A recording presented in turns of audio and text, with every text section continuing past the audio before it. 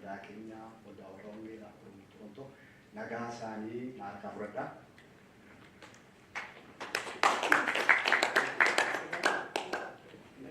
Tolegaa waaqayyo gooftaan guddaa galateeffannaa karaa kana nuu kennuu keessanii fi waaqayyootiin kottaa baradhaan beeksisachuu keessanii fi warra sagantaa kana qopheessitan sagantaa OSA kana waaqayyo bara keessan jireenya keessan eebbisu eebbifamaa eebbaaf ta'aa waaqayyo uumaa hunduma keenyaadha hunduma keenya uumee hunduma keenya jaallataa hunduma keenya gargaaree hunduma keenya baatee yeroo kana mooja keenya irra buufannee waaqayyo hundumaa danda'u sagantaa kun akka inni bareedu sagantaa kana akka humna godhatu sagantaa kun akka bifa godhatu waaqayyo ni kadhanna.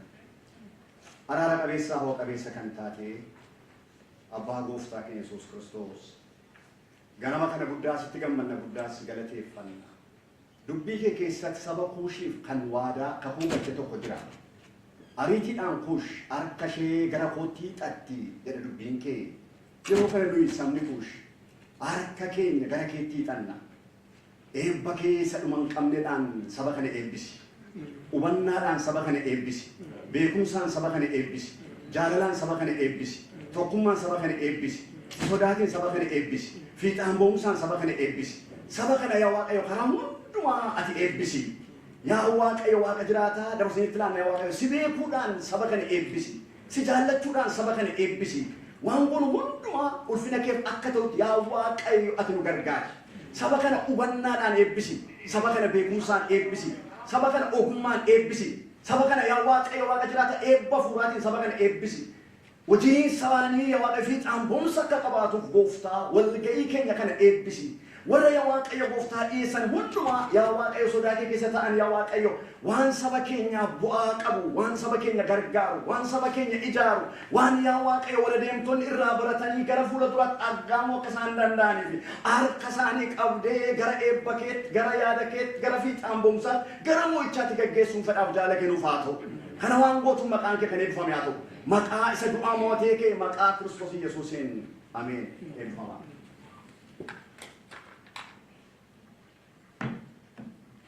Yoya Oromo wakam jirtan. Sakasu barbaad. Yoya. Nagaan dhuftani. Dado. Maal araftan fakkaati. Beetu badhaan socho'a. Al maqaati. Wanni hojjetu kumoo? Nai hojjetu.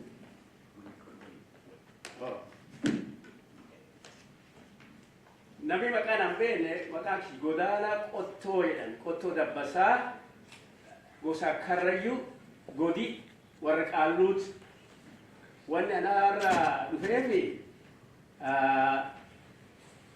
gaaddis kana eebbisuuf kanaaf dhufee amma dubbiin xixiqqoo dheeratti wanni eebbis allaallee miti xiqqoo Lami warra fakkaata kaasan malee hin taatu.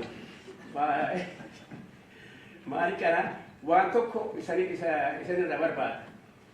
Wanni an barbaadu sun maali kana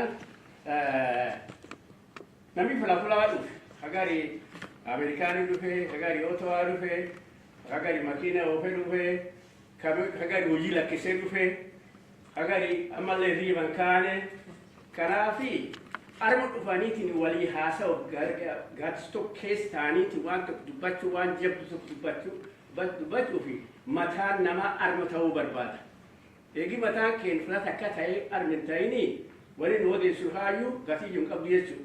Kanaafi armas mataa akka mataan keenya kucuuf wal deebi'ee marga keessa jiraatu waan tokko hojjanna. Wanni nu waan tokko naa tolchitan.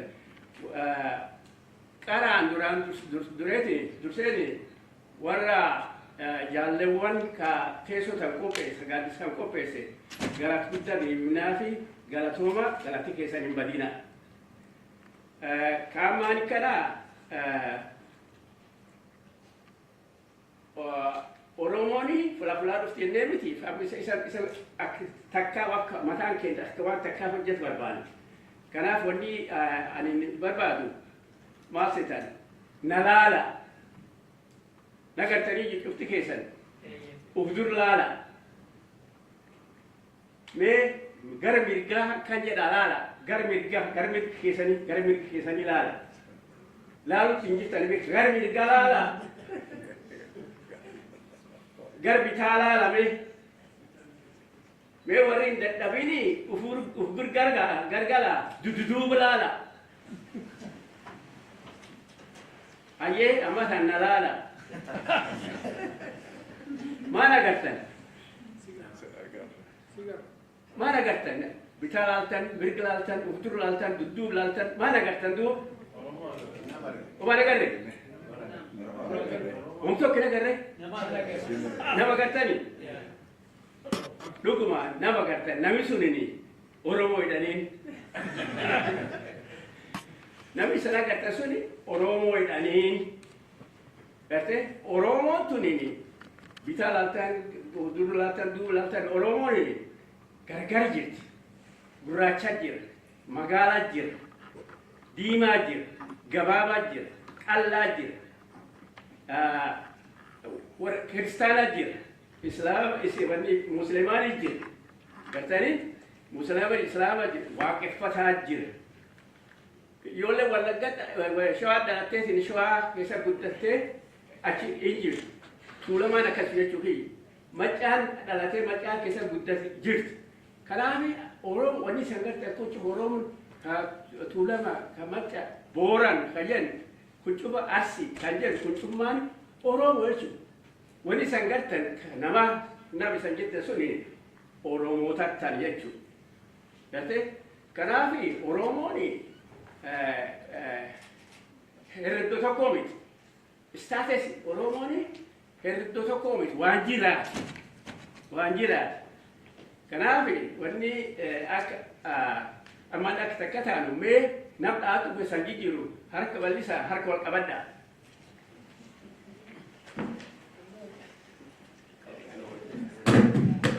harka wal qabada ya dia wal tuka dapat wal qabada amu wantuk wal jadu debiftan Oromo at igikiya at lafetiya Oromo at igikiya at lafetiya aje naga nam wala disa marikana Oromo batuni wani Oromo mai Oromo matuni erte waan ufirra baaftanii dhiqanii akka bisaaniin saamunaan ufirra dhiqanii baasuu dandeettanii miti. Ufirra dhiqanii baasuu hin dandeettan. Lafa ofi cabsitanii gatuu hin dandeettan. Erte mataa ofi borositanii surii keessaa fuutanii ofi jijjiiruu hin dandeettan. Erte kanaaf maal afaan jijjiirannee Oromummaa keessaa bahuu hin dandeenyu. Kanaaf Oromo jechuudha. Addunyaa fettaate uf cabsitu uf murtu afaan wallaaltu maqaa jijjiirattu ati Oromo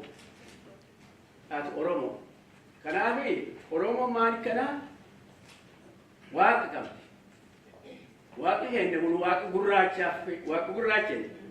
yoo kadhannu waaqa gurraachaa fi maal jenna kana lafa bal'oo gaafanne jechuudha kana amma afaan kennani waaqa gurraachaa fi lafa bal'oo yaamne eebbifan amma karaa eebba dachaanaa akka waan jedhan akka isanii qoonqoon fuudhataniitiin jettan barbaada.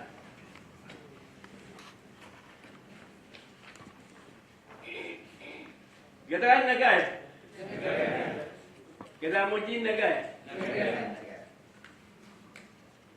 Oromiyaa nagaa fulaan Oromoon jirtuutti nagaa teessoo ta'e nagaa jaarsa jaartiin nagaa ilmaan ta'e nagaa ilma kajaar waaqa anu kadukkube waaqa anu fayyisu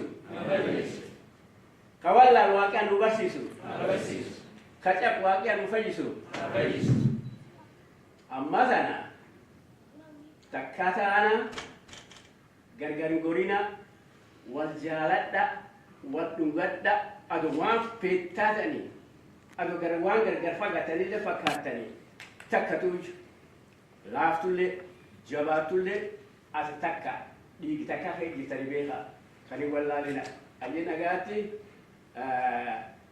galatuma waaqii gala isanii adeebisuti kana jedhanii.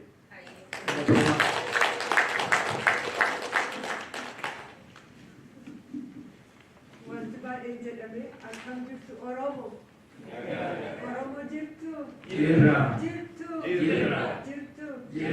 Hacaalus nu yaadadhaa chumaan. Akkasi wanti baay'een jedhameera waan hanqatti qofan itti guutaa. Nuti immoo uummata qorannoodhaaf dhufnee waa'ee uummata keenyaa qorachuuf dhufnee asitti wal geenye waan taaneef akka wal dhageenye wal hubannuuf eebbisaan immoo. Warra waame walii owwaatu haa ta'an. Warra waame walii owwaatu haa ta'an. Warra iyyee walii birmatu haa ta'an. Warra iyyee walii birmatu haa ta'an. Warra haasa'ee wal dhaga'u haa ta'an. Warra haasa'ee wal dhaga'u haa ta'an. Warra wal dhaga'ee wal hubatu haa ta'an. Warra wal dhaga'ee wal hubatu haa ta'an. Beektota tasitti wal gahee beekaan beekumsa isaatiin hin boonini isan beekni isaa dhaga'u. Beekaan isan beekni haa dhaga'u. Qalbiidhaan haa dhaga'u. Qalbiidhaan haa dhaga'u. Egaa amma nuti Oromoodhaaf hin jenne Oromoon biyya keenyarra Oromiyaa irra hin jirru dachii Oromaa irra jirra. Wanti hanqatte tokko iseedha kan argu.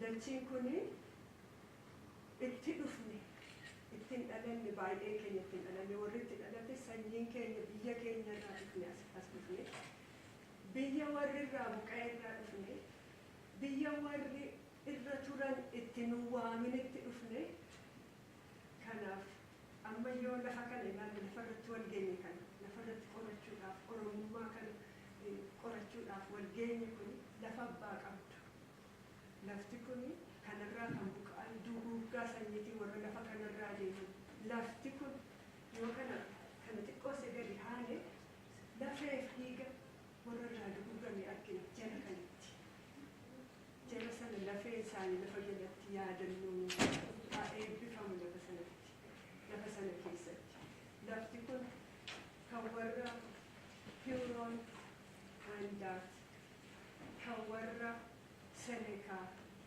kan warra Mississauga kan warra Credit warra kanatu irraa dhume lafa kanatti nu fide isaaniif galanna ta'u galata galchina isaaniif si galanna warra keenya warra dhume immoo biyya ni baafatu warra waan asitti fufanii nama keenya fixaa jiran hunduma isaaniif si yaadanna warra dhuman warra nu jedhanii aarsaa ni kakaffalan sana hundumaa yaadannaadha isaaniifis yaadannee nuuf ta'u egaa nagaan immoo biyya keenyatti ta'u dhiigni kun nurraa haa dhaabbatu kanaaf ani wanti jechuu barbaadu galateeffata yes dhufnee wal geenye hammuma kana immoo wal geenye mataa walitti qabattee asitti haasa'uu keenyaaf wal gaafannee wal iyyaafannee walirraa barachuudhaaf dhufuun keenya waan guddaadha waan ta'eef isaaf galata. Dhiigi kun nurraa dhaabbatu loli nurraa dhaabbatuudhaaf immoo kadhata. So isa immoo akka tokkotti waliin jenna narkaa fuudhaa dara akkuma godaanaa jedhan isinis dhiibbitanii akka narkaa fuudhanii barbaada. Hoo hee jecha hoo hee galata kadhata jecha kadhanna wajjin marsaa tokko akkuma sanatti jenne marsaa lammataa immoo harka rukunee lafaa kaanii harka rukutaa jenna Addunyaa jedha. Oh, Gadata. Oh, Gadata. Hey, Gadata. Hey, Gadata. Oh, Gadata. Oh, Gadata. Hey, Gadata. Hey, Gadata. Yeah. Oh.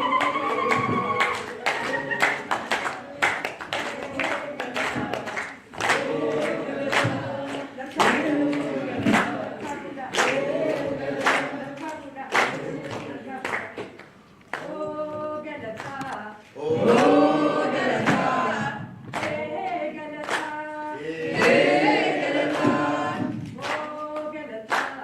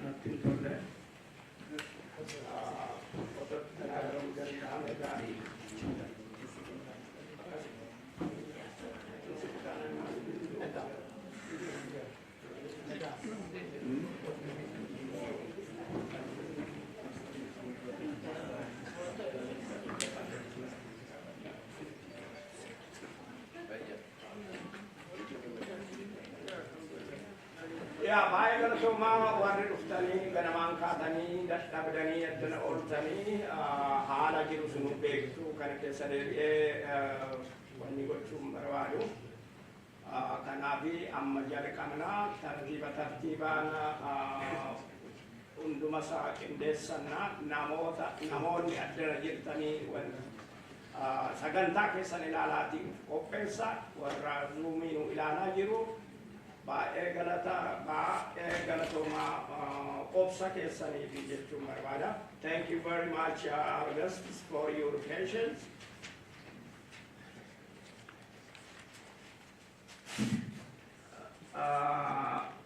Egara media is also on live, so you can just send your message exactly as it supposed to be. And we will step by step start. The next step is my remarks on today's conference. So I have my remarks in Oromo, in English, of course, that is OSA's working language. And thank you very much for facilitating this all. Everybody, and I would like to first welcome you, ladies and gentlemen, distinguished scholars, esteemed elders, honored guests, and fellow participants. On behalf of the Executive Committee of OSA and the Board of OSA Directors, I welcome all of you to the 39th OSA Annual Conference. First and foremost, as Dr. Kuwe indicated, we are here on someone else's land. So I was kind of trained to say what they are repeating, recognizing them here, as it is given in a quotation. I or we wish to acknowledge this land on which the University of Toronto operates. For thousands of years, it has been the traditional land of the Huron, Wenda, the Seneca, and the Mississauga of the Caribbean.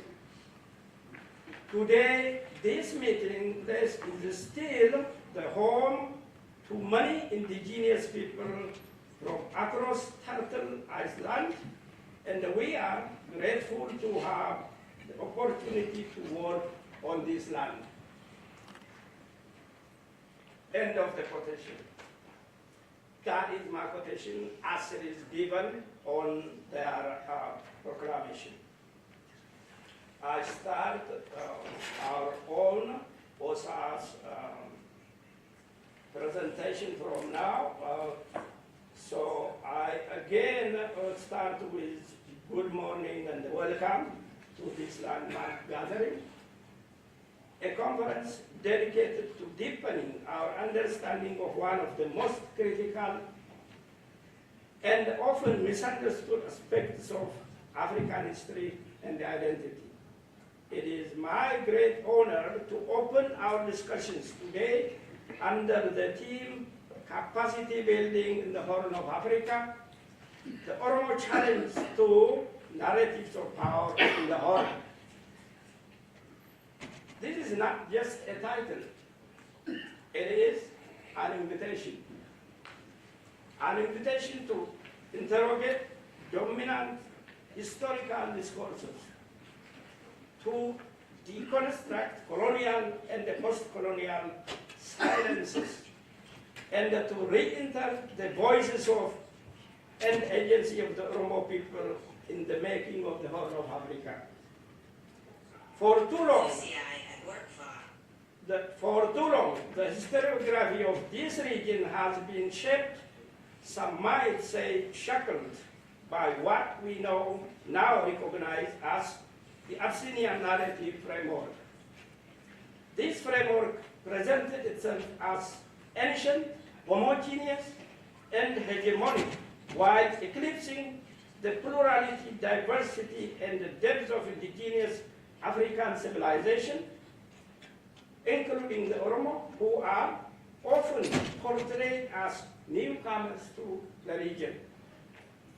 This narrative has too often denied the Oromo people their rightful place, not only in history, but also in the cultural and the political imagination of the region. However, the Oromo are not merely subjects of marginalization. They are agents of resilience, architects of rich institutions such as the Gada system, and carriers of oral traditions that span generations. Their indigeneity is not a claim, it is a reality deeply rooted in language, land, cosmology, and collective memory. Today, we gather not just to critique distortions or reclaim truth. We gather to explore the politics of narration itself. Who gets, so one can ask, who gets to tell history? Through whose lens? With what purpose? What do we mean when we say indigeneity in a region shaped by conquest, empire, resistance, and revival? In other words, we can also reflect on a similar term often used as fekel in their narration. A fekel may be grand, ornate, or even intimidating, but it conceals, it distorts, it can be a mask. And so we must ask what lies behind the Abyssinian fekel. What truths have been buried? What stories suppressed? What epistemologies ignored? The conference offers us a rare space and intellectual commons to move beyond binaries of colonizer and colonized, center and periphery, old and new. It challenges us to bring oral histories into conservation with academic research, to elevate indigenous knowledge systems alongside archival scholarship, and to consider the lived experiences of Oromo communities as essential to any authentic account of the region. Our sessions will explore themes ranging from historiographical debates to political resistance, from the role of language and the cultural expressions, contemporary struggles, I will repeat back, historiographical debates to political resistance, from the role of language and the cultural expression to contemporary struggles for self-determination. We will be joined by historians, anthropologists, linguists, poets, elders, and activists. This is not just an academic exercise. It is a moral and historical reckoning In 2018, when Prime Minister Abiy Ahmed came to power, many dared to hope the world watched with cautious optimism as Ethiopia appeared to turn a page. Political prisoners were released, exiled opposition figures were welcomed home. A peace deal with Eritrea won him the Nobel Peace Prize. The promise of reform electrified not only Ethiopia or Oromiyaa, but also on the entire continent. But hope, as we have seen, can be betrayed. Since that turning point, what followed was not liberation, but repression disguised as reform. Not unity, but ethnic polarization enshrined through federal manipulation. Not peace, but what? Brutal conceit, and at times genocide. Let us be clear, in Oromiyaa state and elsewhere in Ethiopia today, the state and the proxy violence, mass arrests, internet shutdowns, and the criminalization of dissent have become the new norm. Today, instead of embarking on a true people's revolution, the regime has weaponized ethnicity to divide, conquer, and control, which helps it to keep the empire at any cost. A regime that has crushed opposition media, shattered civil space, and ruled under a veneer of electoral legitimacy while undermining every institution that sustains a democracy. Let us be clear, this is not a condemnation of Ethiopia, but rather a defense of it. The people of Oromiyaa and other regions in Ethiopia deserve dignity, security, democracy, and freedom. But those values cannot survive under totalitarian governance, where the rule of law is replaced by the rule of one man or one party, where truth is censored, where injustices are transformed from punishing only the rebel to the killings of families and the friends of the freedom fighters, where citizens are forced to choose between silence and exile, or worse. That is why we are here today. We are here today to exchange our research findings further. This year's research presentations are assembled under panels and sessions. That means that is what we have, that is how we arrange it. OSA has obtained 4 panels and 9 sessions.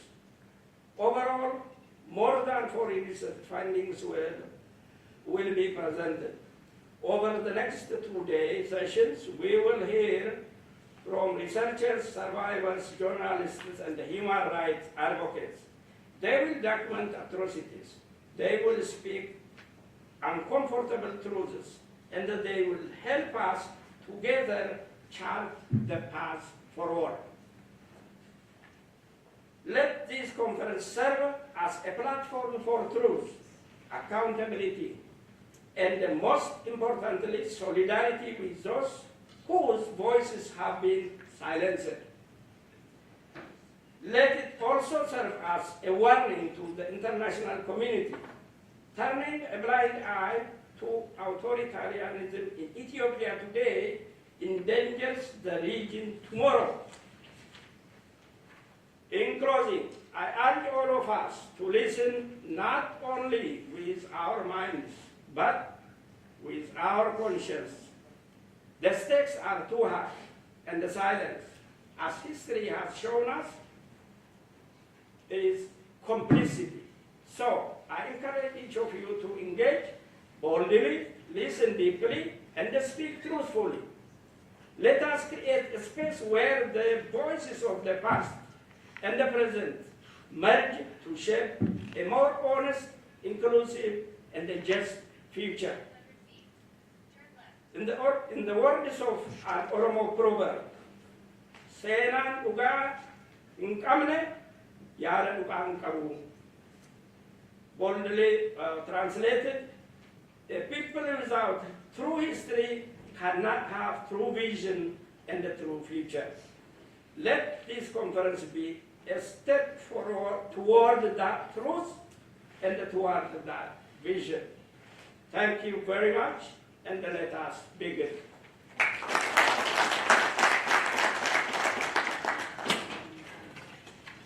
Next, I will call here our presenters. We have in the schedule Dr. Addunyaa.Adooleeysa and his team. Panel 1, is Dr. Galana here? Galan? Okay, come on please, the podium is yours.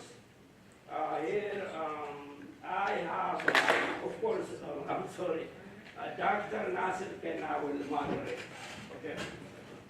Yeah.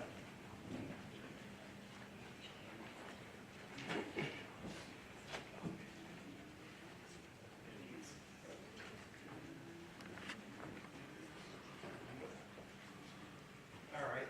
Good morning, everyone. Welcome to Nagayos to Baganagata.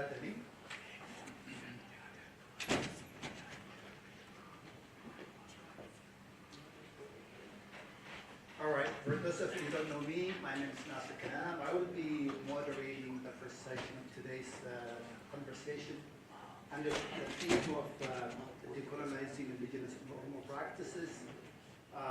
So we've got 3 speakers lined up, and I'll introduce each one at a time. I'll ask all my speakers to stick 15 minutes to help us manage the time slotted for our conversation, and also take maybe 15-30 minutes to introduce themselves for the discussion.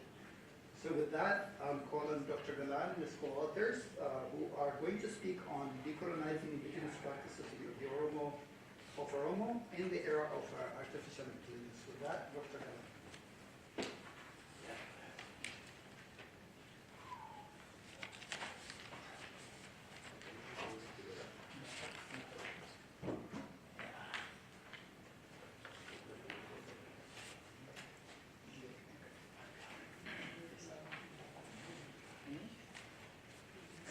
Dr. Noah, if you have received an email from Dr. Galan, can you please share the content of this presentation? Thank you.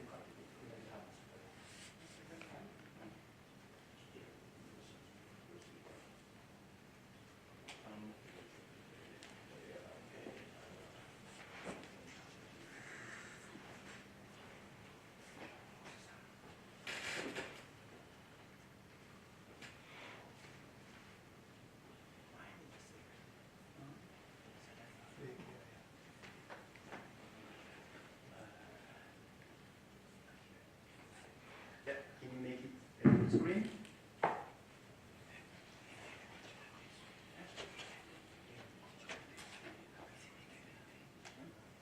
Thank you. Galatoma Rakan Argachu Koti by Nagamami. Yes. Everyone can hear me, right? Jirtu. Jirtu. Nagami. All right. Rakan Argati, Bakakanati namoota maanguddoota ilaalaa guddannee waa baay'ee irraa barannee fuuldura dhaabbattee ishuu bareedaa really personal to me haasa'uudhaaf carraa waan hin argadheef baay'een gammada. Ingiliffaan godha presentation koo. Okay, I'm honored to be here to speak in front of my elders whom I have been learning from and who shaped the way I think, the way I do things. It's really an honor to be here today. So today I will talk about a little bit a shift of a status quo from what our president was talking about. How we can see forward by learning from the past in the era of AI. You know, we don't have to be colonized in this era, also in the era of AI, because AI for everybody is at the same opportunity. It provides the same opportunity. So I want everyone to shift your status quo towards that and to think towards that. So I'll try my best. Total disclaimer, I'm not a qualitative researcher. I'm an engineer by training.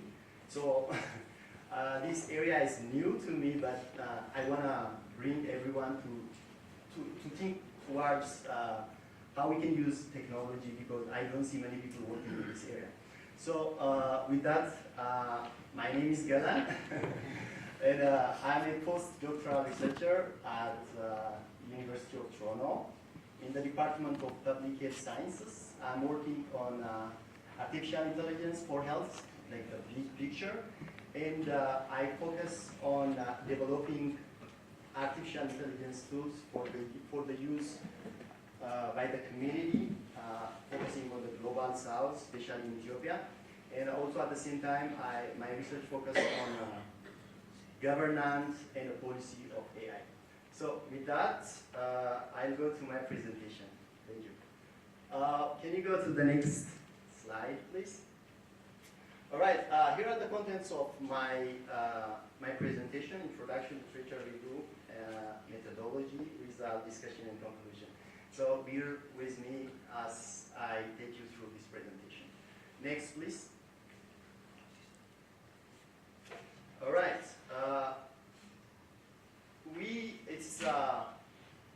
It's not something to be told what our indigenous practices are. We have GEDA system, a democratic system that has been exercised by our native people before anyone in this world starting democracy. We have the Sinke, we have Wakefana, spiritual, we have Dabo, like the culture of helping each other. We have Jarsuma, a conflict resolution way. Mogasa, how to orphanage, helping, and also Gersa, chanting, and all those are our indigenous practices as Oromo. Next slide, please. All right, my slides might be full of text, so bear on me and listen to me. Don't look at the slides.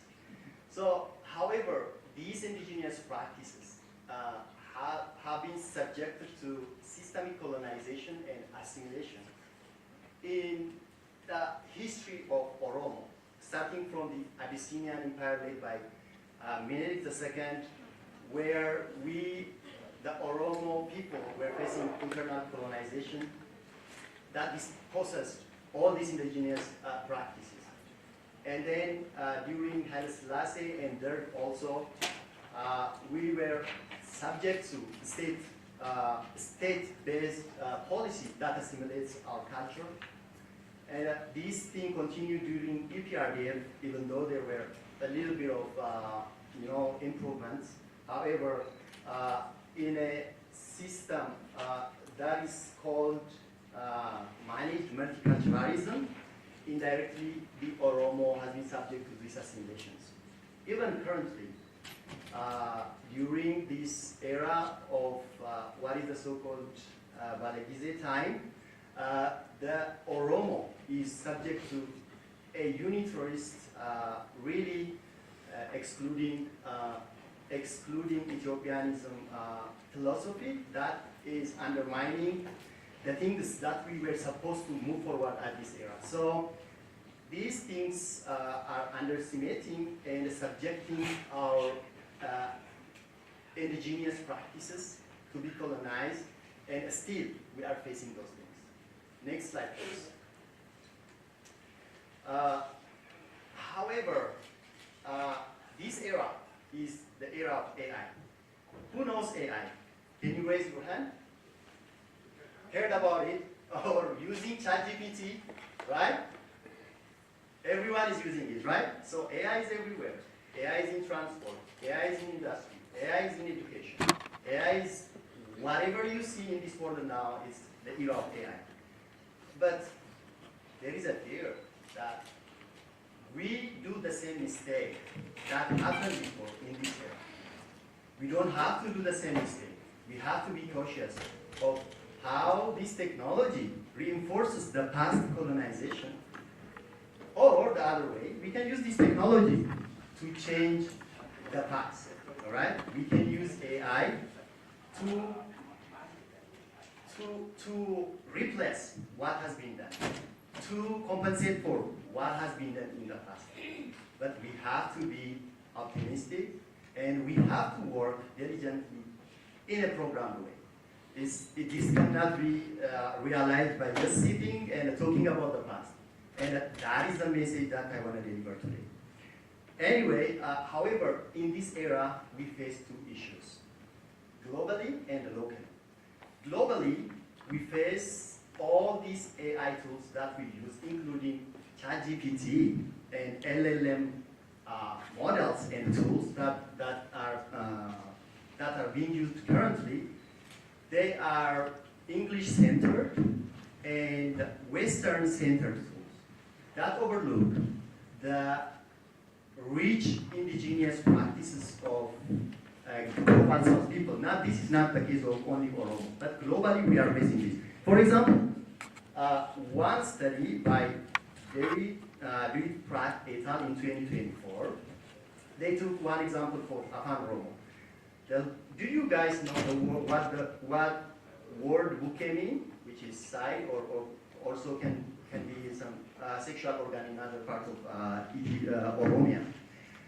So the correct translation for buke is beside, but the LLM that they tried, that was developed, English-centered LLM, gave the output of shelter or shade, which is incorrect, right? Because this system, this LLM, this model, this tool, AI tool has been developed on English-centric data. That doesn't have context of Oromo, that doesn't have the language of Oromo. This is a global issue that we face because most of the things are Western-centric. Locally, as you know, every investment, every work, every development, every history, including written histories, including art, including any show and heritage, they are based on Amharic language or northern part of Ethiopia.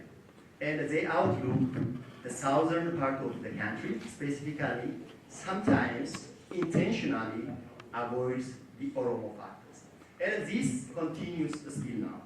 So this long-standing imbalance risks that at current time, during the era of AI, we will repeat the same. So this is one of the challenges at this time. Next slide, please.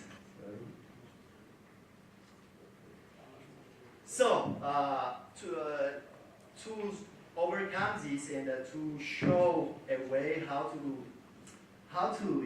come out of this as a winner, I wanted to study how AI can support the decolonization of indigenous practice and the knowledge systems of Oromo people.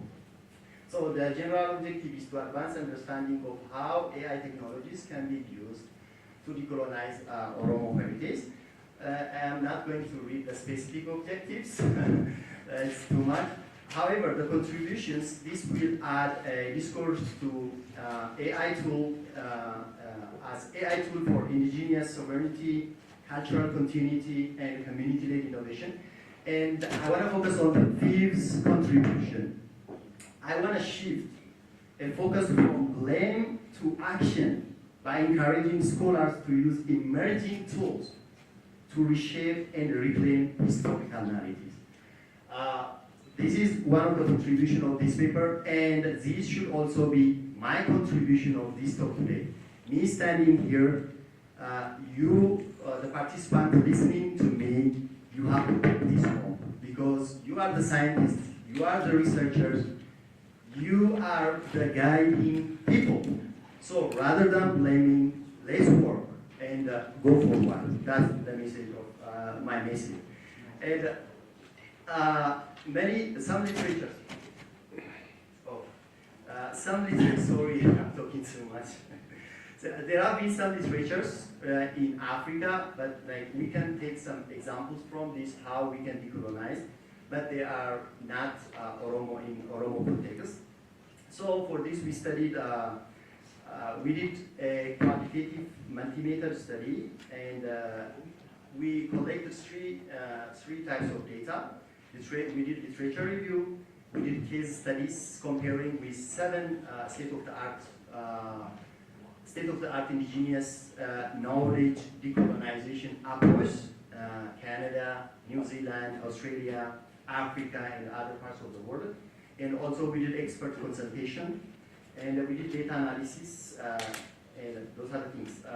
I don't want to talk. So I don't know if it is too much technical. I will go to the result part. So we had 5 emerging themes out of the literature review.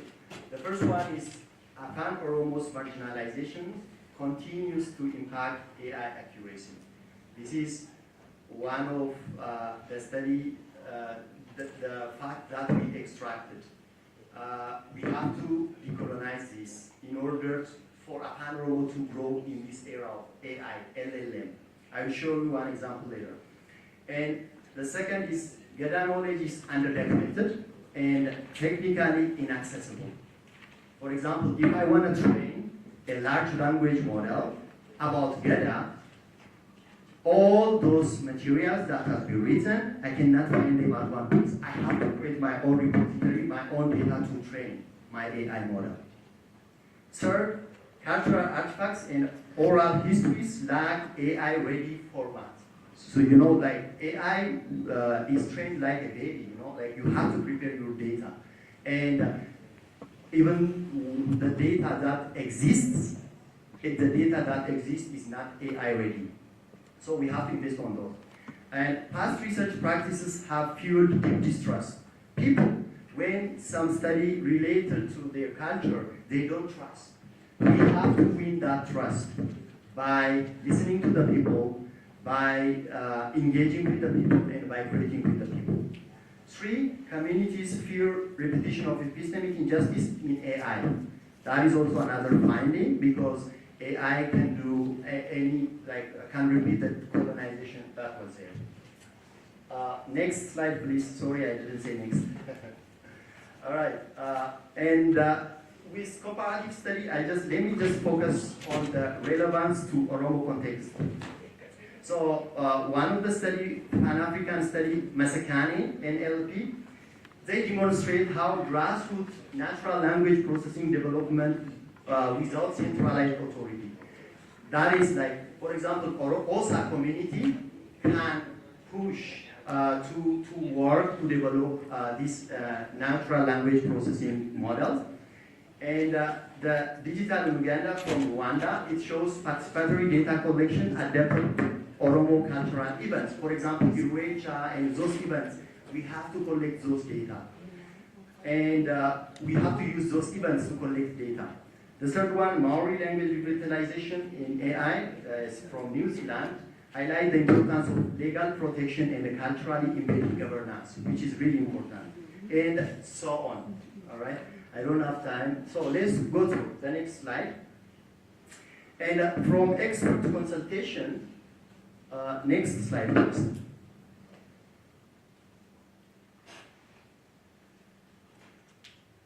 Can you move it to next slide? All right, so from expert consultation, the recommended actions are establish community governance committees, develop AI literacy program in local schools, create evaluation frameworks aligned with community finding indicators, and develop consent protocols and clear data sharing agreements with the community, and commit to long-term engagement beyond project timelines. Because, for example, we know the Google stuff, it started, it didn't continue. So we don't have like a properly working Google Oromo translator. Okay, next slide, you can move, discussion section. So some of the findings are AI holds great promise for cultural revitalization, and it can document oral histories, genealogies, and customary law. And AI can support language preservation, and But the success requires trust, self-determination, and respect for indigenous epistemologies. And technical efforts without community participation, it doesn't go anywhere. So we have to be cautious about that. So the pathway forward, I will focus on those, is community consultation on relationship building, data governance agreements from law perspective, we need them, and the co-designing of AI tools with cultural authorities, and participatory evaluation and adaptive learning is important. I wanted to show you one work that we have been working, LLM that works in Oromo, but I don't have access to that, sorry for that. Like the slide is not moving. Anyway, thank you, Belatoma.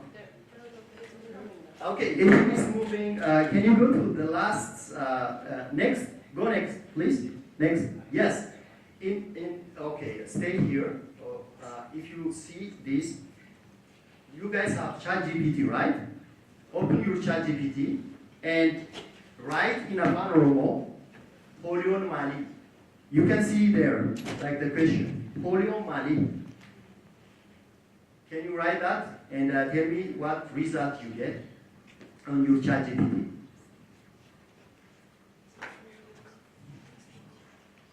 For me, what I got is like when I search for the first time, it says, I don't know polio. ChatGPT said it to me.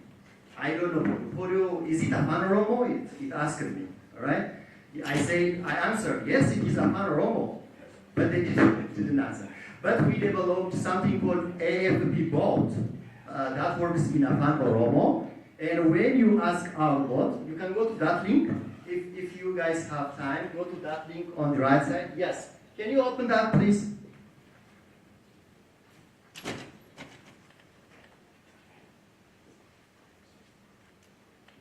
All right. On ask about polio, can you write polio Mali or whatever question you have about polio? Because I'm working on polio. Not polygon, polio. Afan Oromo Nutawa.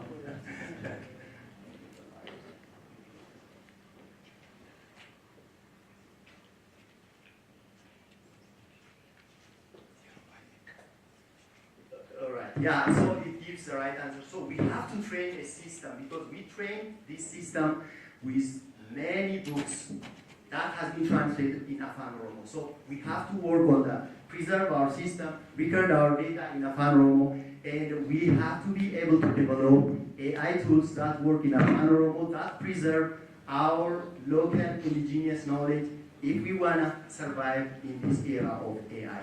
That is my message. Thank you so much.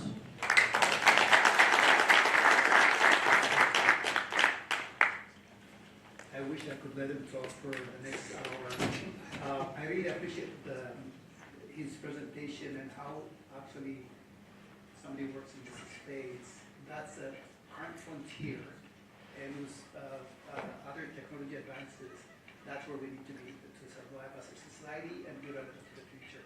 So thank you so much, Dr. Galay. The next speaker, I've got Gamechu Kadir. The topic is Nafa Mo'onamat, Kambrakol Manamatiumu, Dawitili Oromo Adotan Kabukandirita. So I hope Mr. Gamechu is online. If you're online, please, Dr. Moa, please let the person have the opportunity to share content as well as access to the audio. Thank you. And you've got 15 minutes.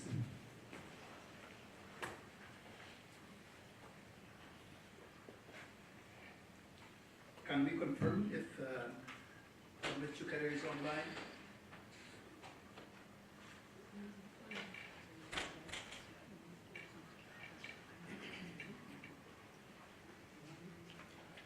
If that is going to take some time, maybe I will move to the next speaker just to save us time, and hopefully Mr. Kadir will be ready by that time.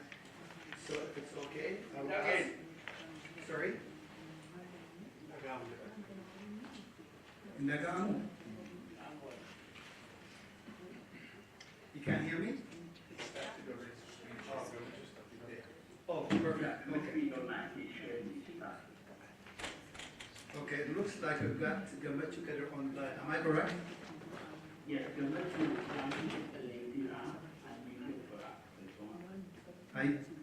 Ayyee galatooma sagalee xiqqoon nu qaba. Daqiiqaa muraasa of beeksisaati waan dhiyeessitan nuti fufuu dandeessu. Hedduu galatooma.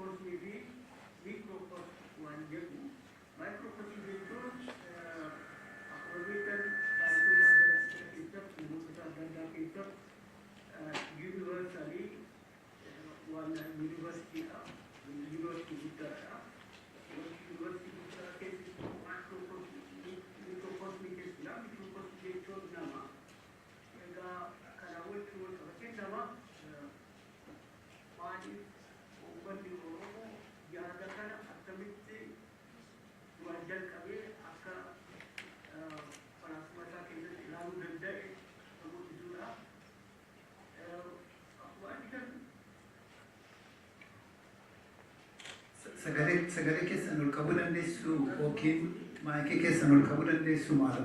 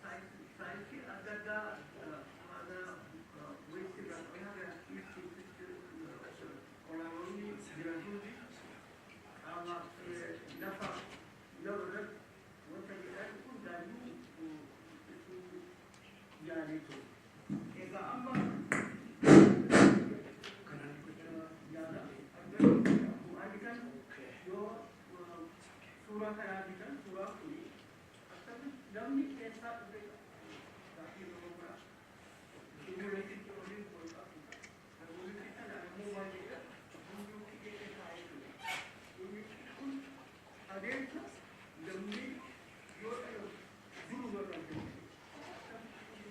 guddatee uumaa waliin wayyaatee uumaa keessaa ammoo akkamitti ba'uu akka danda'e qabatti ture kuni suuraa namni silaa bitan kuni egaa nama namni qullaa qabate qullaa haadhana guddaa yommuu wanta ofirraa qabu Oromoo akkamitti akka ilaalu qaba egaa dura dursee dura uumaan dura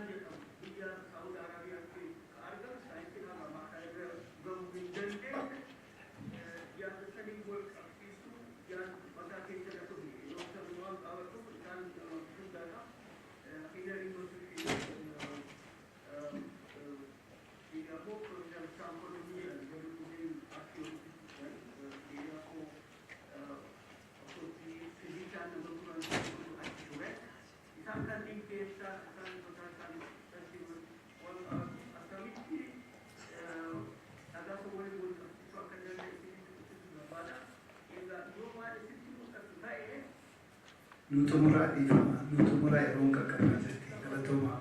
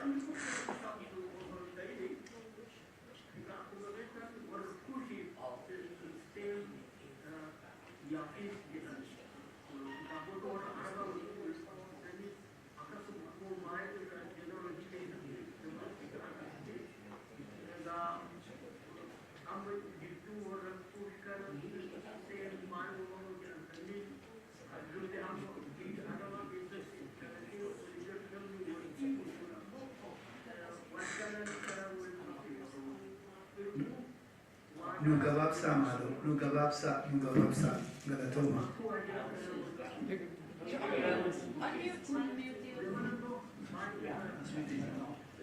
Nulagay sulat, nulagay sa nugababsa.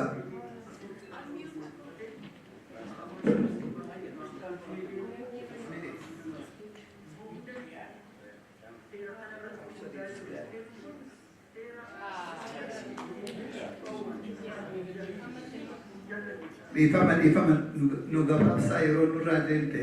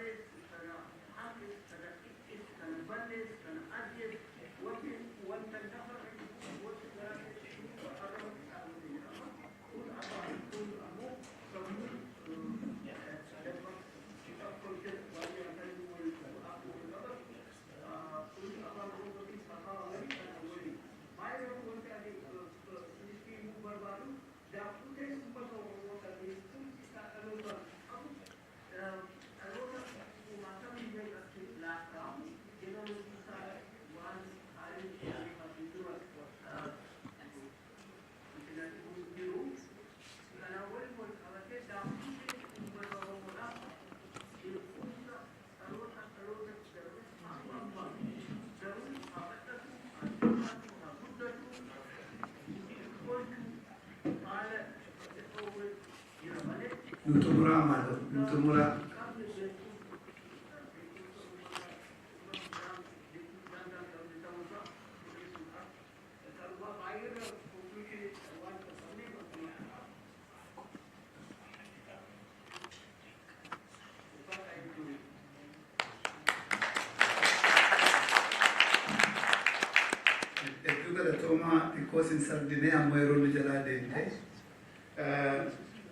The next speaker, Dr. Musaga, will be speaking on geometry of Oromiyaa, a Euclidean model of cultural identity.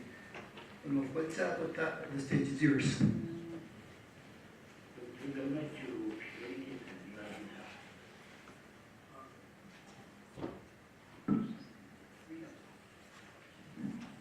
Contenti sani sharing nuko di Dr. Mo Galaton.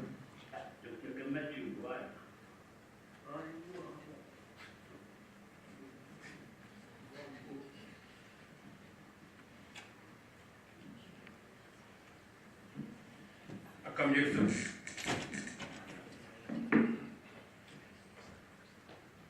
Warra hin beekneef maqaan koo Musagaa jedhama. For those who do not know me, my name is Musagaa. I'm a maths professor at Auburn University at Montgomery. Now it looks like we have some issues, technical issues.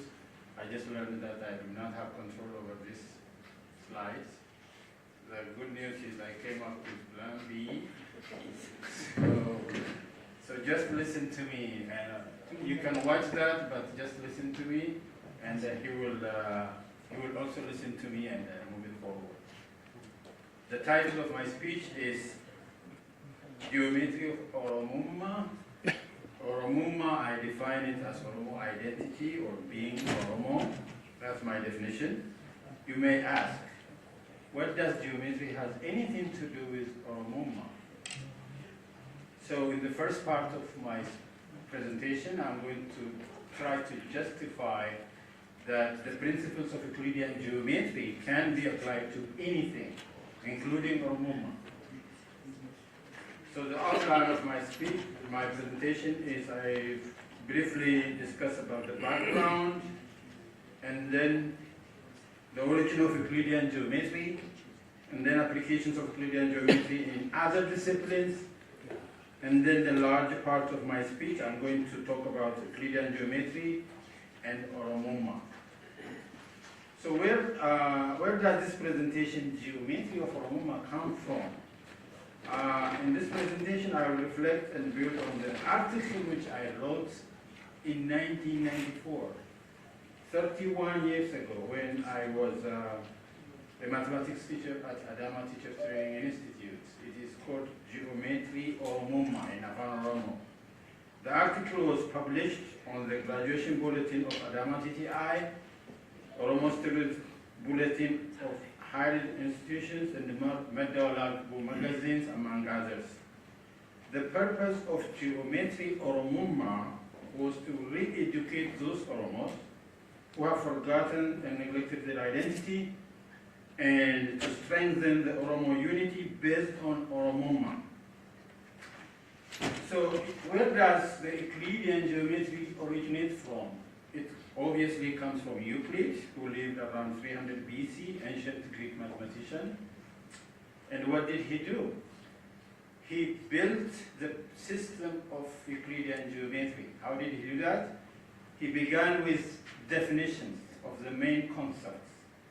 The main concepts like points, lines, circles, diameter, rectangle, triangle, you know the things that are used in geometry. And then he crafted 5 postulates. Postulates, according to him, are self-evident truths. But really, postulates are simply assumptions in modern mathematics or in modern axiomatic theory. He called those who are relevant to geometry, he called postulates, and those which are relevant to other parts of mathematics, he called axioms. So without getting, I'm rushing through this because I have a lot to say later on. without getting out of the 5 postulates and the 5 axioms, he was able to write 13 books called Elements.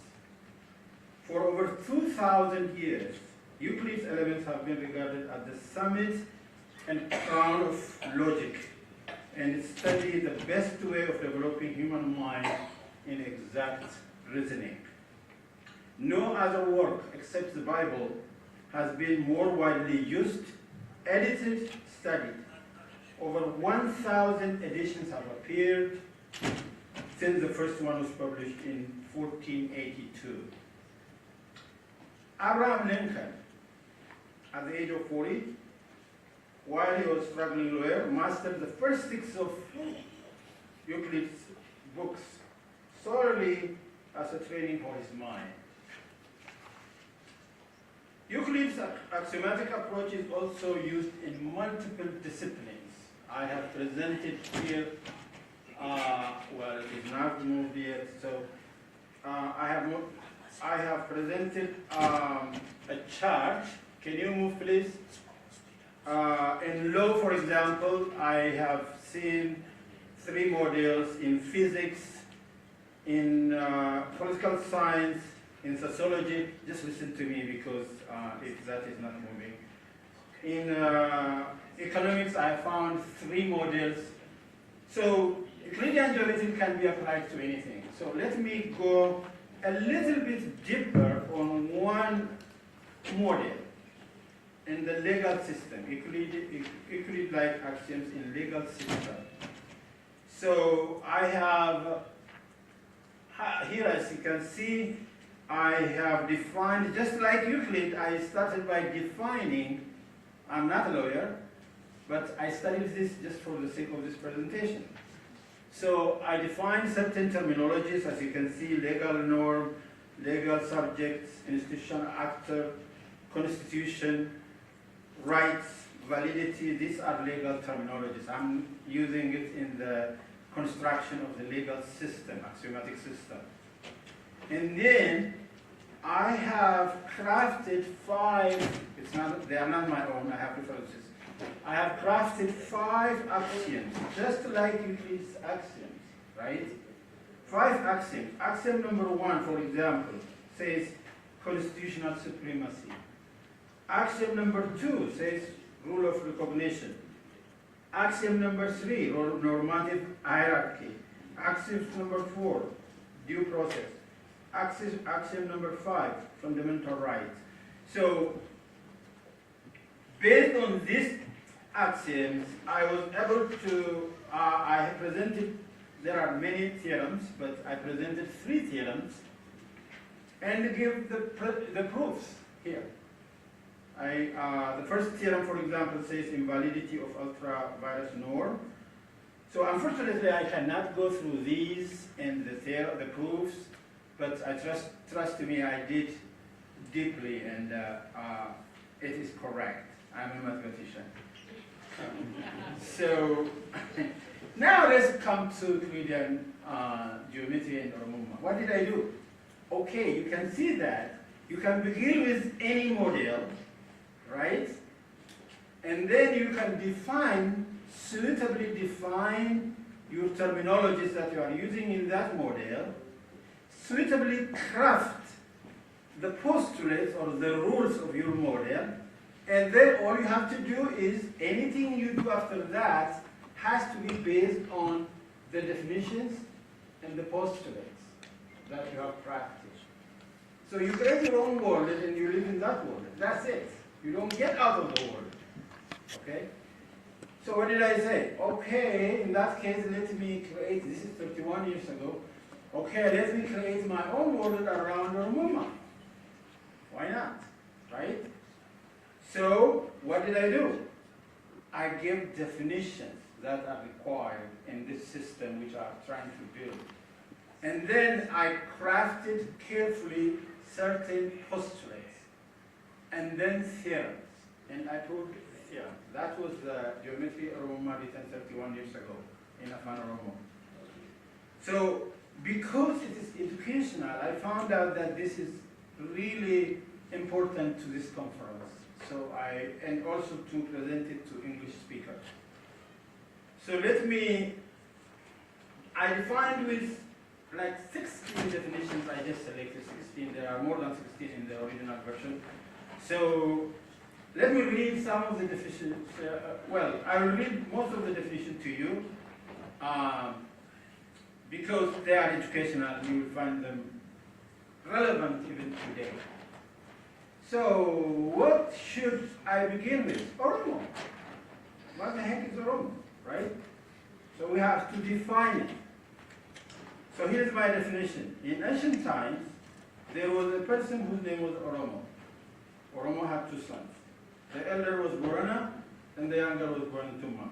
Borana and Barantuma have children. Their children have children, continuing for generations. Through this line of descent, the Oromo people came to exist in the whole of Africa. So that is my definition of Oromo, right? So I defined this. Of course, there is a legend still existing in the Oromo community. So I didn't take it out of the blue. I take it from there. Then I defined something called Decolonizing Oromo. I need it for my sister. The genealogical order by which Oromo's trace descent is called Oromo lineage or Decolonizing Oromo. And then I have to define Oromiyaa because it is coming in my system. The territory in the Horn of Africa where the Oromo people have long resided and multiplied is called Oromiyaa. It means land of the Oromo.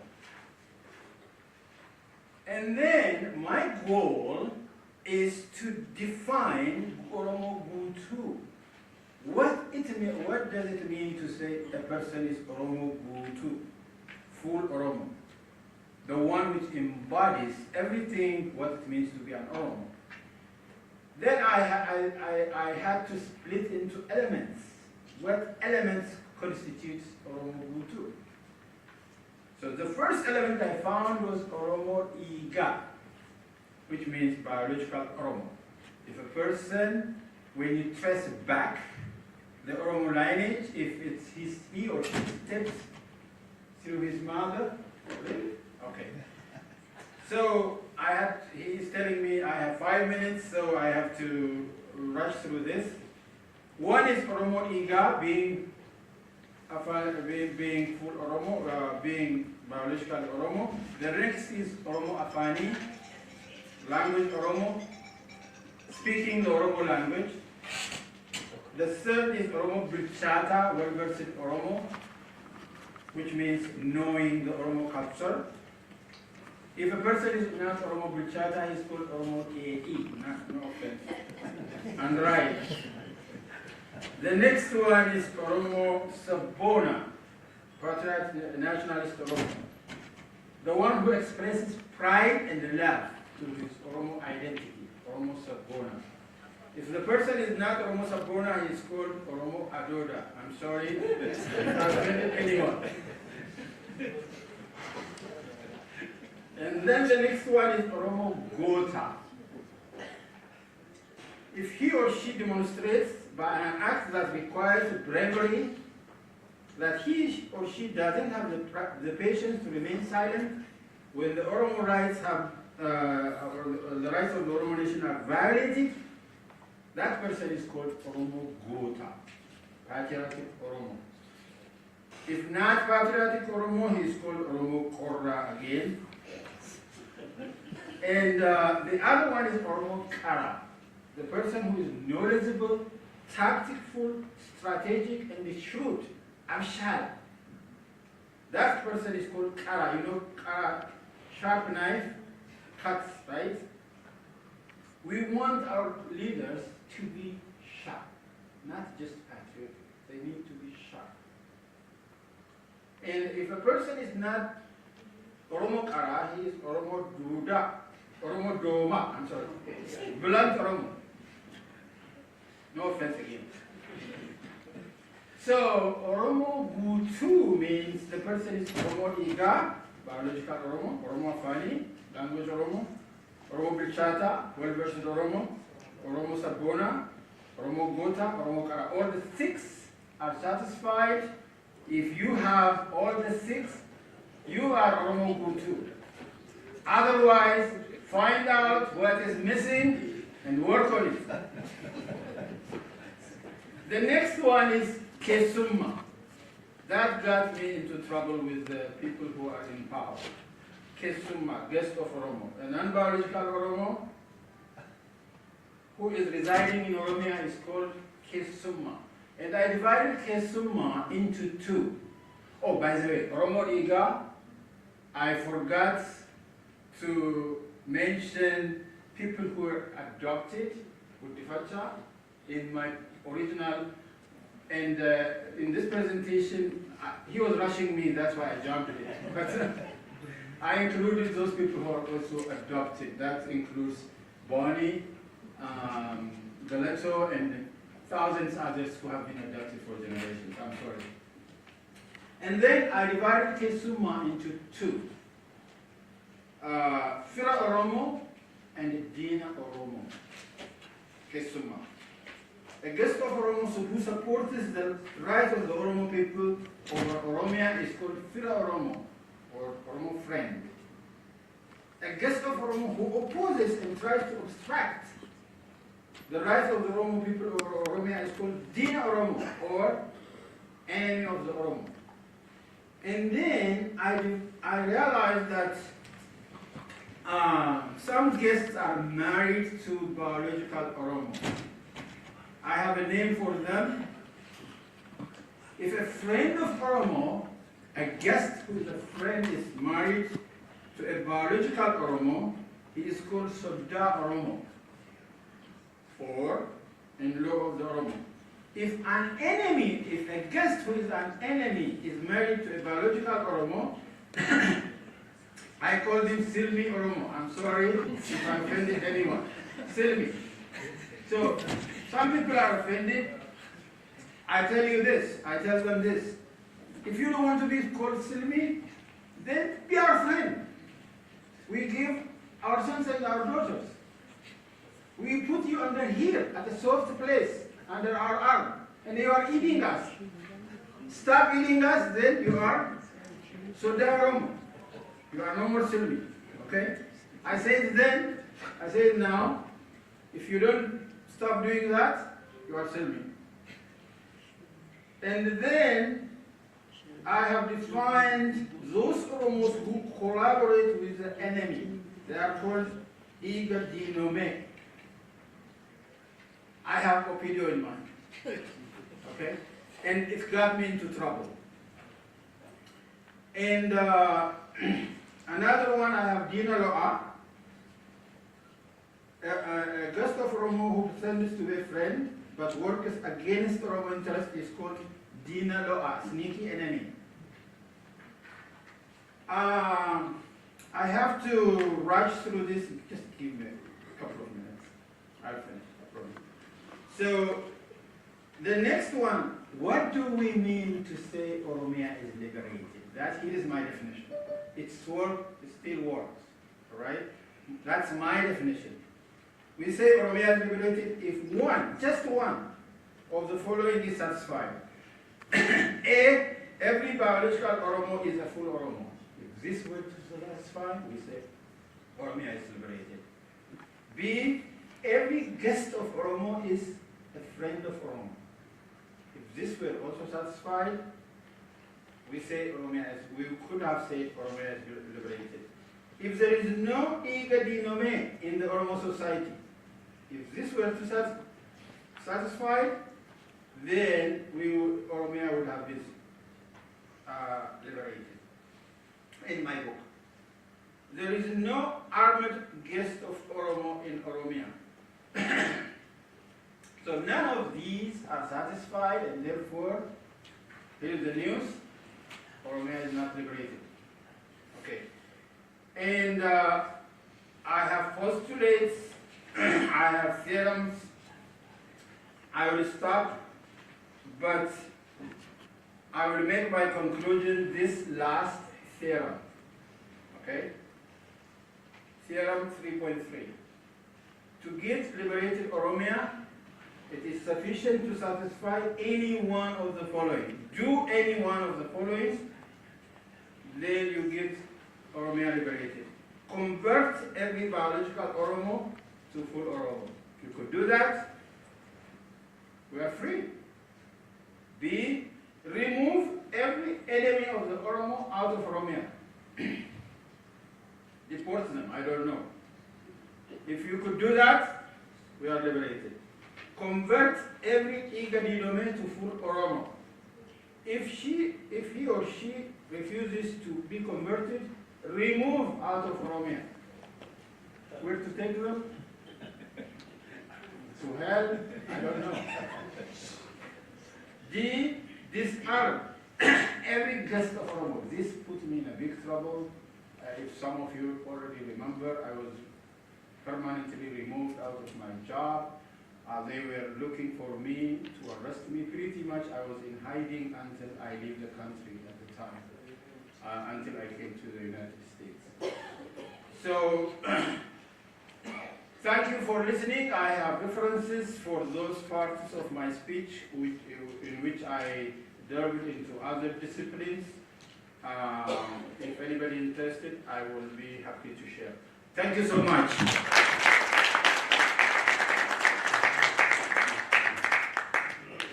Well, that is certainly more than entertaining, I would say, very educational. I was so curious to understand where this included geography fits into the Oromo culture.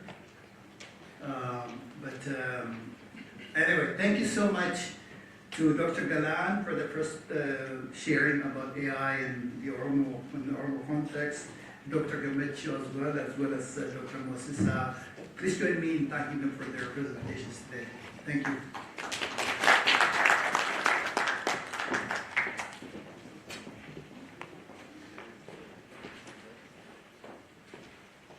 Thank you everyone, everybody for being really patient with us. Now, the next moderator will be Dr. Adooleeysa, who couldn't make it today here. Dr. Adooleeysa is the chairman of board of directors of OSA. He is online now. He will moderate Dr. Abbas Haji Ganamo and Dr. Banti, are you online? Can you hear me? Yes, I will yield my mic and I call Dr. Abbas to come to the podium, please. And Dr. Banti will introduce himself as well as Dr. Abbas. Thank you so much for your patience, really. I don't have any words how to thank you. Appreciate it.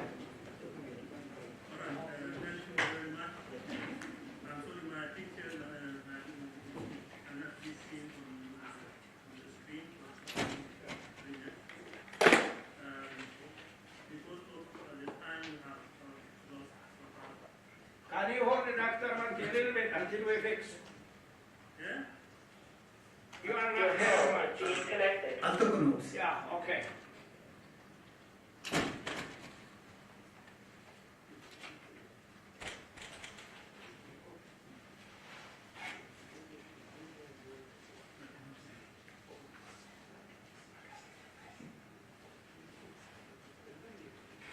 Yeah, while they are fixing that, I will tell you some changes today, okay, until they fix. We don't go out for lunch. Lunch will come here, and then whenever your turn comes, Hello, how's it going? Thank you. Yes, thank you so much. Can you please come down? We've got some network problem on the Wi-Fi line. If you can come to the video, that would be appreciated. We're in the middle of a presentation, so I'll hang up this call right away. If you want to just come down for a few minutes. Thank you. if it is, your patience, request your patience that Can you come down we to remain something here Wi-Fi network? to fulfill our We are in the mission. middle of the presentation. That We would like the mission is presentation to just continue. to complete what So we if you have don't mind for just coming today. down for 2 minutes. So that is what I want to say, and when the lunch comes, I'm sorry, just make it out. Are you asking me to come down because you have a presentation change? Yes, can you come down to the main floor, please? Thank you. All right, I'll be there in a moment. Thanks so much. Sorry guys, we didn't hear what you were saying at all, because we are talking over each other.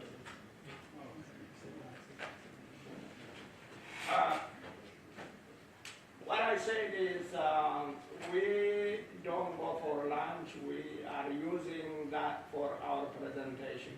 And when lunch comes here, whoever gets when the lunch time announces, you can go pick the lunch from here, or you can go outside and get the lunch and come back. We don't interrupt our presentation. That is what I said. Thank you. My pleasure.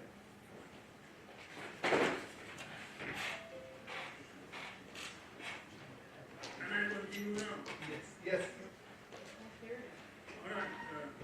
Thank you. Due to time constraints, I have to cut some of the statements that are Sagalee ol qabuu dandeessu.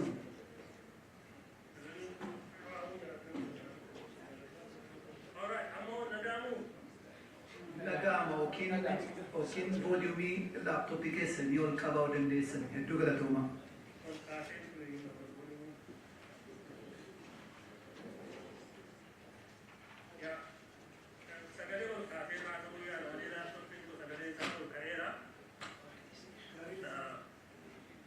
Let me begin.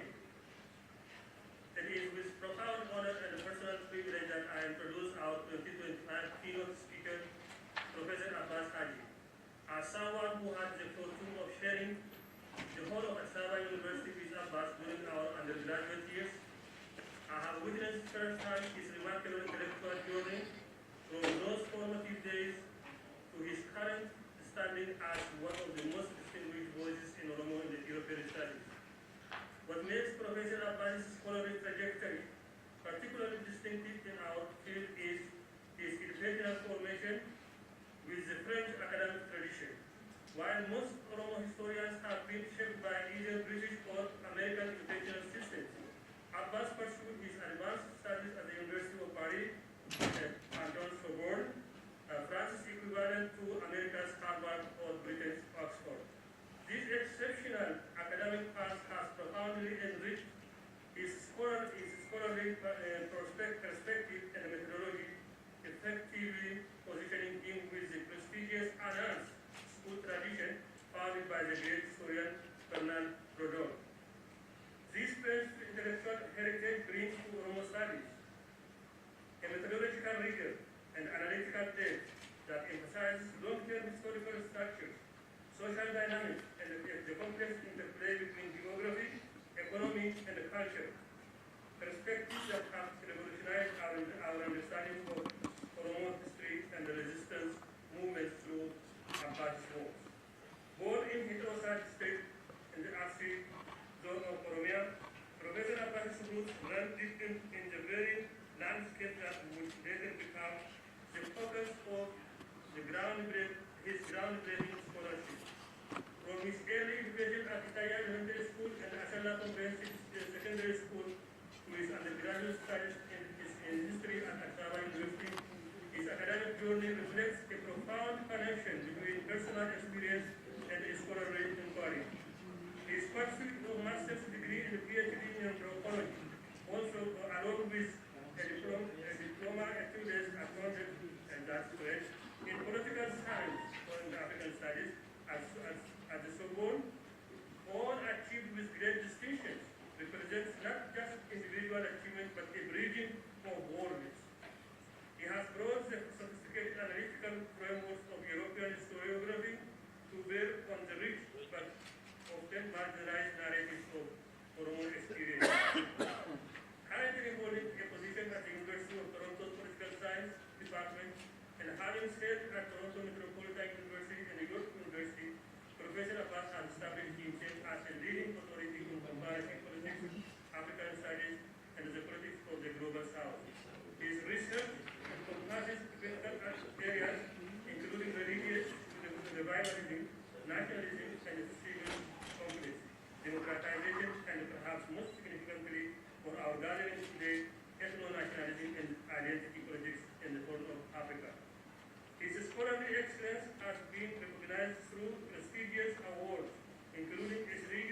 from Canada's Social Sciences and Humanities Research Council for his project on identity politics and ethnic nationalism in the Horn of Africa, underscoring the international significance of his research contributions.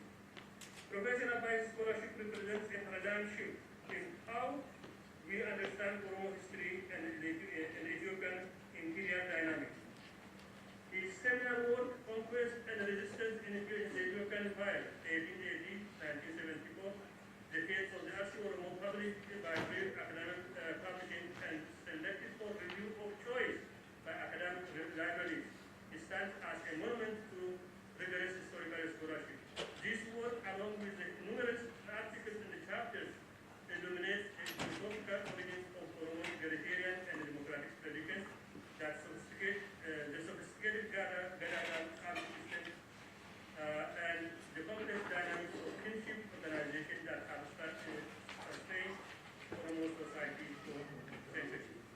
What distinguishes Professor Abbai's work and his ability to situate Oromo resistance within broader historical context while never losing sight of the specific experiences in the agency of Oromo community. His examination of Menelik II's conquest, the fifth Asi Oromo resistance from 1880 to 1900, provides not just historical documentation but analytical frameworks for understanding center-periphery relations, imperial political economy, and the lasting impact of conquest on indigenous societies. Professor Abbas's expertise extends beyond Oromo studies to encompass broader African dynamics. His scholarship on Islam, the Orthodox Church, and Oromo nationalism, and his significant contributions to understanding civil conflict in Rwanda and the Democratic Republic of Congo demonstrate the breadth of his expertise. His publications include important chapters in the path of genocide and the war and peace in Dr. Congo, reflecting his commitment to understanding the interconnected nature of Africa and the Great Lakes region's dynamic story. He has also served as a consultant for the Intergovernmental Authority on Development, IGAD, on conflict prevention, management, and resolution in the Horn of Africa region academic scholarship with practical policies application. As we gather for the 69th annual conference, we are fortunate to benefit from Professor Abbai's unique perspective, one that combines the analytical sophistication of the French analyst tradition, the lived experience of someone rooted in Oromo soil, and the comparative insights gained from years of teaching and research in Canadian universities. His work represents the kind of scholarship our field needs, rigorous, contextual, comparative, and deeply committed to understanding the complexity of identity, resistance, and survival of African dynamic regions.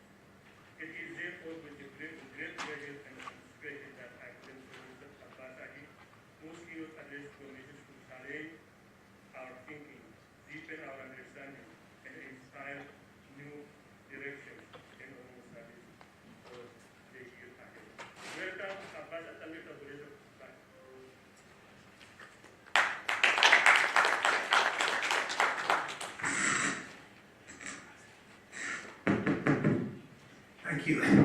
Thank you, Akamultan.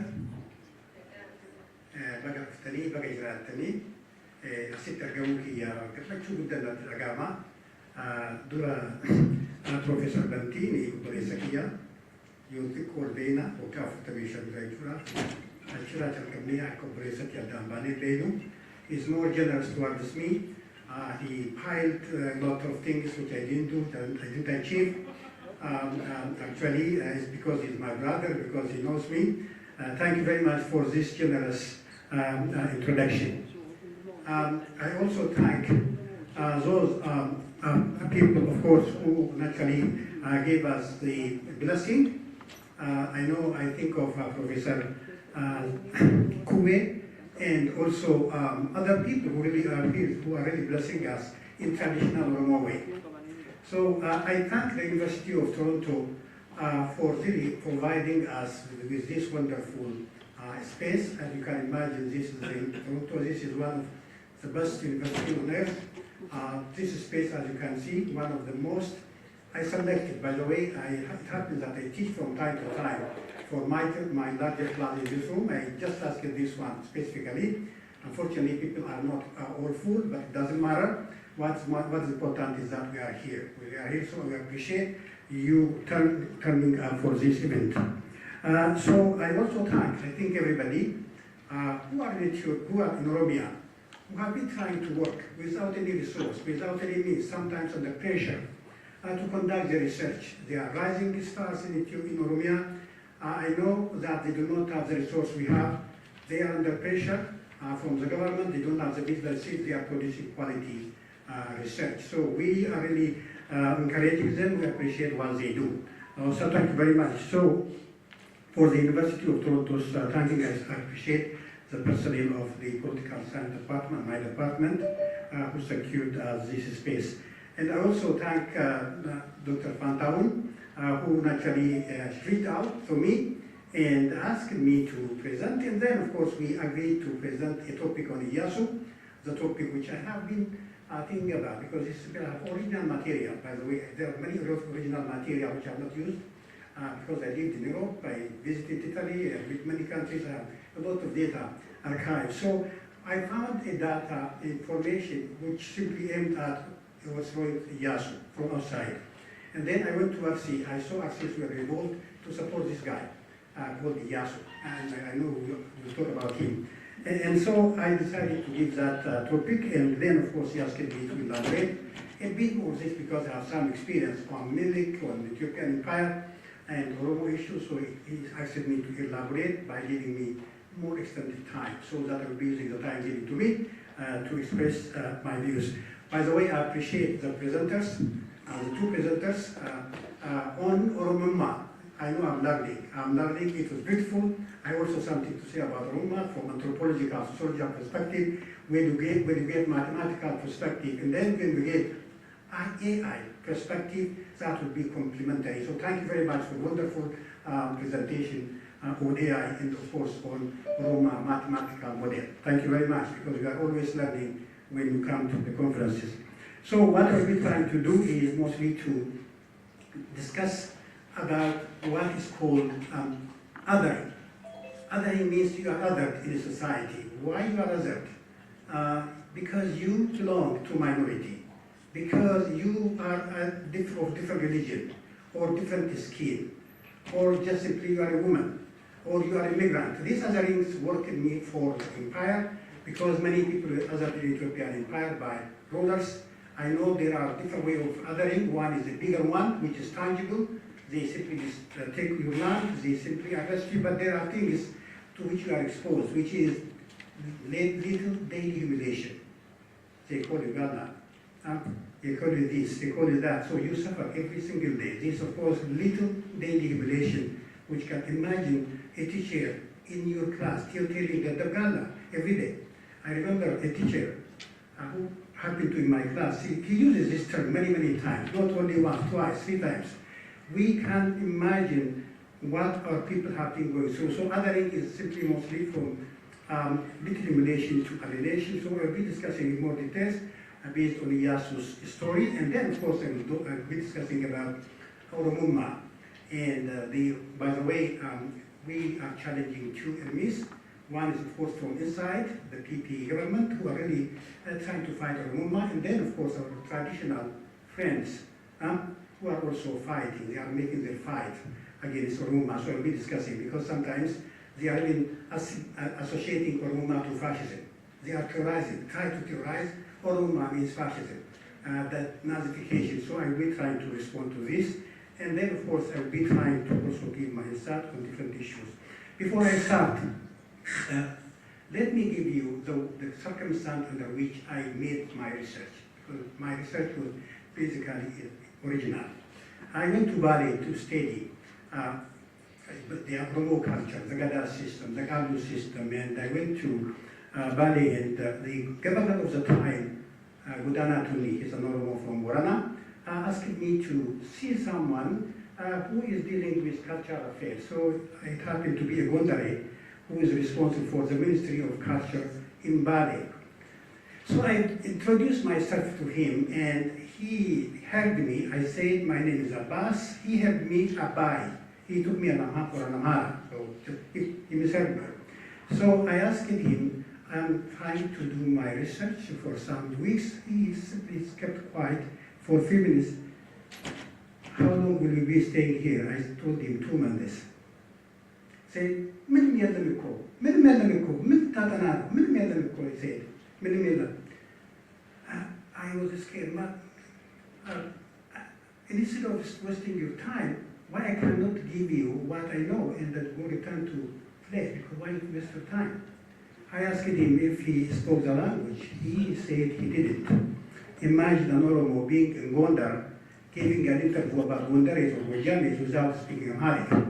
So that is simply the way they read our culture and the way. So every time you go up, therefore they are there. Every time you go down, they are there. Therefore, anyway, I managed to do my research and return it to Finne.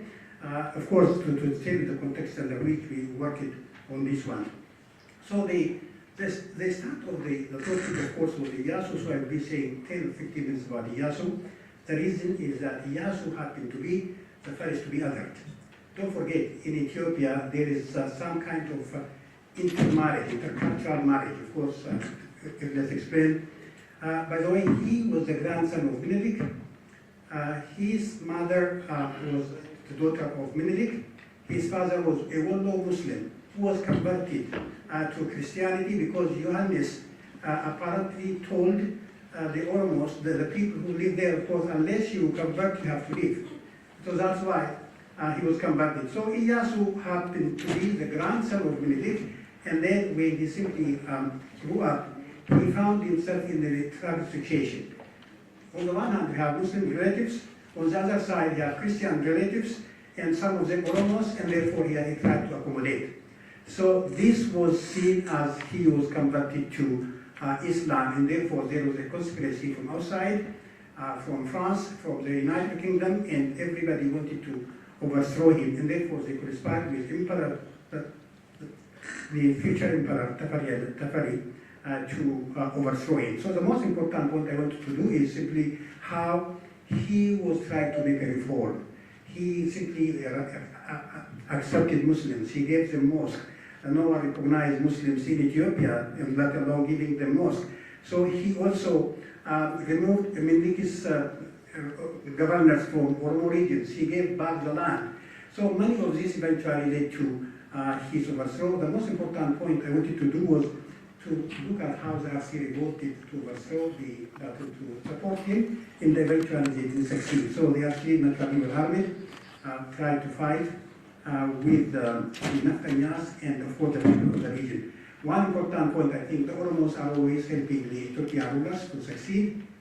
Governor helped to get Wallaga and Kafa, Jimma without a fight. Then Abba,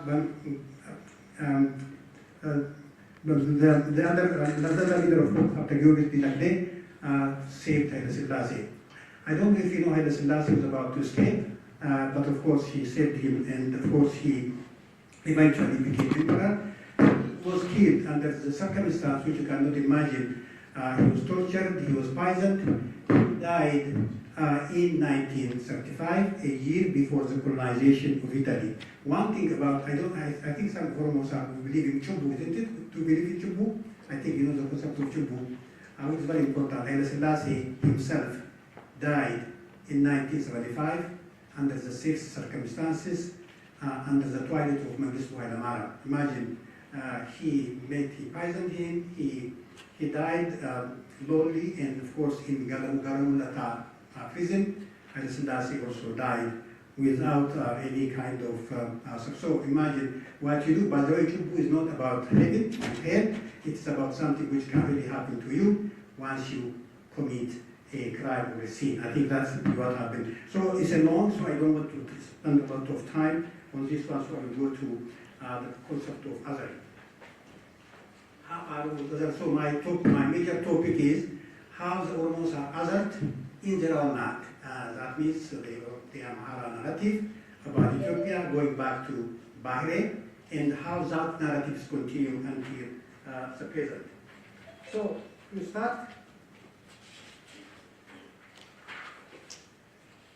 so the concept of othering, the concept of othering is used in many ways to simply based on, for differences based on host of criteria, gender, ethnicity, race, religion, citizenship status, and of course this is leading to denying of rights in many countries, including the United States, Canada, France.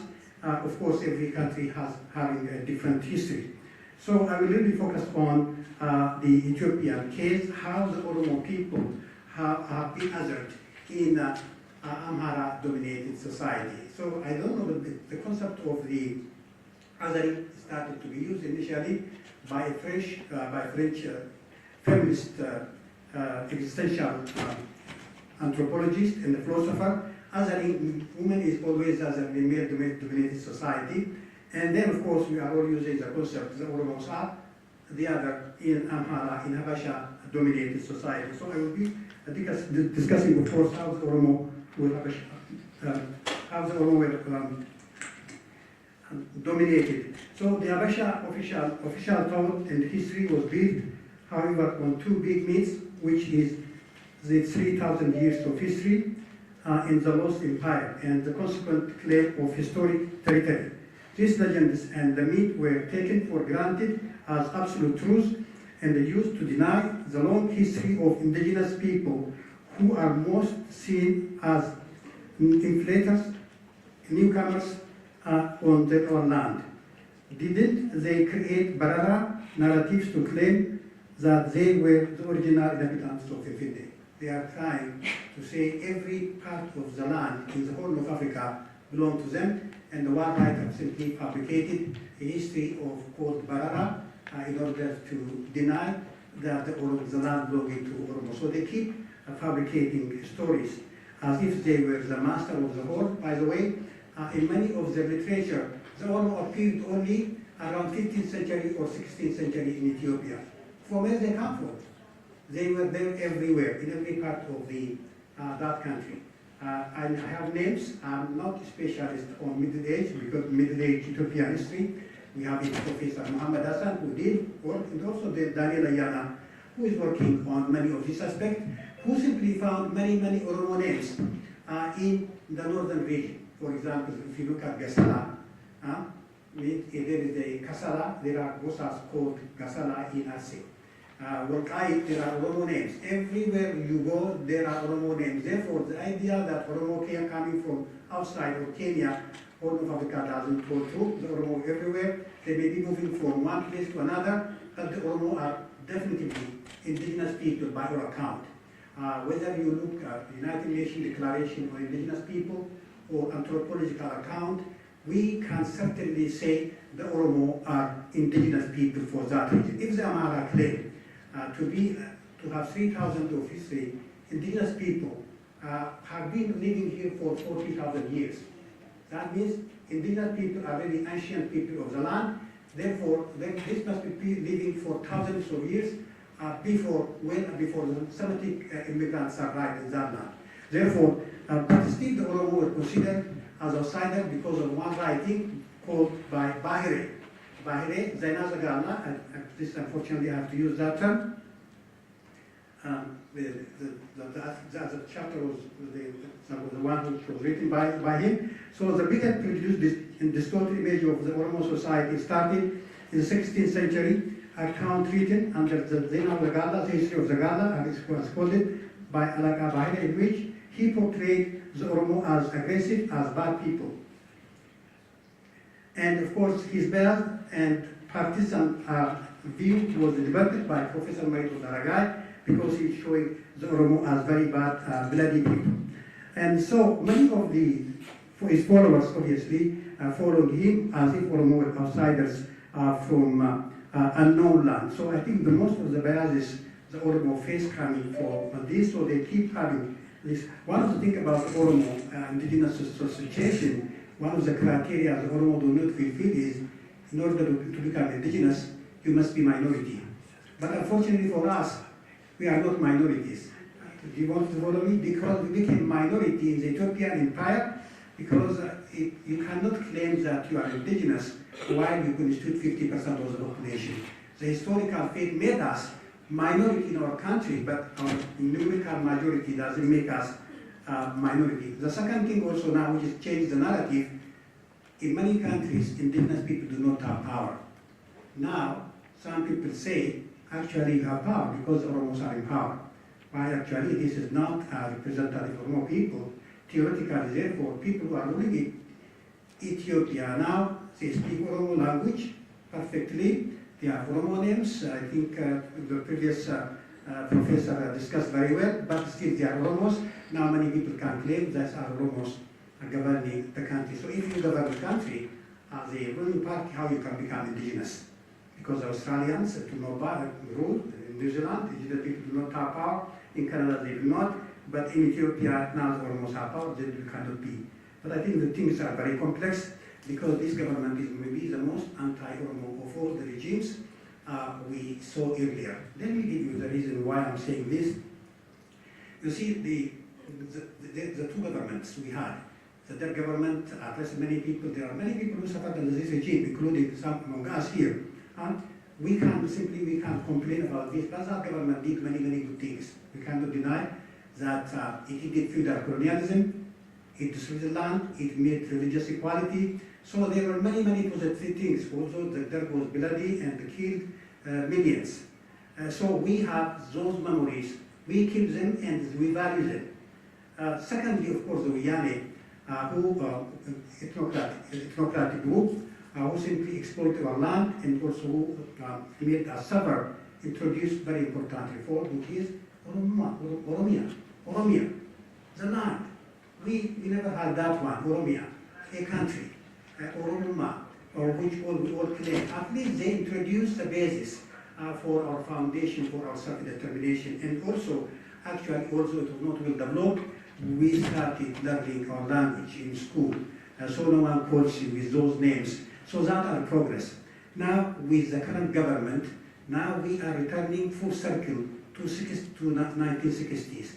They introduced a way of studying history called, I don't know if you heard that one, Sena Wolo, Sena Kente. Have you heard of that one? Sena Kente, Sena Wolo.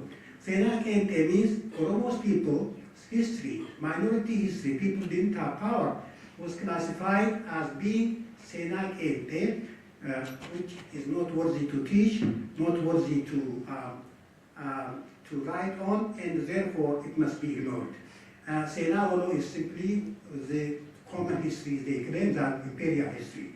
We fought, defeat the Italians. Ethiopia was always independent. Ethiopia participated in foreign peace mission, and Ethiopia was the seat of Pan-Africanism, and that is the common history. But of course, they do not tell us that the winner of Addunyaa, Menelik, killed millions of people. So I naturally made long research, so I wrote on this genocide, dozens of articles on Menelik. So now it should not be told, because that is Sena Kente. By the way, let me give you what they tell us. Menelik took credit for mobilizing 100,000 people for Addunyaa. The RC mobilized more than 100,000 alone, and alone. This, of course, proven by all figures. And also the number of RC who died in that battle called Azule is more than the deaths of Ethiopians and Italians combined. Imagine more than 12,000 people being slaughtered. So what they are telling us then for the what Ethiopia, what matters, what keeps the country together is just if you talk only the good things. The positive thing is the accomplishment of Ethiopian King Haile Selassie Emperor. So the Prime Minister, one of the things which disappointed me with this Prime Minister, I was the first to say it, unfortunately, when he made the first speech. The first speech was, everybody simply loved the new Prime Minister, but he said, Yidro Kafita, Yidro Kafita bin Malasade, Yidro Kafita. That means a man who comes from Oromo region, dreaming of imperial past. What the Yidro Kafita means, the time of Menelik and Haile Selassie and before him. And of course, that's exactly what we have to do. He simply built his statues for Minilik and statue for Haile Selassie by believing that actually if the Oromo visit, they can change their mind. Imagine, if you visit those statues in Finfinne, the Oromo who were simply lost their land, lost their families, can change their perspective on these kings. So that, of course, that we didn't have any what we call hide from with Amhara, with Ethiopian Empire. I know many of us, whether you live in the south, in the north, you are exposed to the same situation. I don't want to really go into grievances because we are all together. So that's why the Oromo Liberation Movement and many nationalist movements simply started to challenge the Ethiopian state for self-determination. So one thing also now, they are coming out with another idea called Yegara Isabe. You cannot talk something about something. Yegara Isabe means common thinking, common thought. Do we have really common thought in Ethiopia? Common thought. We don't, because we are divided. We are polarized historically into imperial Habasha subject, non-Abyssinian subject. Non-Abyssinian subject can be slave and can be Gabbar. But the Abyssinian subject is, of course, a free man with land rights called Rist, and also he has some rights. I think we do not necessarily have the same memory from this Ethiopian. So what they are trying to encourage is simply you must have Egara Esabe. Egara Esabe means one. So one of the things I did, of course, in my research, which is very fascinating, of course, for me, is to study the Gada system. By the way, I wrote in my book, the first chapter was devoted to Gada system. The Gada system was, of course, have been in practice for more than 1,000 years. I cannot really give you the exact date, no one really knows. And one remarkable about the Gada system is developed mainly, of course, in some regions. And I also believe, strongly believe, based on my readings, the Gada system still can be relevant to contemporary times. So I looked at a case of Switzerland. I don't know if you looked at Switzerland. Switzerland is known for having formidable democracy because they kept adopted their communal democracy to modern democracy. I don't know, you look at that, the case of Switzerland, where the people actually succeeded in marrying their communal democracy goes back to 12th century to modern life. Therefore, the Oromo people can actually develop the Gada system into functional system. So what is happening with the Gada system also, we talk about the Gada system now is mostly coached.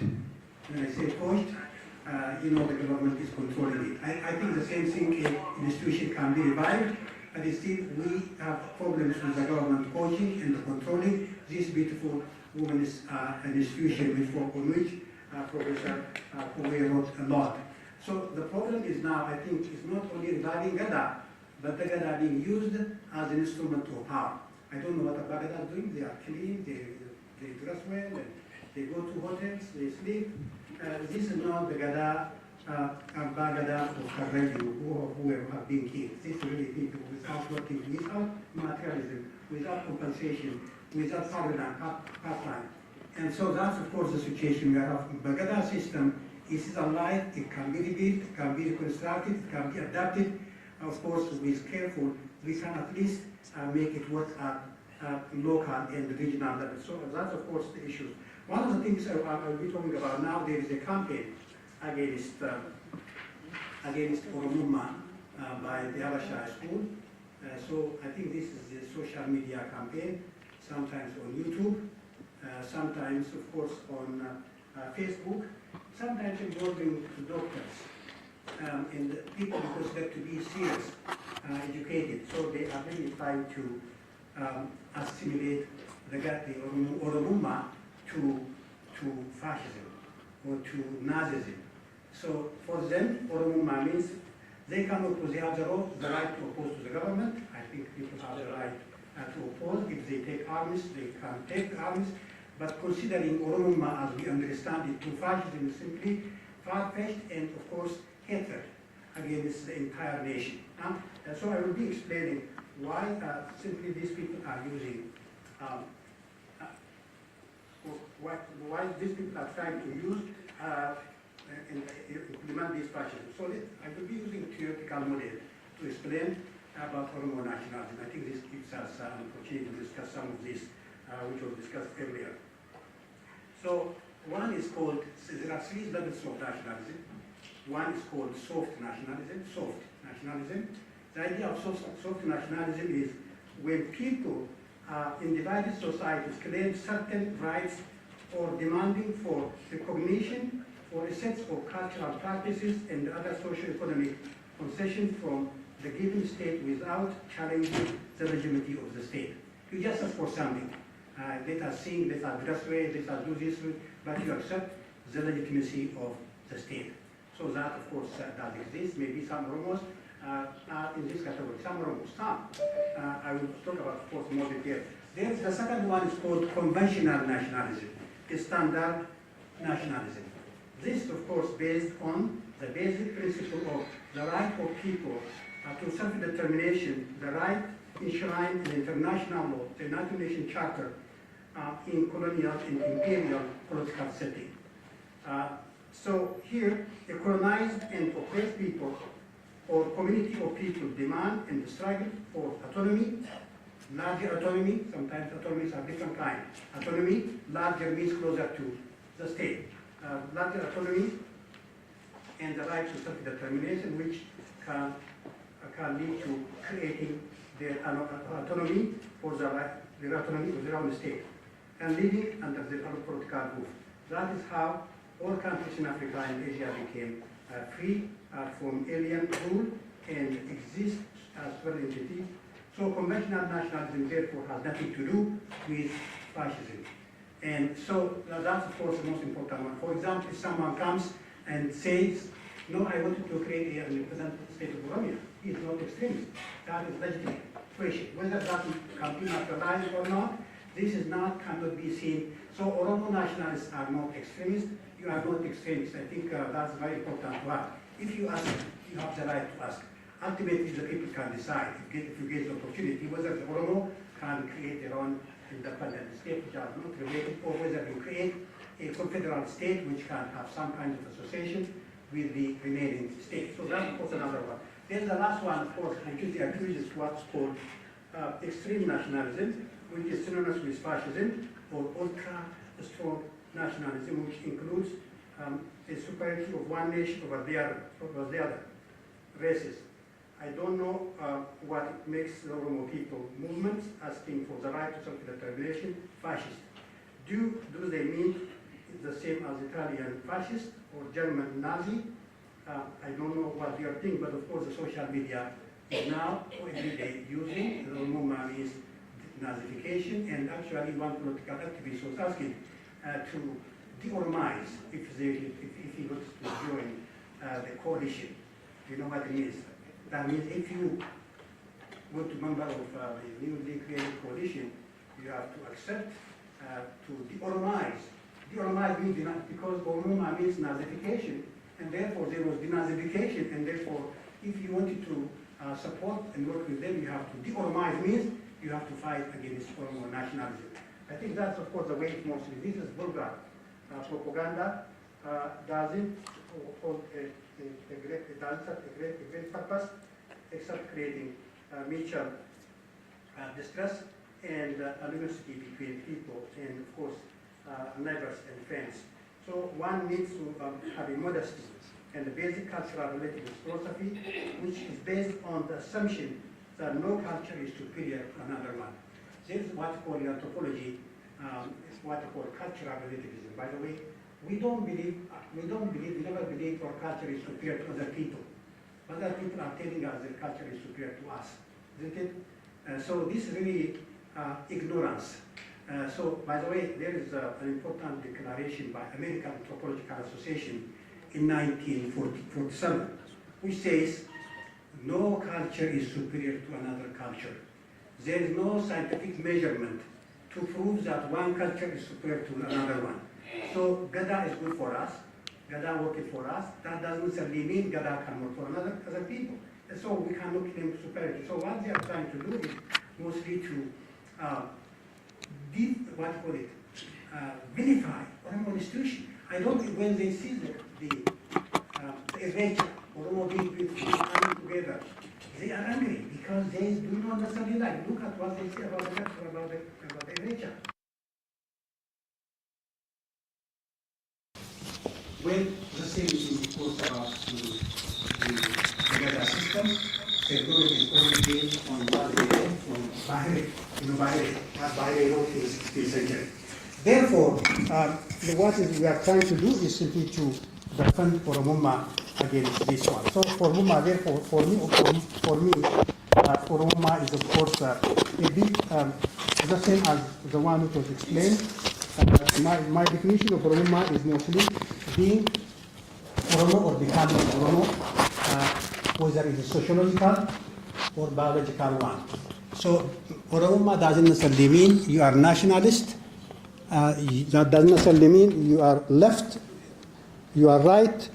It means that Oromoma is like you, as you say, you are French or you are German. That doesn't necessarily mean you are anything else. So for this reason, therefore, the Oromo have to fight for their own identity, but they are fighting, there is a war against them by the government, which tries to actually reduce our ability to speak our language by limiting, of course, the Amharic, the Oromo language education is taught at grade 6, which is really what you call nativization policy. That means one of the problems we have now in Oromiyaa, as what I'm hearing, the government is directly discouraging the use of Oromo language in government service. One of my relatives told me, they were educated in Kobe generation, and they do not even know Amharic well.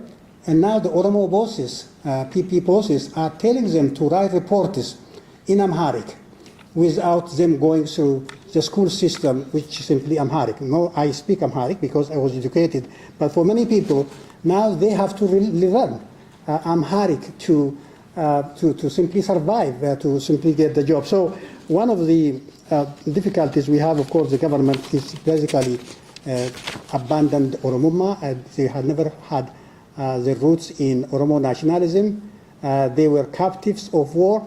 By the way, there is a point I want to make about the wars of captives. But the hero became people who were captured in war. I don't want to discriminate these people.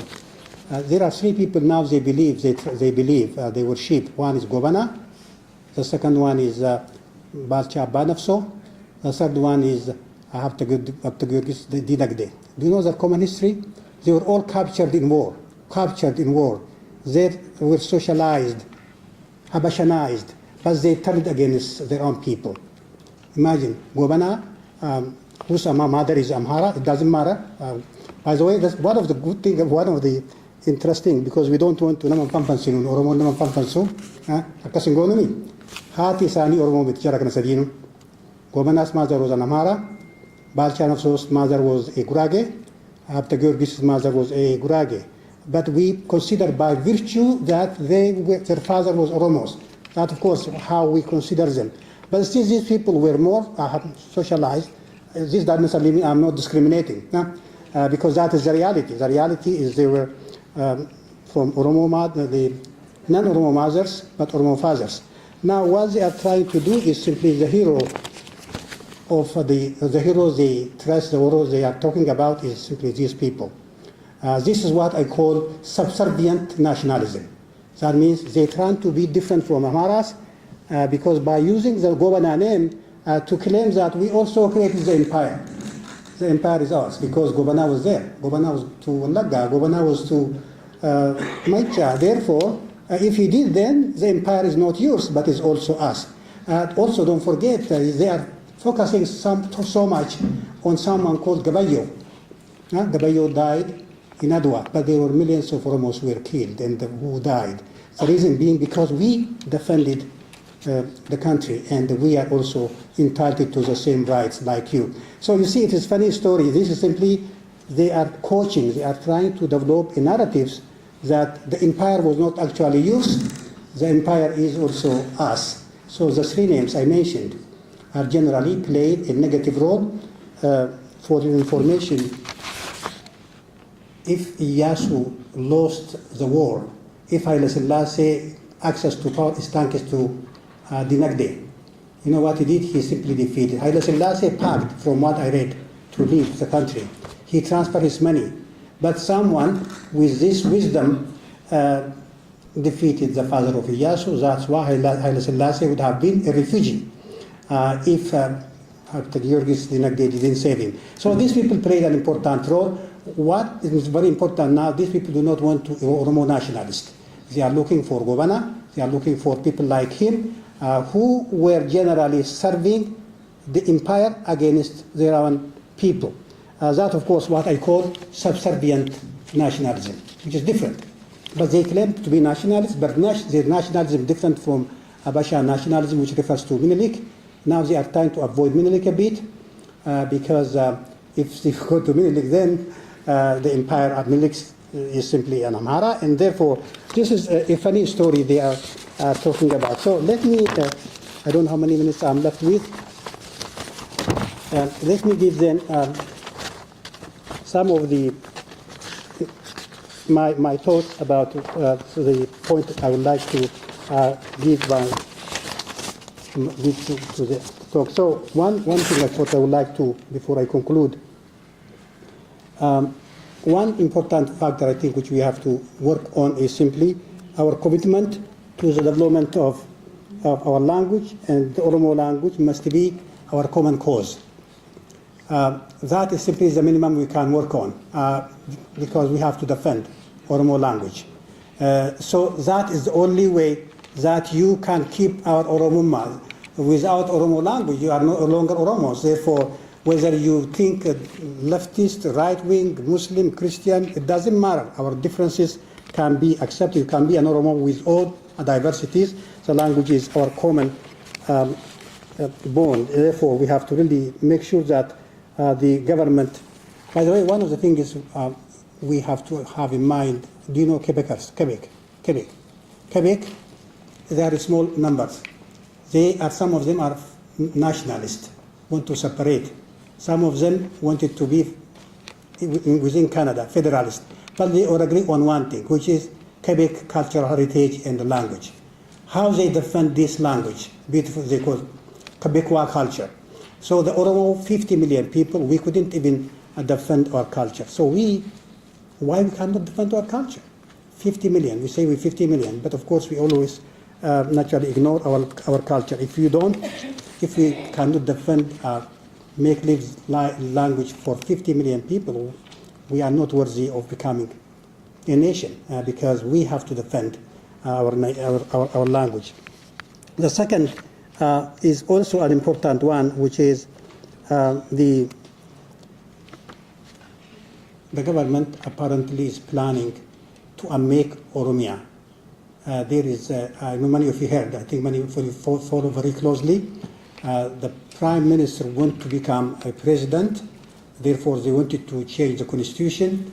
The constitution change does mean that the federal dispensation will go away. Oromiyaa will be divided into provinces or geographic-based administration, which means that we are going back to where we were in the 1960s or 70s, which means that there is no Oromiyaa as we know it. So this is very, very important. So the Oromo, at least, even I call upon PP members. PP means there are maybe some of them are nationalists, although they have to really work to survive. So don't allow this to happen. So that means we are going back to centralized state. So no matter how we are different, we have to really defend. I'm not saying this federalism is enough. I know if you want to make a self-determination, I say you live with what you have first before aspiring for more, isn't it? But still, it's better to have something which is better than nothing, isn't it? Having Oromiyaa, the name, the geography, which is continuous from east to west, is better. So, although I know that in Ethiopia, federalism is only nominal, during the Wiyani regime, federalism was centralized federalism. No federalism actually in Ethiopia, in true meaning of the term. Under Abiy, there is no federalism, only a name, but still it's good to keep the name instead of really losing it. Therefore, no matter what we think, we have to defend this. I'm not saying the constitution, our unity, Oromo unity. I think I see that way. Although we will not necessarily get much. So that's very, very important to look at. So the other issue I have problems with, I know you may have different views. I don't like the alliance between Oromos and the Fanos. I personally, by the way, I have a lot of information to share with you about Fano because I studied about Fano during the 19th century. During the 19th century war, there were army. The Menelik army was composed of 5 components. Gobana had 30,000 army soldiers. Menelik had 64. Ras Dargay had 15. There were 15,000 Fanos who participated in war against the RC. 15 Fanos. Fanos were not armed. They didn't have any status. They were not given land. They were looting. So according to one of those European travelers who saw Fano in action, they do not go to war, but they go to war 2 days after the army. Do you know why? Because they wanted to collect, they want to pillage the village. So this was, if you want the source, it was Antonelli, who simply saw the Fano going to RC in 1896, and of course raping women, burning houses, and looting. So when they say they are going to repeat what their ancestors did, I know what it means. You know what it means. We will simply go back and recolonize you. Gulaga belongs to us. RC belongs to us. All this Oromiyaa region, we call Oromiyaa to them. So they are basically, if they want, if they can, they wanted to create their own state, which is an imperial state, and therefore I do not necessarily feel comfortable. So from my perspective, the road of Oromo empowerment and freedom doesn't go through Fano land. The Oromo should feel they are too big to fit in Fano's shoes. Why do you need it? Why do you need them? If you fight against Abiy, you can do alone, isn't it? If you fight, we are 50 million. What alliance? And therefore, the road to freedom and democracy for Oromo people doesn't go through that route from Fano land. And therefore, I also would like to say there are people who simply claim that they are really doing what they call elite bargaining. Elite bargaining? Which elite? Who represented who? No one represents me. So there is a word they pick from political science manual and say we are bargaining. So who sent these people to bargain with those people? And therefore, I think this term is, by the way, I teach political science here for 22 years. One of the courses I teach is civil wars, which means I know what it means. Elite bargaining works when you have credible leaders who can convince people to accept whatever agreed on. For example, Mandela, he suffered for 27 years. He came out. Now we have to make peace, isn't it? And he fought for one man and one vote. He simply didn't want to change this one. That is what he fought for. And when he came out of that one, he said, now let us make peace. That we got what we want.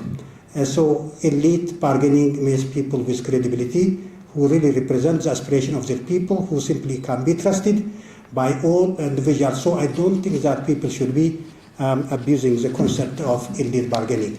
Lastly, one tokko sitti ayima afaan Oromootiin waan afaan Oromootiin sitti himu nama tokkotu jira. Hundi isaanii baay'een dubbannee roobalee turoo jedhan nama sana hin beeku nama guddaa wayiiti biyyaasititti.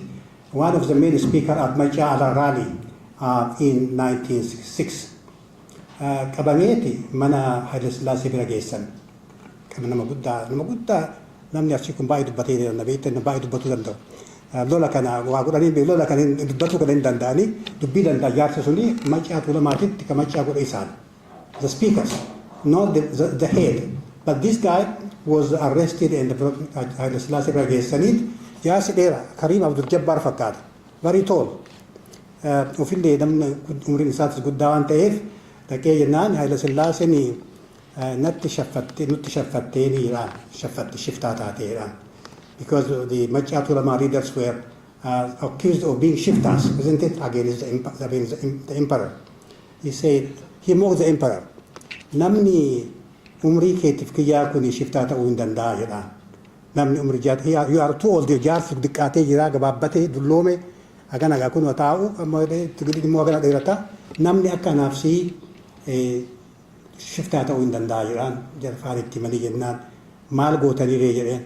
Actually, obboleeyya bade tokko arganneet saniini wal arginee gammachuu ergaa turre jedha. We found lost brothers, means Machaaf Tuulama.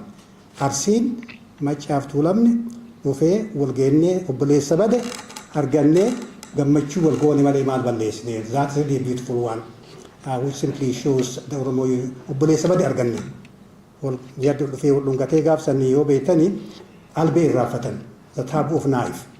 Ani Muslimni Kristaan jiru in nyaatan jechuu kiyya hojii gaafsan gammadanii jechuu kiyya maal balleessinee obboleessa wal gammannee ka jedhu akkuma sanii Oromoon tokkicha addaan hin bayinaa don't really think that you cannot win it alone.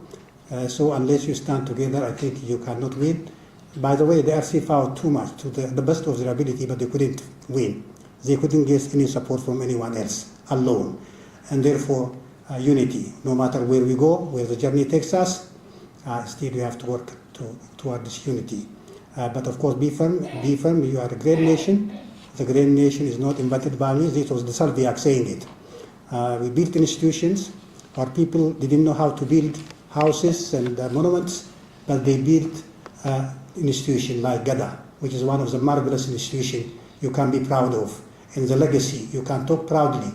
And of course, you have to simply be yourself. Thank you very much for listening to me, and thank you for the opportunity.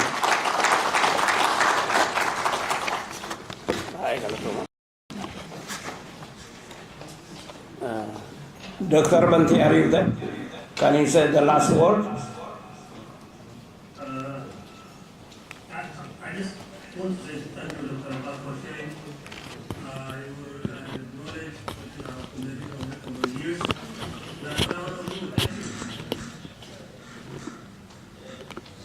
Thank you very much. Dr. Abbas is really, all what we have heard. Not only that, it is because of Dr. Abbas we are here today. Please, once more, Hamlena Kenataka. So the next moderator will be Galana Yana Zode. Please, can you come here? Let's keep our time if possible. Moderators and everybody very hard to be fair for everyone. I understand how you feel, what you feel, but be patient with us, please. Okay? Thank you very much.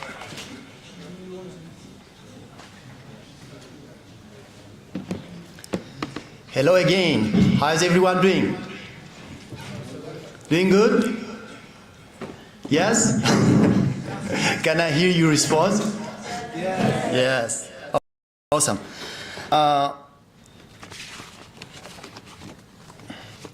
We have 4 speakers in line under the panel titled Colonialism and Decolonization. We have Milkias Bulcha, Hawi Hailu, Abdullahi Shongolo, and Abdu. And the first speaker will be Milkias Bulcha. Let me say about Milkias a little bit. Milkias Bulcha Abdi holds an LLB from Bahar Dar University and an LLM from Addis Ababa University.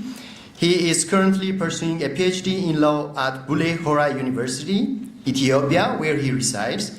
Milkias began his academic career as a lecturer in law at Waldo University and later served as an adjunct professor at Addis Ababa University, Oromiyaa State University, and Bahar Dar University. Since 2007, he has been faculty member at Ambo University, where he teaches law and contributes to academic and legal reform initiatives. In addition to his academic roles, Milkias is a practicing attorney. He founded his own law office and has provided voluntary legal aid, notably serving as a key member of Oromo political prisoners defense team. His research interests include land law and justice reform, the role of the judiciary in economic development, human rights, alternative dispute resolution, and broader issues of law and development in Ethiopia and the Oromo context. He has published widely and presented his work at both national and international conferences. Join me welcoming Milkias. You have 15 minutes, so use it wisely.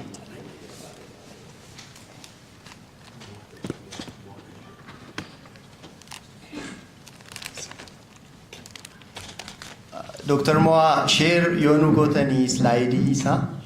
Inagamami. Thank you.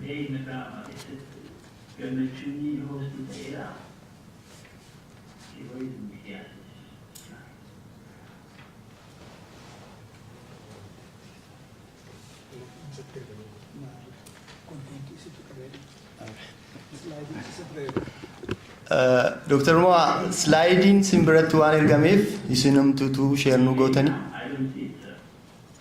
Email it on. Yeah, we just sent from Milkias' email. Email Milkias Amir Gamira. Check it out. Okay.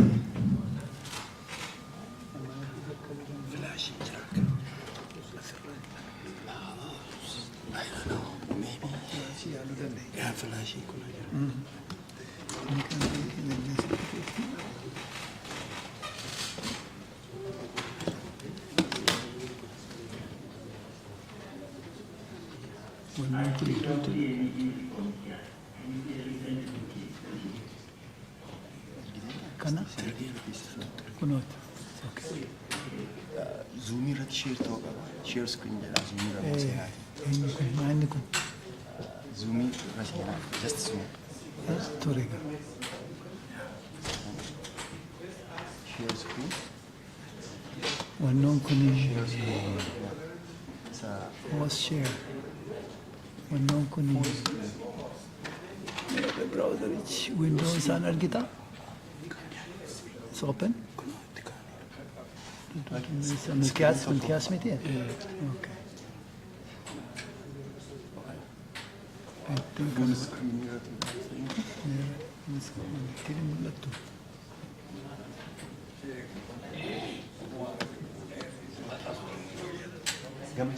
USB update. Let me find it.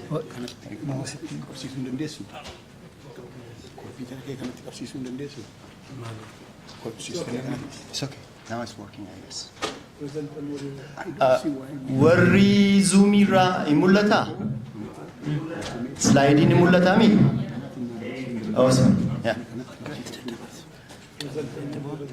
Yeah, okay. Yes.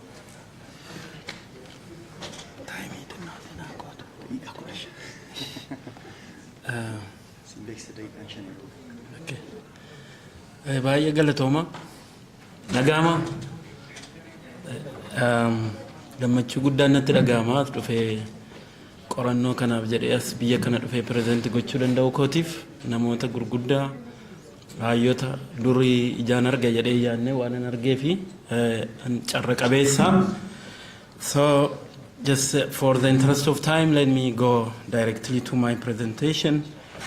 As you have seen, my presentation focuses on colonial legacies to federal contradiction, a renewed quest for Oromo self-determination through decolonizing Ethiopia's land tenure system, or land tenure system at all. So look at these two quotes.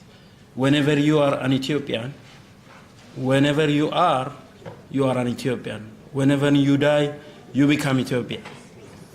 This is the speeches of the Prime Minister Abiy made during his inauguration to Prime Minister position. The second quote is, we will no longer pay compensation for expropriation of land for development. This speech taken from the recent speeches of the President of Oromiyaa Regional National State, Decolonizing on Chafe Oromiyaa. I will focus on in my presentation that I will talk in the propose and the pledge policy against these two speeches. So my presentation will be divided into 6 sections that I quickly go through it. The first one is colonialism, land tenure system, and the right to self-determination of people. The second one is the Oromo nation land, the right to self-determination. And then the thirdly, land tenure system in Ethiopia, the colonial, and the beyond. And the fourth section, I will focus on land tenure system under the federal constitution, which is full of dilemmas and contradiction. Then I will talk on the post-2018 backlash massive land law revision against the right to self-determination of people. Then I will come up with conclusion and the way forward. So land tenure system affects many lives and attracts also many fields of study. So that dynamics of land tenure system determine how to get land, how you own land, how to invest, how to urbanize, development, city expansion, from agricultural place to city space, expropriation, the various things. So in concomitant with this land tenure system, its nature, its characteristics, its content, mainly 3 content is known as fairness, liberty, and the identity related to land tenure system. It has something to do with the right to self-determination of people. So the Oromo people since lost its land with territory, which has gone through different land tenure system from imperial, from the Derg regime and the current constitution, and then unconstitutional trends of the present regime. So in particularly under imperial regime, the Oromo experienced colonial land tenure system, and though get some economic benefit under the Derg regime as well, the Oromo question was not fully answered. It remained with right to self-determination of people. The federal constitution come with fresh promise about right to self-determination, but end up with full of dilemmas and the contradiction and remain controversial. So under the current regime, facing backlash to all fairness, justice, liberty, and identity. So we are, depending on my previous presentation, I'm humble to hear him. So we are still in the full circle. We were colonized, lost our land. Then now we have gone through different regime, but we are also in the full circle again. Then once upon a time, the land to the tiller, now become saying land to the investor. So eviction, displacement, and totally empowering people by displacing from the land is a daily practice today. So my presentation, therefore, look back at the land tenure system from the colonial legacies to the federal contradiction and the current disusing the constitution, which again is the right to self-determination of the Oromo people. So I don't go through this concept because everybody aware about that, but I want to focus on there is strong nexus between colonization, land tenure system, and the right to self-determination, of course, decolonization of this concept is. So then why colonial land tenure system is relevant to the Oromo? Because the Oromo in the other southern nation in Ethiopia has not colonized by the white colonizers, but the Oromo land annexed to the Abyssinian kingdom by conquering power. So there is always debate whether there is a colonial thesis or expansion thesis or something like that among scholars in the Horn of Africa in Ethiopia, particularly between the pro-Amara group and the pro-nationalist. But one thing we can agree on is the Oromo land is conquered, Oromo lost its land, with its territory, and the rulers applied the then colonial land tenure system. So when the Africans all colonized by the white colonizers, yes, then the Oromo colonized with its neighbor Abyssinian kingdom. So colonial land tenure system looks like land dispossession, dual land tenure system, favor ones and discriminate the others, then commercialization of land, state monopoly of land, aerial source of power, a real source of power is land. It promotes liberty, but not justice, neither identity. That is what the colonial legal land tenure system looks like. The land tenure system and the right to self-determination there are strong nexus, like I said earlier. Land tenure system refer to the legal and the social framework through which land ownership and the usage rights are defined and regulated. So imposition or importation of land tenure system from abroad or from alien, that stops the sovereignty of the people. So there is direct correlation between land tenure system and the right to self-determination. Colonial administration often disrupts the cultural way of landholding system of certain people. It introduced private property concepts of land. Its land tenure system were often tied to racial and ethnic division. The legacy of colonial land tenure system continue to affect social, economic, political, which of course mainly the right to self-determination of people.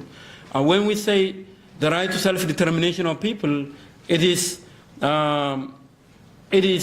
fundamental rights that we given for being human. It was the international community's response to the different colonization, exploitation, and the subjugation. So it's provided under Article 3 of the Universal Declaration of Human Rights, common Article 1 of Civil and Political Rights, and the Economic, Social, and the Cultural Rights, which says all people have the right to self-determination. So by virtue of that right to self-determination, freely determine their political status and they freely pursue their economic, social, and the cultural development. So all people, is the right, it's a group right, it's a collective right, it's the rights of people, so by which the people can determine their fates, political and economic. Also, under Article 20 of African Charter on Human and the People's Right, it says all people shall have the right to existence. So the right to self-determination of people are mainly concerned about the existence. They shall have the unquestionable and the inalienable right to self-determination. So the colonized people or the oppressed people or the subjugated people shall have the right to free themselves from the bonds of domination by resorting to any means recognized according to African Charter, which my presentation focus on decolonizing land tenure system. So the Oromo nation land the right to self-determination lost.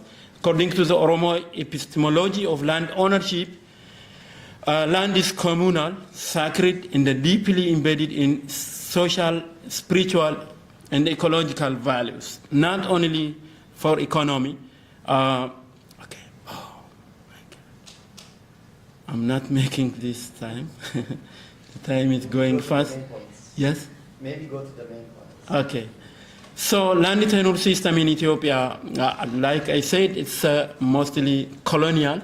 As soon as the Oromo fell under the hands of the Habesha kingdom, then as other Africans colonized, so colonial land tenure system was working until Derg regime. The Derg regime, although it addressed some economic values, but it didn't address the issue of identity related with the land. So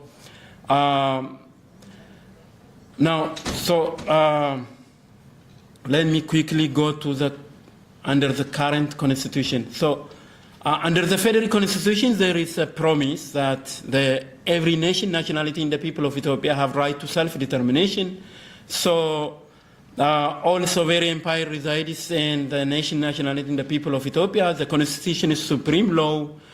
then international instruments ratified under the Constitution. Then under Article 39, there is a right to self-determination. Related to that land, Article 40, sub 3, 4, 5 says the right to ownership of rural land and urban land is belongs to the state and the people on one hand. Land is common property of nation, nationality, and the people of Ethiopia. Then the federal government given power to enact land law, and the regional government given power to administer land in accordance with framework legislation of the federal government. This, under the federal constitution, the current constitution, the joint ownership state in the people of Ethiopia. On the other hand, it says common property of the nation, nationality in the people of Ethiopia. So the constitution doesn't define how they commonly share the nation, nationality in the people of Ethiopia, the land, which state. When it say state and the people, which state, federal or regional government? Who is people?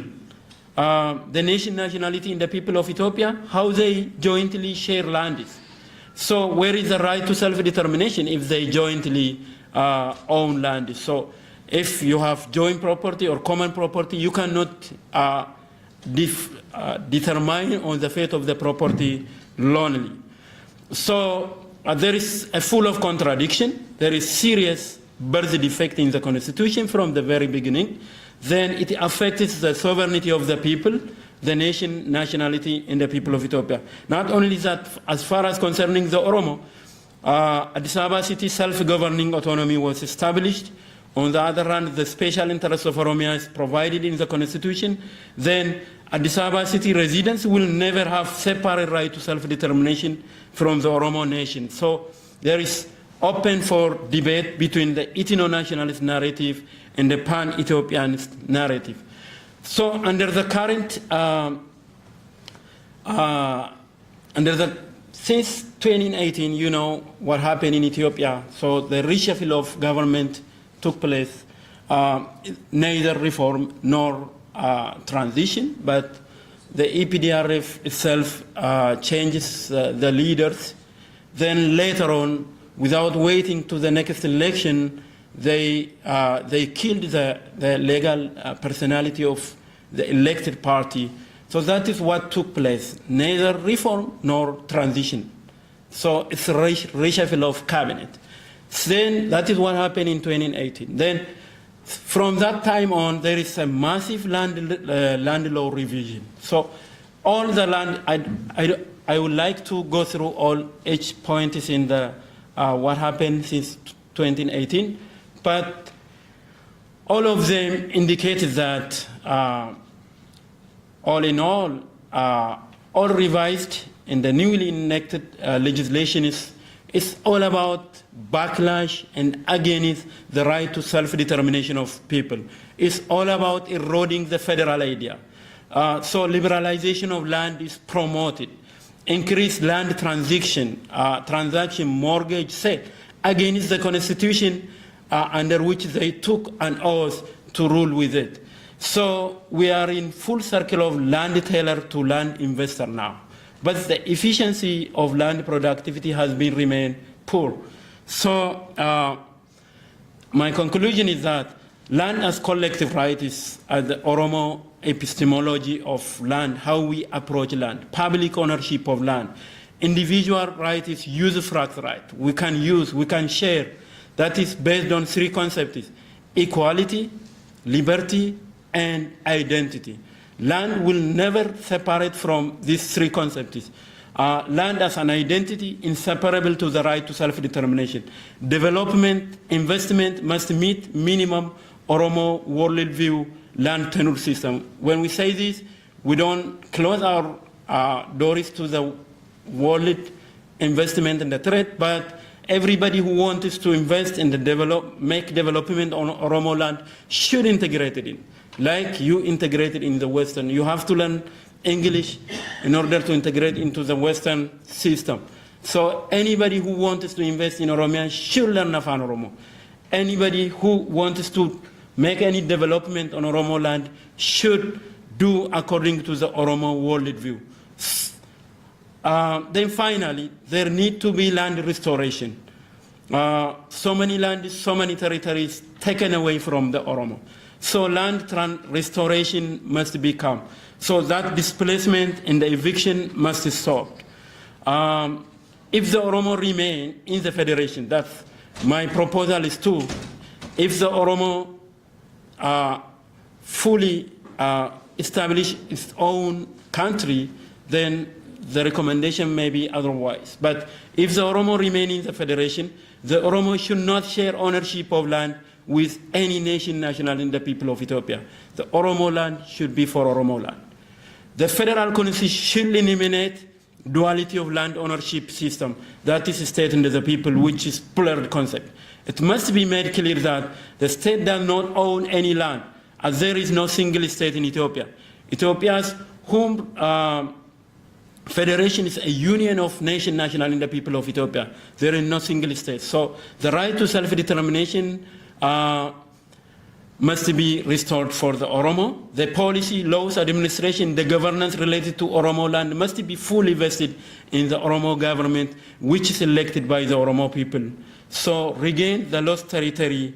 Land rights have many things with Oromo epistemology. So decolonization of land tenure system ensure the right to self-determination of the people. Reclaiming land, reclaiming sovereignty. Thank you very much for your attention.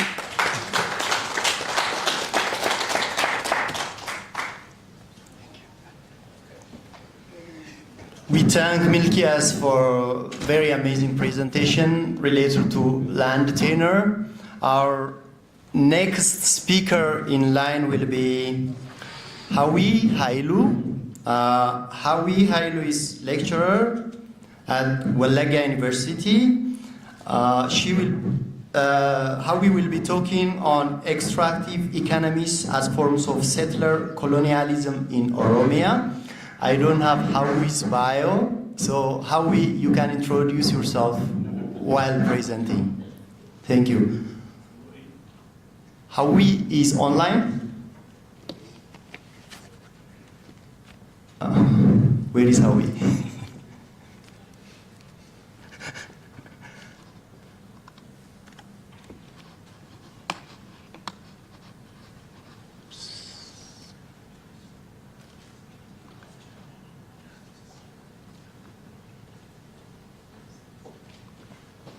Okay, I should stop sharing if Hawi is online participant, right?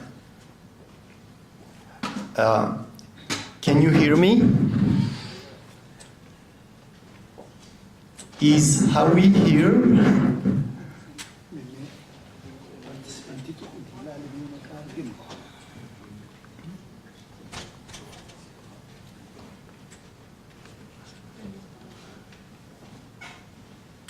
I don't see Hawi here. Maybe we can move to the next presenter.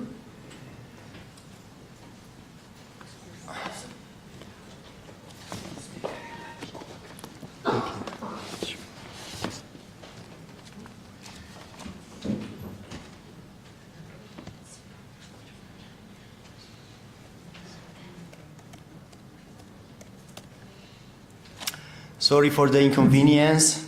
Things like this happen. So I will move to our next speaker, Abdullahi Shongolo. Is Abdullahi here? Online. Okay, Abdullahi is online. Can you hear me, Abdullahi? Dr. Abdullahi, can you hear me?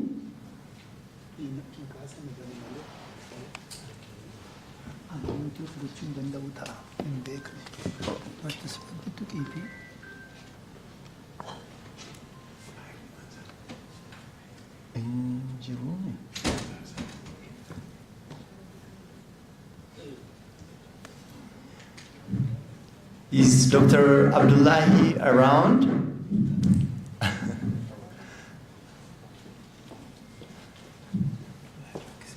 All right, then, yeah, we will move to our next speaker in that case.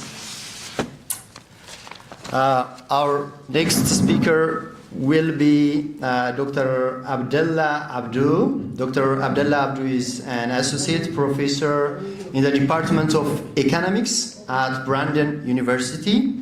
Dr. Abdullah will give us a talk titled Land Tenure Systems and Democracy in Oromiyaa. Dr. Floor is yours.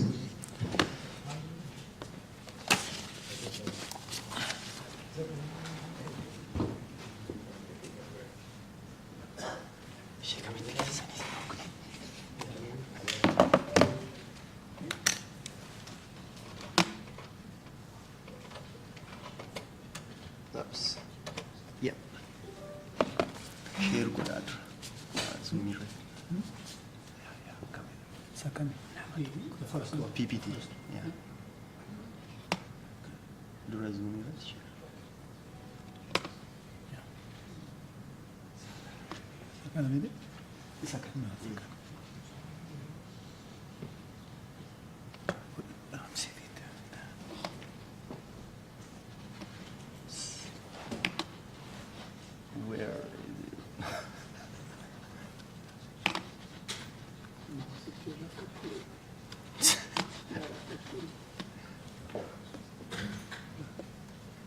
Oops. Imulata. Asjira. I don't know why.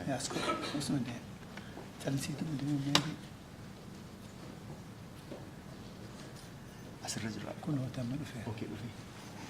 Okay.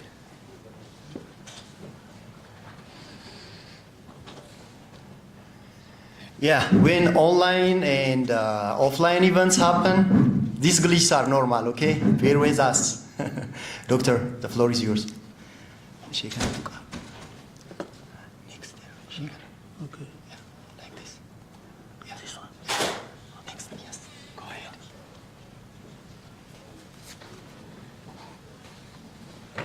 Okay, thank you very much. Can you hear me? Okay. So the title of my presentation is Land Tenure Systems and Democracy in Oromiyaa. Okay, so actually maybe I should have changed the title a little bit. Land Tenure Systems and the Origins of Democracy in Oromiyaa, because I'm focusing on origins, okay? But in general, origins of democracy and then the origin of Oromiyaa. So my paper is a little bit theoretical. I try to apply it, and so I will. I'll have some a little bit of history and maybe some policy implications, and so this is my outline. That's all I have. Okay, you must say anything more. Okay, I'm going to talk. Okay, so okay. So I'm going to talk about the origins of democracy and relate that to land tenure system, talk about origins of democracy, theories of origins of democracy in general, and then I'll talk about it in the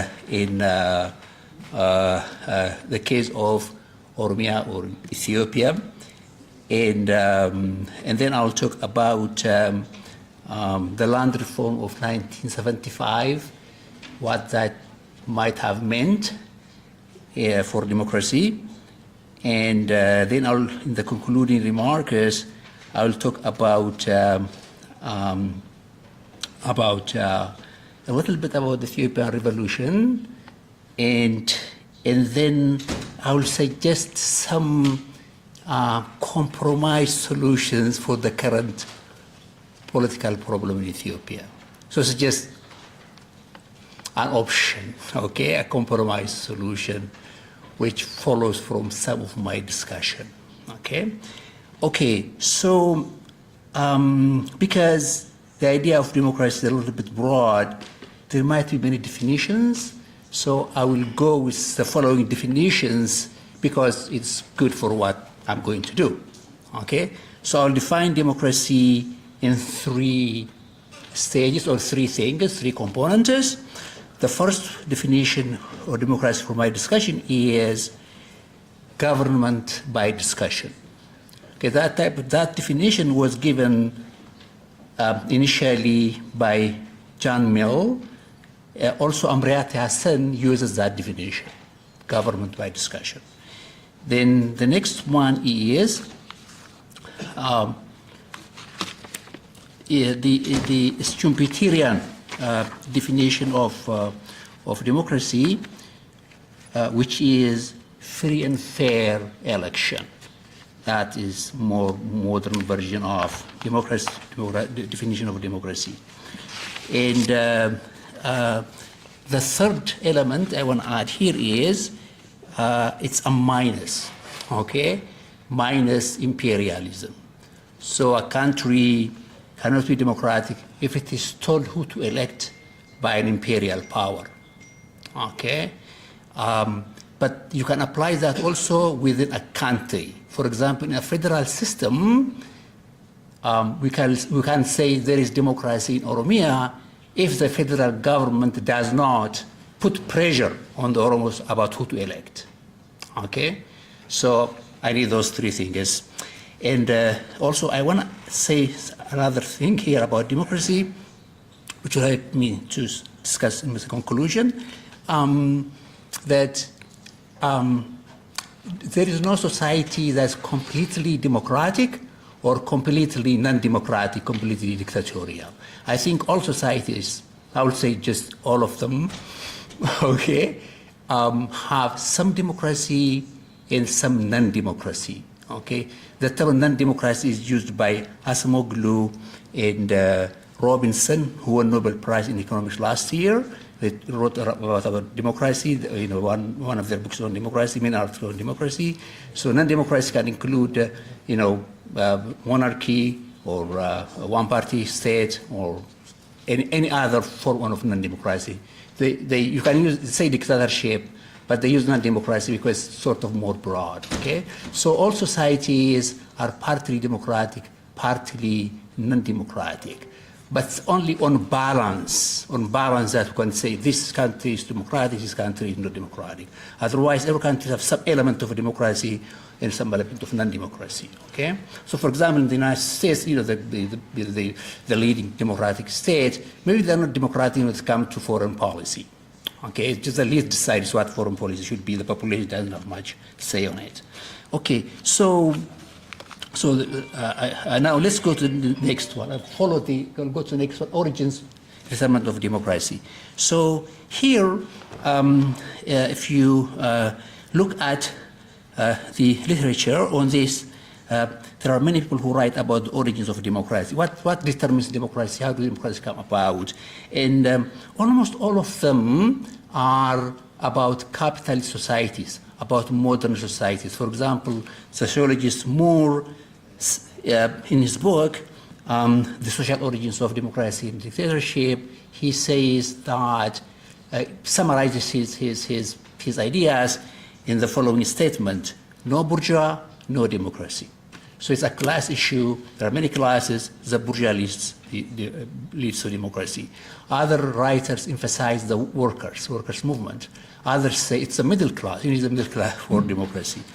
Acemoglu and Robinson, they say it is inequality. Inequality is generalized. There's some sort of inequality, and there is in class relationship, and then inequality. And to resolve that, you democratize. That's how democracy originates. Okay, so all these are based, you could say, on class conflict or conflict concepts of democracy.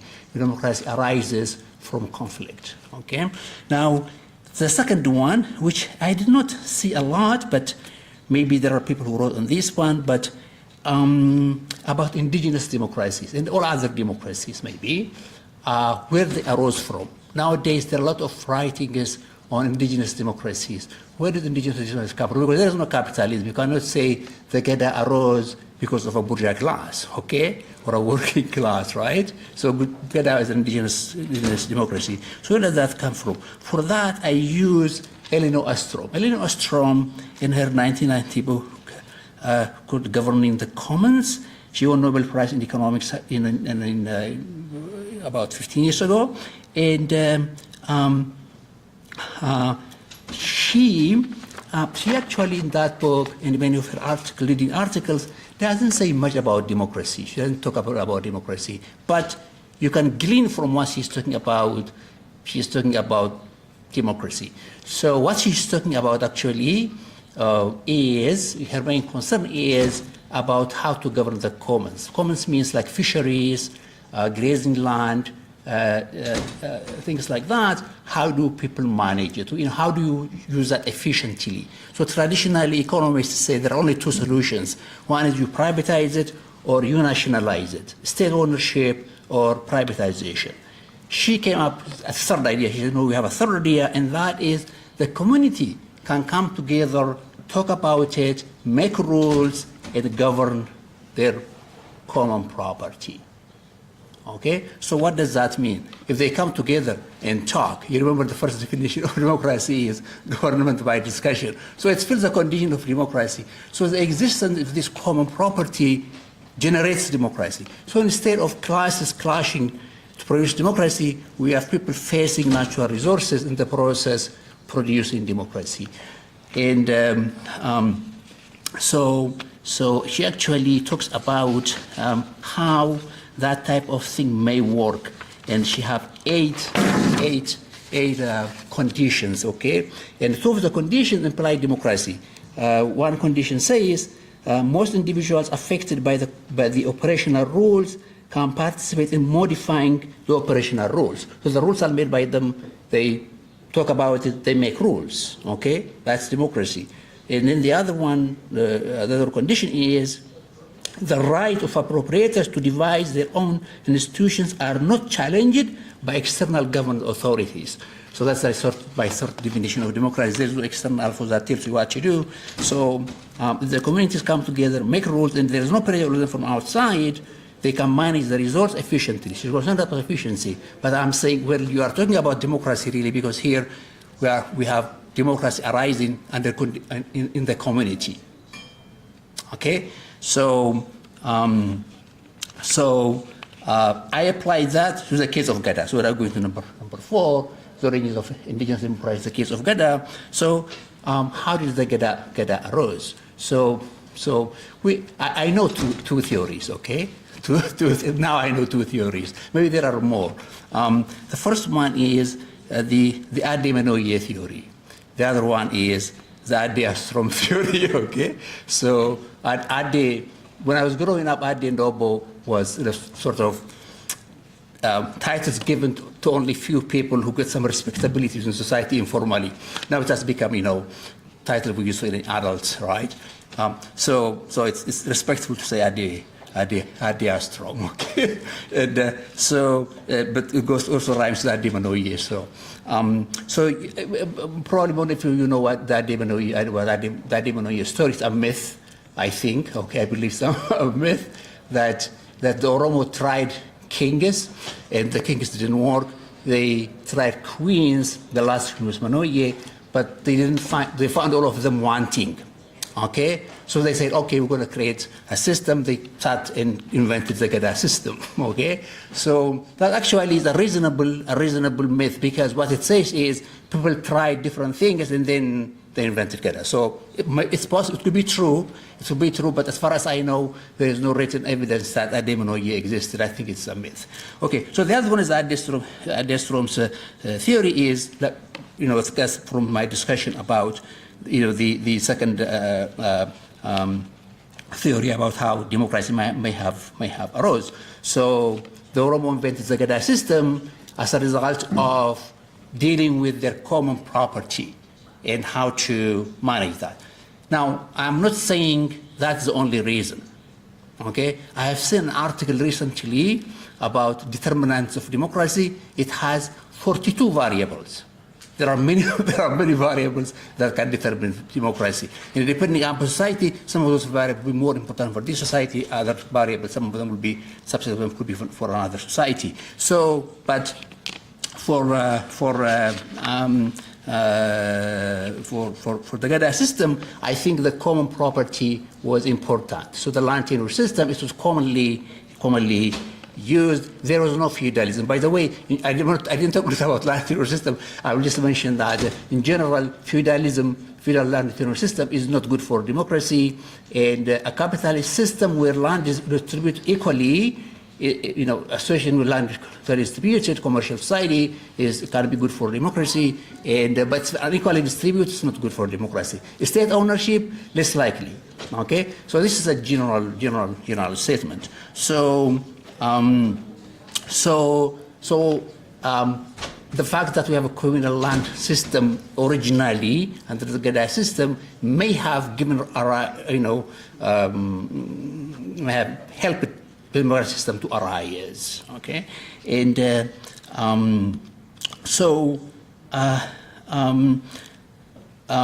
now I can show that to a degree. I can prove that by saying, look, when the Naftanya Gabbar system came into Oromiyaa, Gada was destroyed. Why? The land structure changed, the land structure it became feudalism, right? So the Gada was destroyed. Gada may have survived as a culture, but as a governing body, it stopped working, okay?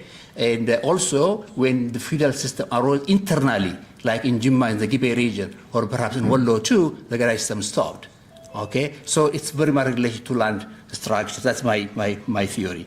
Okay, so now moving to the fifth element there, land reform and democracy. Libya, that is, the 1975 land reform was radical. As many of you indicated, it was a big thing for, it's a big reform because the Derg was dictatorial, but it was an important reform. It was a progressive reform. So it sort of restored the common ownership. Okay, actually the peasant associations, if you remember, initially the Derg allowed the peasant association to elect their own leaders. So democracy started actually, and a number of people at that time wrote about the possibility of having participatory democracy at the local level. Okay, so there was hope for democracy. The Derg itself says, yeah, you can elect your leaders. Okay, initially, but then they control it because they want to use it for taxation and for the subscription for the war, the military stuff like that. So it became under the control of the government. It lost that opportunity, and so now, as the presenter before me suggested, there are a lot of privatization of land, stuff like that, and we have land to investor, and the focus on privatization, not on democracy. So we are losing some of that momentum that was created by the land reform of 1975.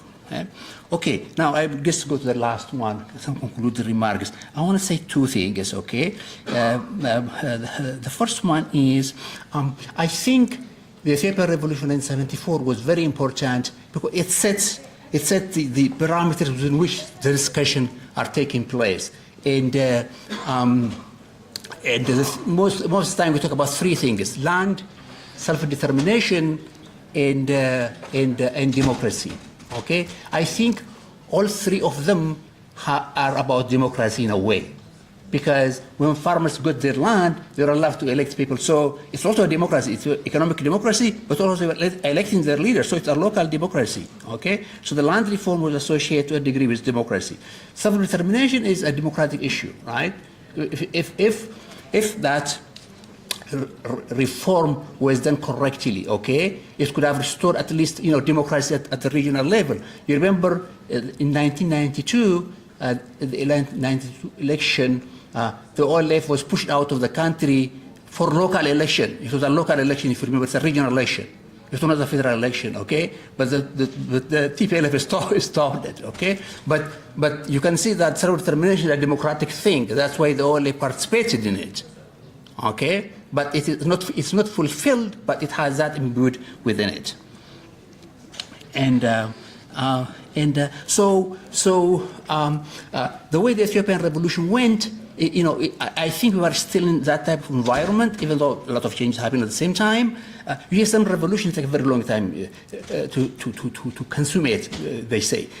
Like the French Revolution, for example, they didn't get a democratic government, the bourgeois revolution didn't come to an end until about the Third Republic, 85 years. It took 85 years. So there is sort of, going on things,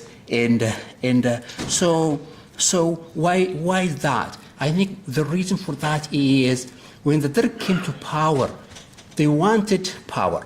Mengistu wanted power. He didn't want to give up on power. But in order to maintain his power, he has to give something.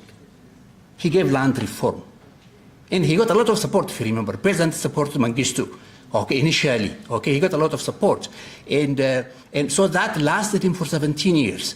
But he didn't want to take the self-determination issue. He didn't want the democracy issue. So he used some reform to maintain his power. When the TPL came, they introduced the new constitution, self-determination, some change, some real change. People were able to learn in their own language. So even though the Oromo were unhappy, but still they were a little happy. They got something out of it. Other people got out. So that lasted TPLF for a while. But they kept power. They gave something, but they kept power. Now, when Abiy comes to power, people expected democracy. What can Abiy give but stay in power? That's difficult, because what he's asking is to give up power, because if he runs a free election, he may lose power. So he doesn't want to lose power.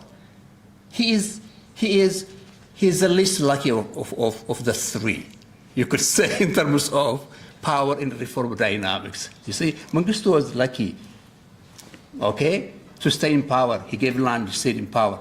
TPLF was lucky. They gave self-determination, but stayed in power. Now, Abiy has to give free and fair election. He has to lose power in order to fulfill the condition of what I think is still the environment of the Ethiopian in the 1974 revolution. So I want to be a little bit sympathetic to Abiy for that. Allow me to be sympathetic. Because I want to give a solution. There are many solutions with the current situation. So you remember I said that societies tend to be a mix of democracy and non-democracy. Actually, you can find this from Robert Dahl. Robert Dahl, his book Polyarchy. In the first few pages, he talks about mixed systems. He talks about federal system. He doesn't call it federal, it's a federal system. The central government, then he talks about lower levels of government. And he says that you may be democratic at one level, but non-democratic at another level. And there are four possibilities in a federal system. You can have democracy at federal level and non-democracy at the lower levels. As, for example, president association level and regional level. You may not have democracy. Or you may have democracy at the lower levels, but no democracy at the federal level. So it's two, right? The third one is no democracy at all levels. That's what we have in Ethiopia now. No democracy at all levels, And or you may have democracy at all levels, right? Now, what people are demanding in Oromiyaa and Ethiopia in general is democracy at all levels. And Abiy is saying no democracy at any level. That's my impression of it. So why don't we go for the middle? Let's have democracy at the local level. Let the peasant associations control their land. Stop all these reforms that the Milkias was talking about. Really, I appreciate that presentation because it goes into details, and I like to know more about that because I don't know, I'm far away. I really appreciate that presentation. So we want to have the farmers controlling their land and electing their leaders without pressure from the above government. They don't have to belong to PP or anything. And if they want to, they can belong to PP, but not necessarily. And elect their leaders at the local level and control their land. If they want to do business with private companies or government, let them do it. They can be trained. If you look at Farm Africa website, an NGO, they have a lot of modern things they are doing, technology and connecting the farmers to the market, to global markets. You can do that without privatization. That's possible. Markets and technology is possible without privatization. So you can, and also you can add democracy to it to elect their own leaders. So if Abiy allows that, And then also democracy at the regional level. People electing the leaders. He can make peace with Ola, and he can also make peaceful with Fano and the grand groups. Now there are many of them, and let them elect their leaders. Okay, but we have to give him something. Okay, we let him win at the federal level at least for another term. Okay, and then maybe things may, after that maybe he may want to be the father of democracy in Ethiopia after 5-6 years. He may go with free and fair election, and maybe we'll have democracy at all levels. Thank you.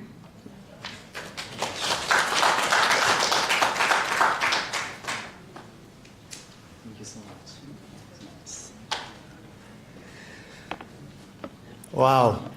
Thank you for our speakers for these very enlightening talks and very interesting agendas. You know how Milky has connected the land tenure system in the past to today's fact, and how he talked about land tailors, and also how Dr. Abdullah talked about the 3 components of democracy, indigenous democracy, reminding us about Ade Manoye, and relating that to Ade Astrom, if I'm not mistaken, and how land and the Geda system are interrelated. Very, very important discussions. So thank you, our speakers, for very enlightening talks. I'll give the stage to our president. Yes. Thank you very much. And also the announcement I didn't make.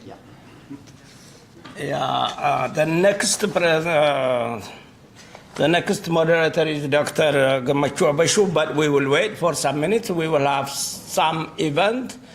I need Dr. Asfa Bayene to come to the podium, please. We will have some surprises.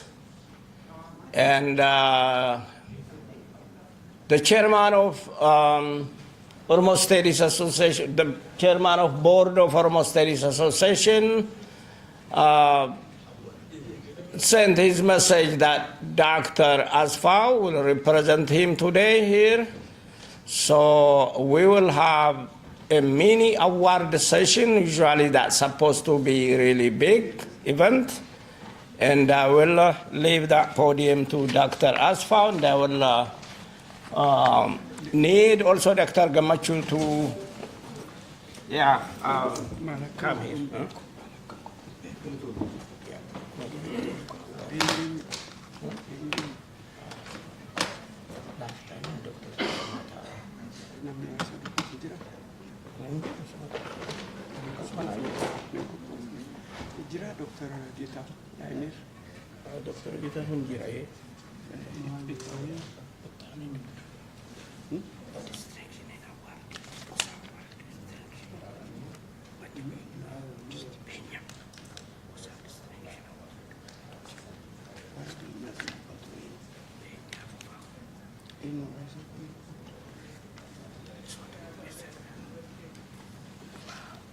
Dr. Getahun Naragesa.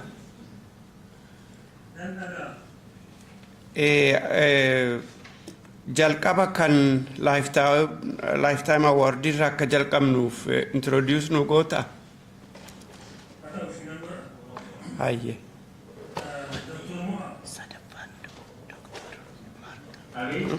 If you can bring Professor Tasamata out of the screen, please. So what is his name? Professor Tasamari is here?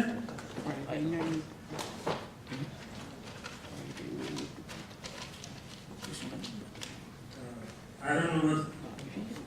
Professor Tasama was asked me to Akava Saiti Melatoin Distinction Award. I suspect last time done now. I'm at hello, Professor Tasama. Zoom in again too. Zoom in again too.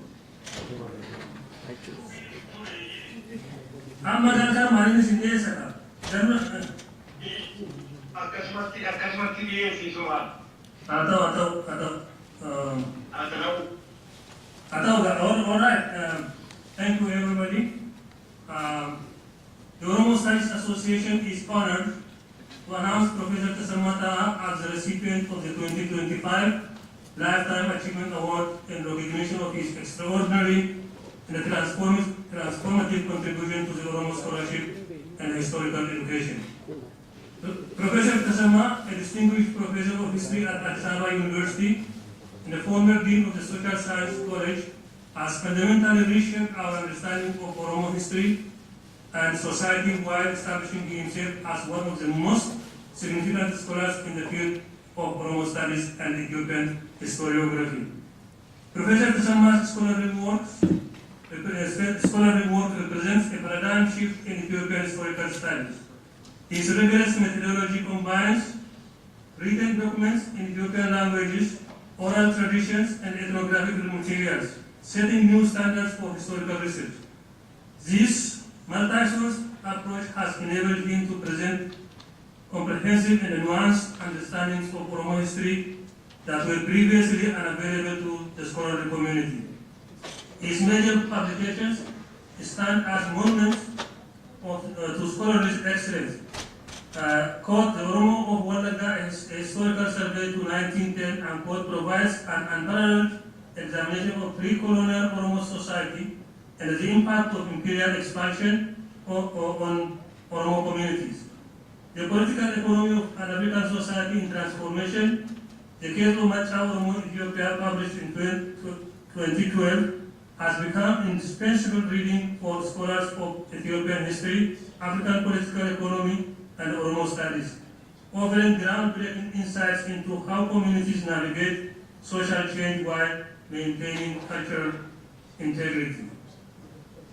His most recent book, The Western Oromo and the Ethiopian State to 1941, published in 2023, represents the culmination of decades of research on Oromo-state relations, providing crucial insights into how Oromo societies navigated the challenges of state incorporation from the late 19th century through the Italian occupation period. His additional work includes Issues in African Historiography, 2010, A History of the Oromo People's Origin in Afan Oromo, 2003, and his role as co-editor of documents of Wallaga history in 1880s to 1920s, and published in 2004. Professor Tasama's contributions extend far beyond individual publications. His work has been instrumental in developing a distinctly Oromo historical consciousness by centering Oromo experiences and perspectives in historical scholarship, by challenging one-sided narratives that portray the Oromo as passive recipients of historical change. He has restored agency to Oromo communities and demonstrated their role as active participants in their own historical development. As an educator at Addunyaa University College of Social Sciences, Professor Tasama has played a pivotal role in training new generations of historians and scholars, including myself and our today's keynote speaker, Professor Abbas. Of course, Ezekiel Gabisa, Tana Hapte, Saga Itaha, and many more to list. His pedagogical approach emphasizes primary source research, critical analysis, and the integration of oral and written sources, equipping countless students with the tools necessary for rigorous historical scholarship.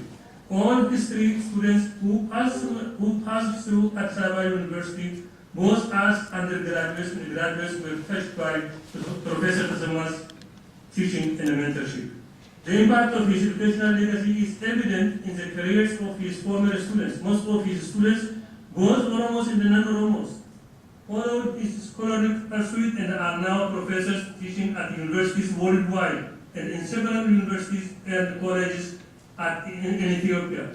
This remarkable achievement demonstrates the profound influence of his mentorship and the lasting impact of his pedagogical approach on the next generation. In the interest of time, I have ready to cut some of my remarks. Professor Tasama's commitment to advancing Oromo studies extends beyond his scholarly work to include dedicated service as a member of the advisory board of the Oromo Studies Association.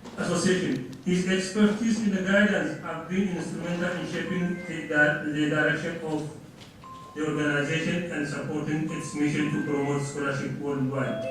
Professor Tsamata's contribution to Oromo scholarship and historical education represents a transformative intervention in European studies and African historiography. Through his major works, methodological innovations, educational impact, dedicated service to the Oromo Studies Association, and role in establishing Oromo studies as a legitimate academic field, he has created lasting legacies that continue to influence scholarship and education. The Oromo Studies Association's Lifetime Achievement Award fittingly recognizes Professor Tsamata's extraordinary contributions to our field and his unparalleled influence on generations of students and scholars. Please join me in congratulating Professor Tsamata for being this year's OSA Lifetime Achievement Awardee. Congratulations, Dr. Tsamata. And I will give you 3 minutes if you have if you want to say something, anything. Thank you very much. I appreciate your nomination and at the same time grateful to the current OSA board for accepting the nomination. I'm very grateful for the association with them. With this induction in 1993 and doing it as to promote Oromo history and culture, and at the same time, really carrying the patients from outside and from within. It is very difficult in those days at the inception to talk about the Oromo, to talk about the country, to talk about the Gaddafi systems. And I really appreciate that George today is extremely important source for historians, anthropologists, geographers, political people, and many others. And I didn't think that I would need reach kind of academic award by OSA, but I always appreciate the scholarship in producing first-class articles in JOS, the anti-education, youngsters, and middle-class people, even down to the grassroots level, indicating the greatness of Oromo society and culture in the world itself. I really appreciate, in the first place, I appreciate Professor Thank Brown for closely following what I have done for her and what I am still doing. And I do appreciate the board also the consideration. And it is really with great solution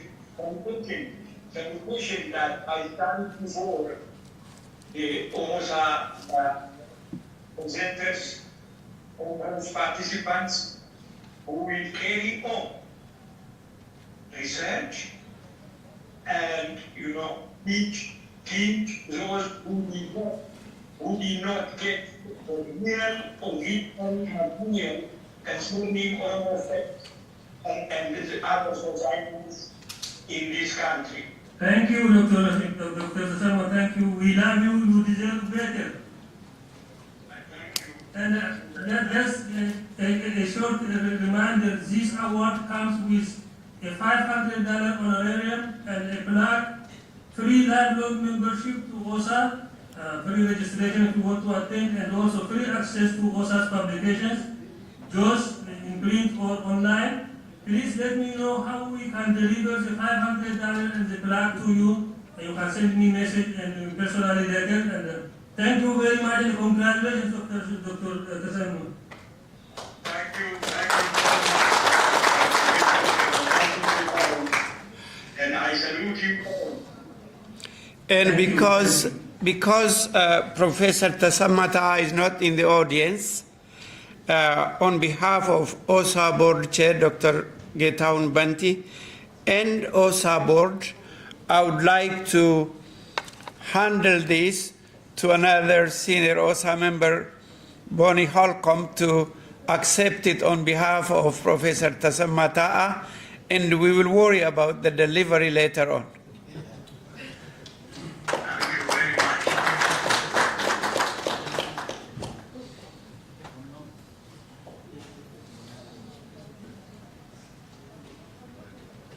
All right, thank you. Thank you, Dr. Asfa.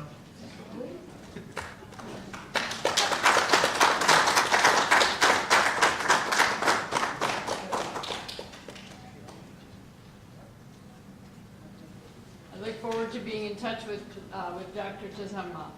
Also, we were all in great support of this award and of his momentous achievement. So thank you.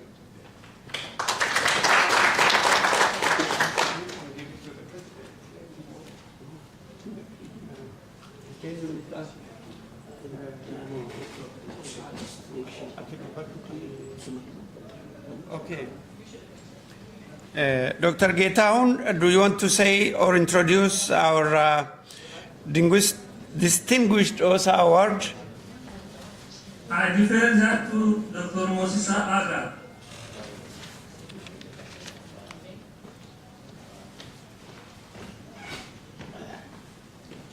Dr. Tasamma Nagatulayla. Isaramo ang pinayala kung text mo naganaga.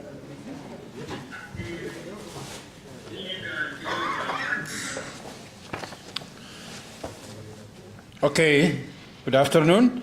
I will read the statement of nomination sent to me by Dr. Geetahun.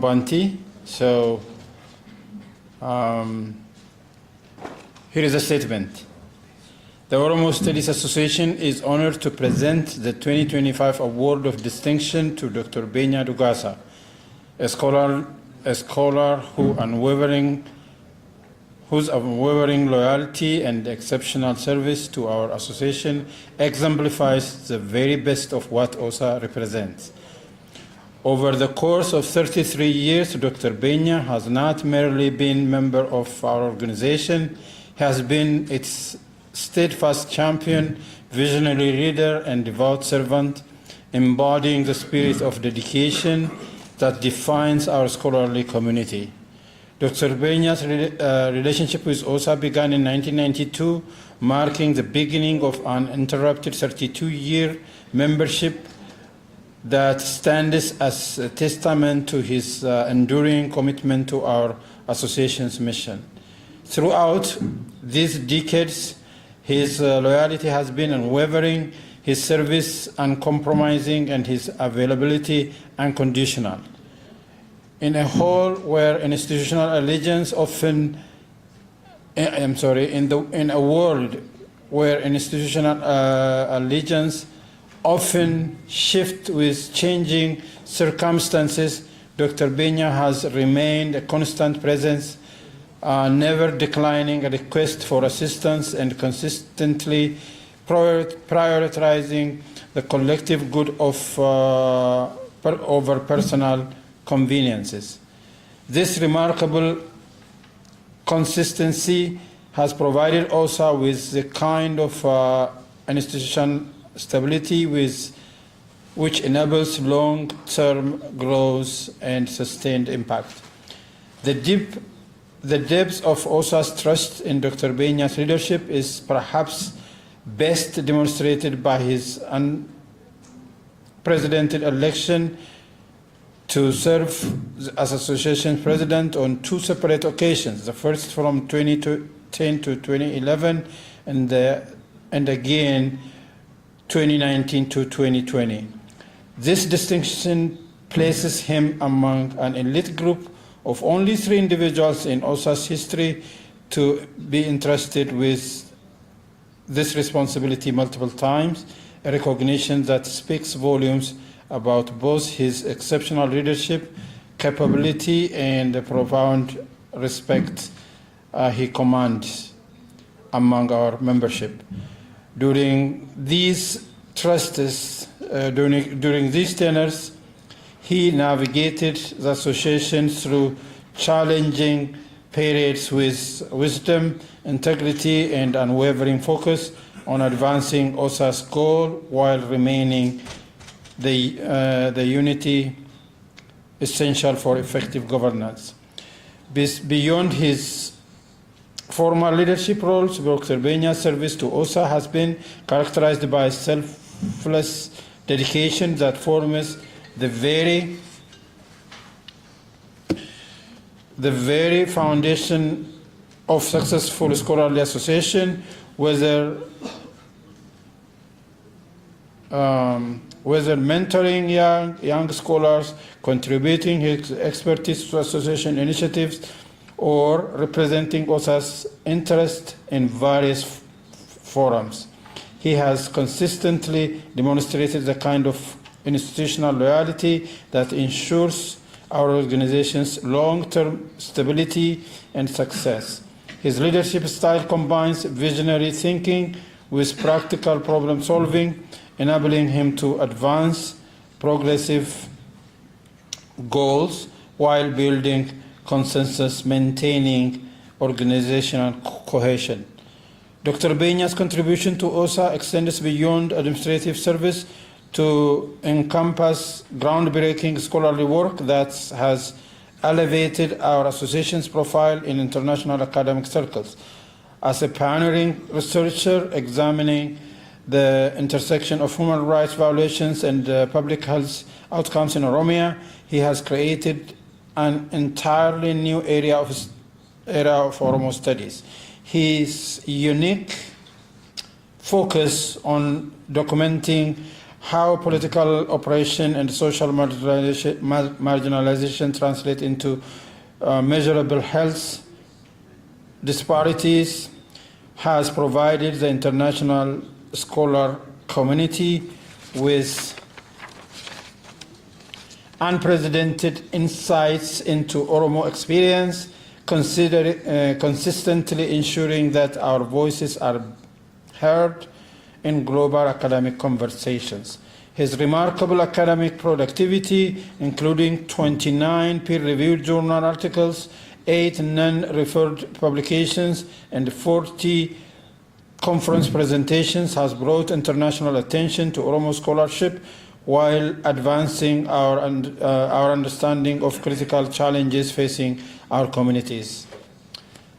Through partnership with major Canadian health agencies and his role as a chief guest editor for special issues in prestigious journals, Dr. Benyaa has translated academic research into actionable insight that inform public policy and practice, demonstrating the real-world impact that OSA's scholarship mission can achieve.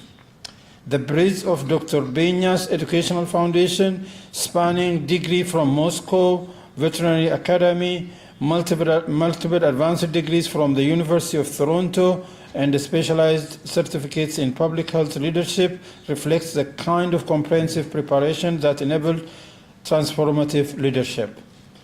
His 2014 seminal work, Human Rights and Public Health Towards Understanding the Root Cause of Social Problems in Oromiyaa Region State in Ethiopia, stands as the first comprehensive examination of systematic human rights abuses, direct contribution to adverse health outcomes in Oromiyaa populations, establishing him as the preeminent authority in this critical field. Perhaps most importantly, Dr. Benyaa embodies researcher activist model that OSA seeks to celebrate. a scholar who bridges academic research with community needs, ensuring that knowledge serves the cause of the social justice. His media appearance on OMN, VOA, his service as a board chair of the Human Rights League of Horn of Africa, and his consistent advocacy work demonstrates a commitment using scholarly expertise in service of human rights and community empowerment. Today, as we honor Dr. Addunyaa.Adooleeysa with our highest recognition, we celebrate not only his extraordinary achievement, but also the model of dedicated service he has provided for future generations of Oromo scholars. His legacy remains as the true excellence in scholarship is inseparable from unwavering commitment to community and steadfast loyalty to the institutions that advance our collective aspirations. Okay, that was the statement. I also agree with this statement. Thank you so for listening. Dr. Benya, again, on behalf of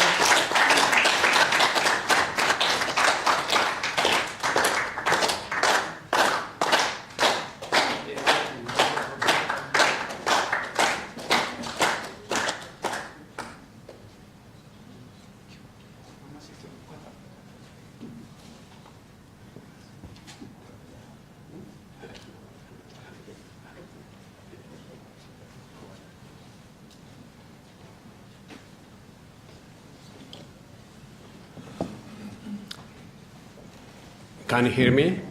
Yes. Okay, thank you very much, the board, who really recognized me, my effort. Thank you very much. I want to underline two things. My effort in Oromo studies is not necessarily born in my mind from nowhere. It was my father who created that thing in my mind. He wanted to use education. Nagamu. He wanted to use education as means of resistance. When I went to schooling, the assignment given to me is, what do they say about us? Go listen and bring it back. When I was sent to school, my grandmother, she was really worried that I will get assimilated to Abyssinian culture. And she disapproved. My mom interjected that and say, oh, don't get assimilated, but go to school. Okay, so in my mind, in my journey, yes, my father has contributed, saying, go, do. My grandmother's concern is also very valid. One can get assimilated. As Professor Moses mentioned, right, one can be assimilated and become Galtu. Yes, it can be a tool. My mother found out somewhere in between. So I will share this award. Okay, my father, who is Wakefata, from coming, he's born and raised in Wakefata family. So his soul is in his Kehe Sajra, and also for my grandmother, she is not around, and I believe she's also Wakefata. She is in her Kehe. My mother, she is still alive, she's still active, and I shared this one also with her. Also, when I was working for OSA, my wife was been looking after my children. She's not around with me now, and she has a big contribution to that one.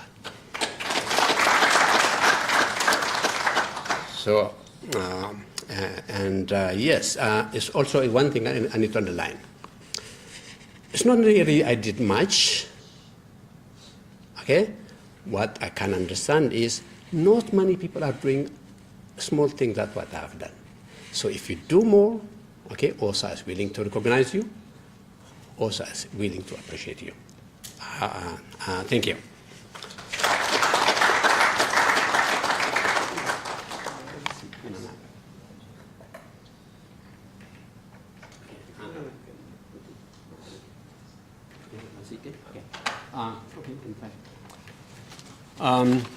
One thing we started a few years ago, when I was OSA president, we nominated and we decided to recognize CK as an institution. At that time, we had nobody to give to. I believe today Addunyaa is around. If you can see her around, please invite her. Okay, and the way I understood, Oromo institutions functioned with three basic major institutions: Gada, Sike, Kalu, or Wakifata. They work together. If you break one, you cannot maintain the other. Okay? The engineers will say, three-sided figures are stronger. Yes, Oromo institutions three-sided.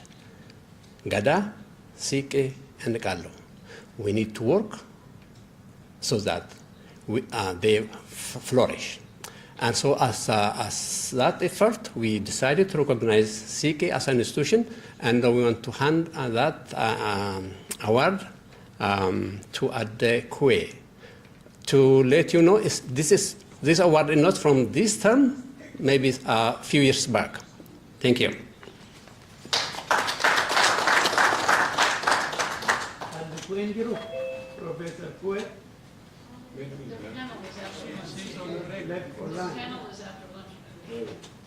In that case, I will ask Dr. Benya Aketskidniti.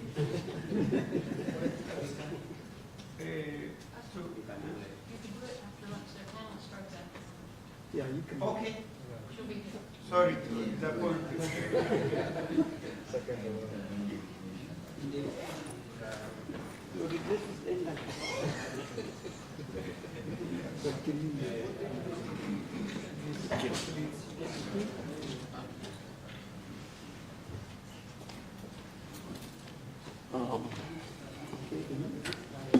Thank you very much all who have prepared this. I admit that Dr. Benya is still active, still working. He is the core of actually a 9-people committee established at the beginning of January this year. So they have been really working very, very hard together.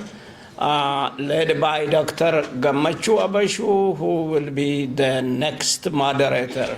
So I'll call to the podium Dr. Addooleeysa to moderate the next panel. Come to the podium.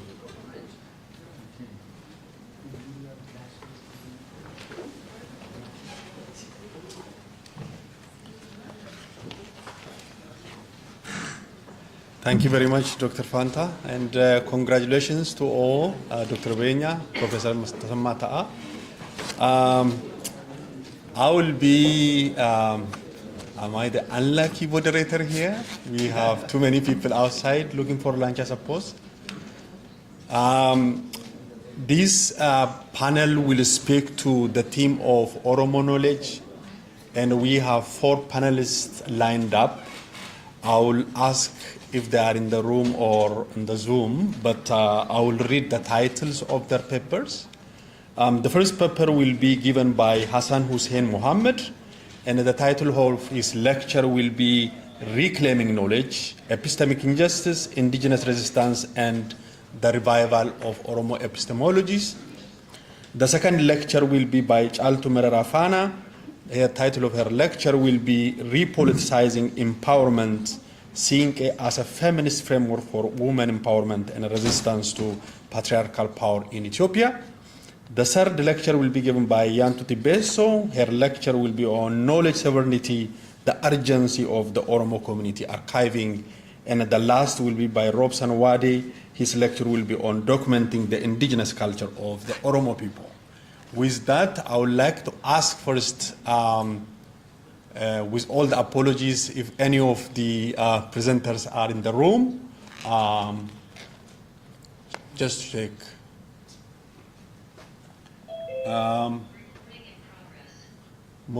Moa, do we have Hassan Hussein Mohammed, Chaltu Mararafana, Ayantu Tepeso, or Robson Wadi? Just a minute. With that, a little reminder, please, lunch is already available. We don't have actually a break during the lunch time, but you can go and get whenever you feel comfortable.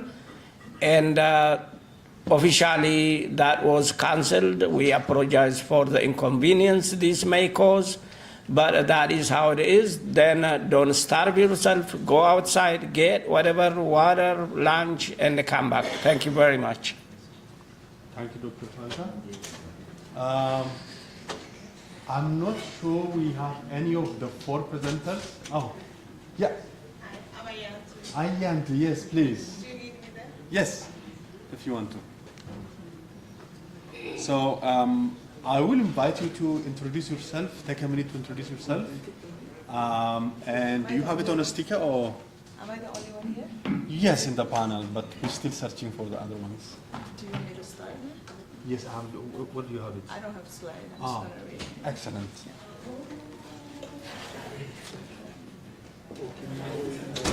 Learn by surrounding. Okay.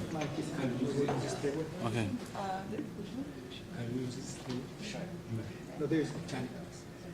It's okay. You can use the mic. Yeah. Okay. So you want me to start? Yes, begin by introducing yourself. Okay, sure. Hello, everyone. My name is Addunyaa.Adooleeysa.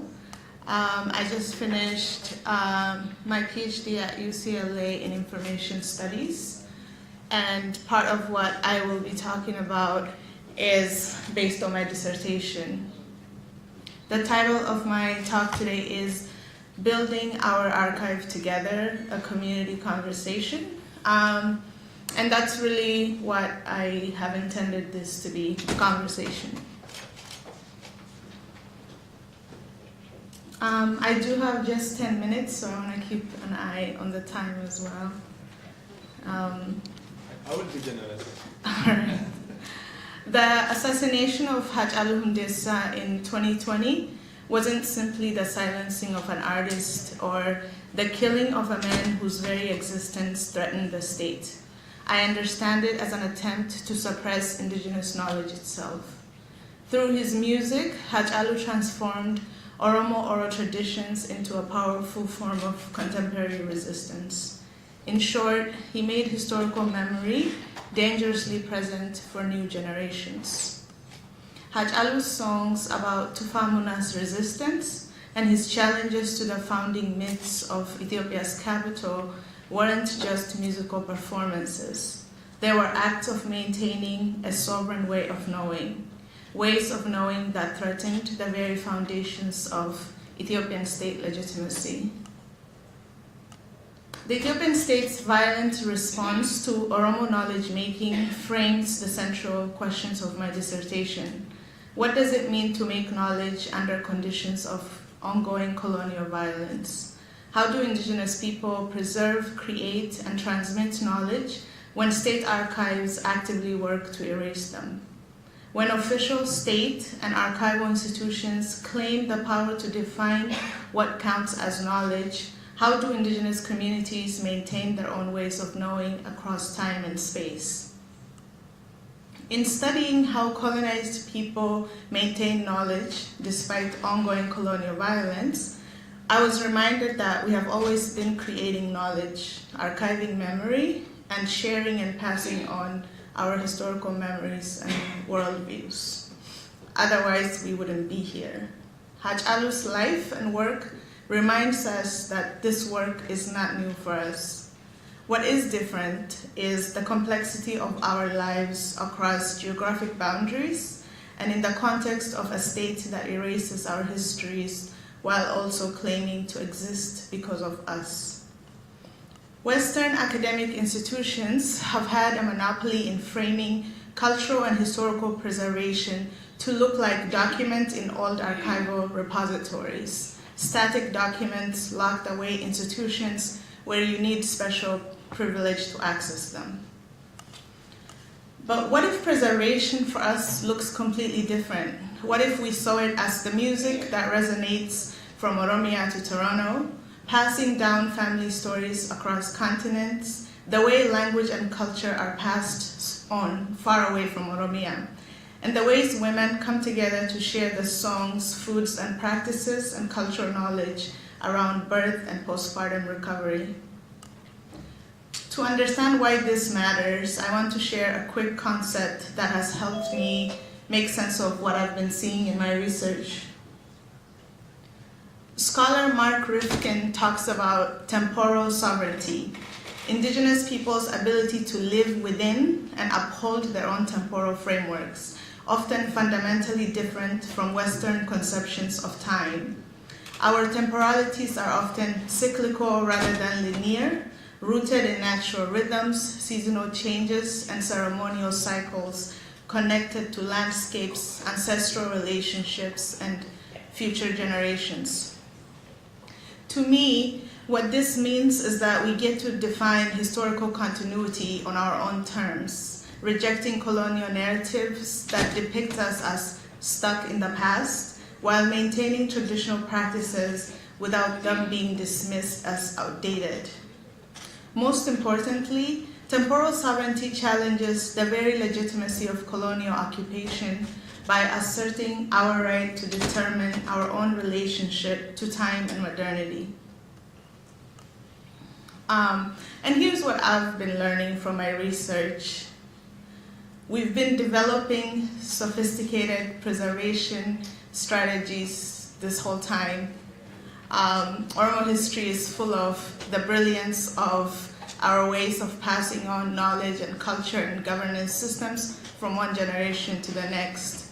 The brilliance of H.N.N. and so many more before him, and that will come after him, is not in trying to mimic Ethiopian or Western archival and knowledge institutions, but in the struggle to create something entirely new that honors how our knowledge actually moves. And actually, H.N.N. was one of the people I interviewed for my dissertation in 2019. I was meant to do a part 2 interview with him in 2020 before he was assassinated. And his response to my question about how he gains access to the historical knowledge he has was that I don't go to Ethiopian institutions to learn about Oromo people. We already have our own way of managing our history. And that has been so fundamental in my journey and in the research that I do, because he made me look back into how Oromos have always maintained culture and memory, rather than thinking, well, we don't have archives, and how do we create archives?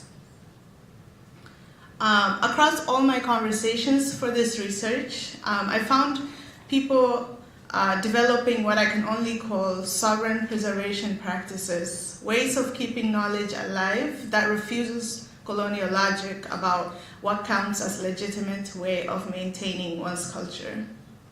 But here's the thing that colonialism and diaspora has taught us. Our preservation strategies and practices need to be alive, adaptive, and resistant. GADA to me isn't just about governance. It is an archival system that has been in operation for thousands of years, preserving knowledge through living practices rather than static storage. And we've had to innovate on that foundation because our context demands it. We're preserving culture while scattered across the globe, while under ongoing state violence, while navigating institutions that were never designed for us. So when I look at our community, I don't see people who need to start preserving culture.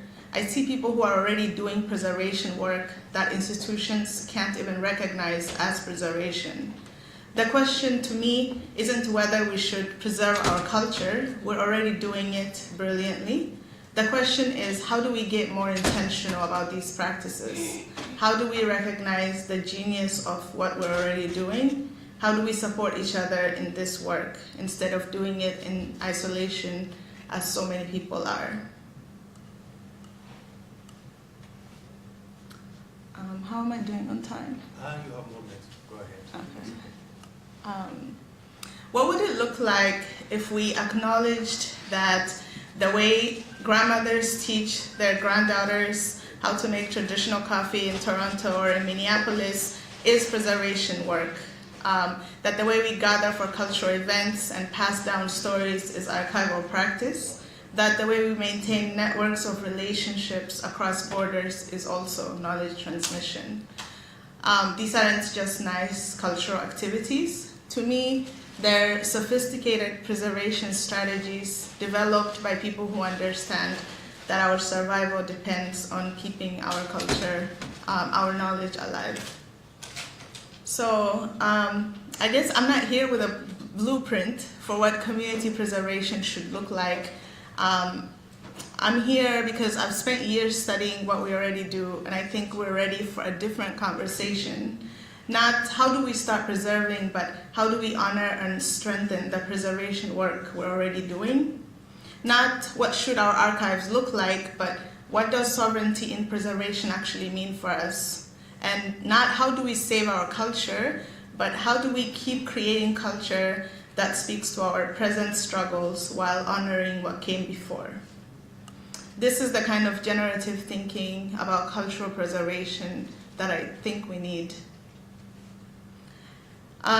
In the end, what I've learned is this: wherever we are in the world, we're all searching for ourselves through stories, through practices, through connection, young and old, in diaspora, all over in Europe, in North America, in Africa, wherever I've been, and in Oromiyaa.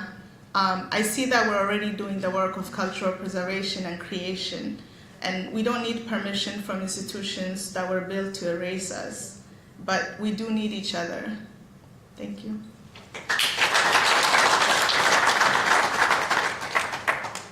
Thank you very much. Can I move back, or do you need me here? Yeah, you can move back. Thank you. Let's see. Yeah. Thank you very much, Dr. Yantu. That's an excellent presentation. If I may encourage our JOS editors to reach out for a potential journal article. This is a very timely lecture, to be honest. One constitutes knowledge in the colonial, in the context of a colonial project that devalues oral histories and our sources of knowledge. Thank you very much for that excellent presentation. May I ask Moa if we have Rob Sanwadi, Altu, or Hassan Hussein Mohammed parts of this panel? Yeah, if you are around, guys, raise your hand, please. If you have joined the Zoom meeting, please raise your hand, or just type so.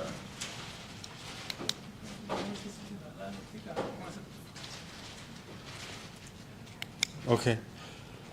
I don't know.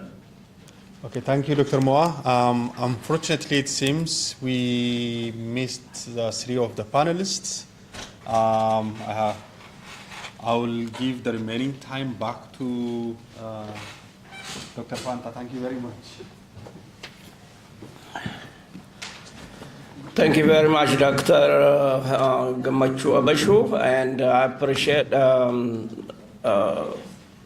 Ayantu Tibeso's really well-versed presentation. She has been an asset to OSA in the past. She used to be a member of board of OSA members, right? And she has served with OSA really in the past. Now she is dealing with education. So We have many, she is a model for our children, for our girls in the future. We need such Sabontus. Thank you very much. And the next on the line, I have Dr. Kuwe's team. Are you guys around? They're practicing. I can go get them. Please.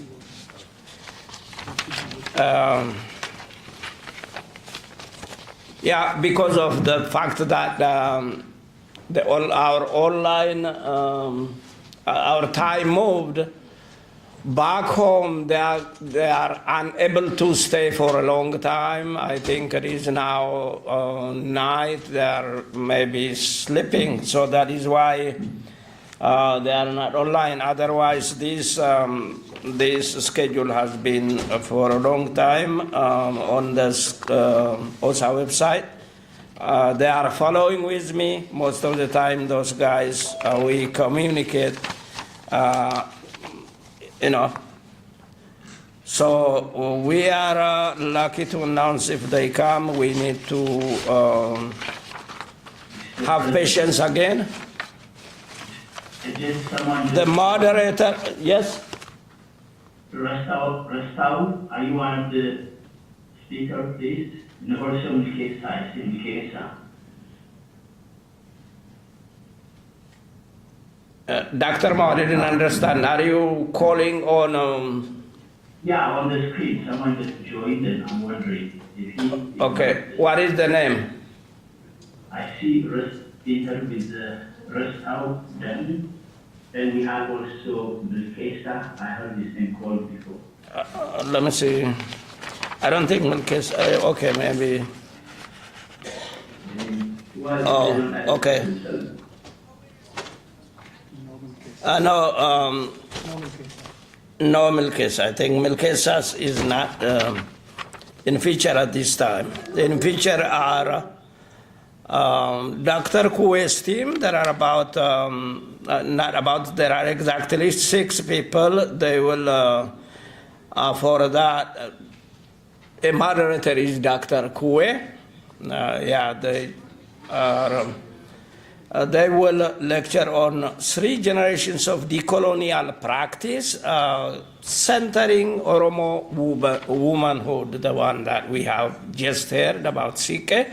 Let's be patient. I think they will come. And if you have any announcement, I have one I can announce for you until they come. Dr. Makura Bulchas, the contour of Oromo history, he said he has some publications. It is a wonderful book.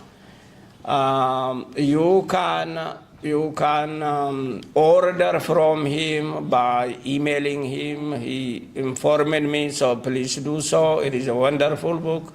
Next, Dr. Benya has a book also.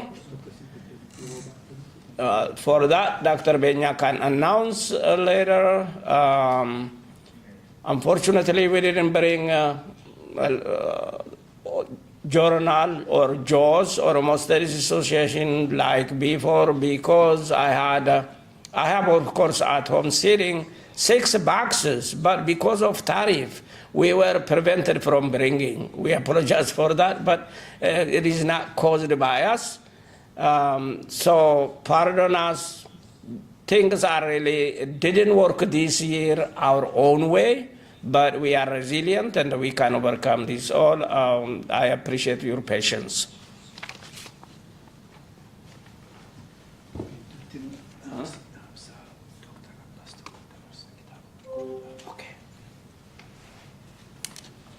In the meantime, just to pass on a message from Dr. Abbas, Professor Abbas, sorry. He's got a book about Oromo that he can make available for those who are interested. The title is Conquest and Resistance in the Ethiopian Empire, The Case of the RC Oromo 1880 to 2024. So if you're interested, we'll put this piece of paper at the front. Please put down your name such that he can bring those books for you tomorrow. The price is 60 US or 75 Canadian. Thank you.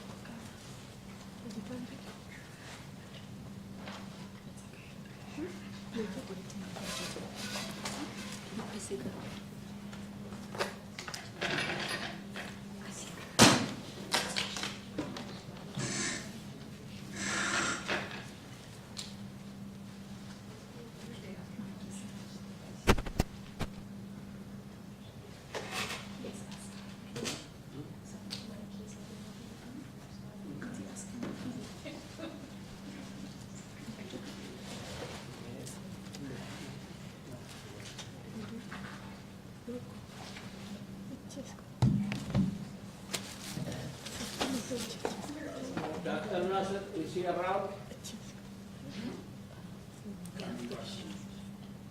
Yeah. Anyone who can connect mic, a small mic under the neck, something, anybody who are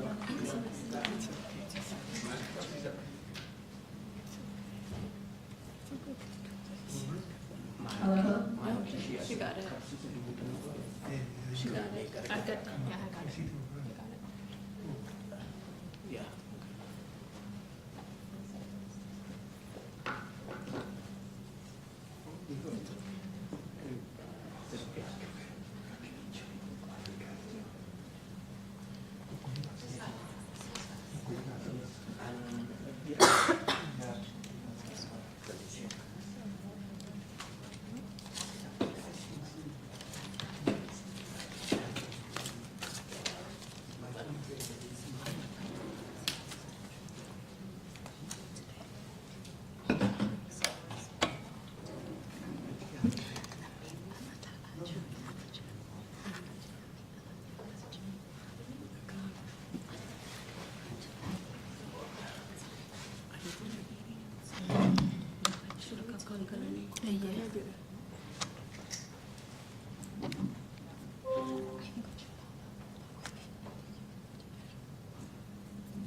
I have a quick question. If there are any people outside during eating lunch, if we could ask them to come in. It's the only panel at this event that is fully centered on women. So if we could invite the people outside to come in to speak, that would be great.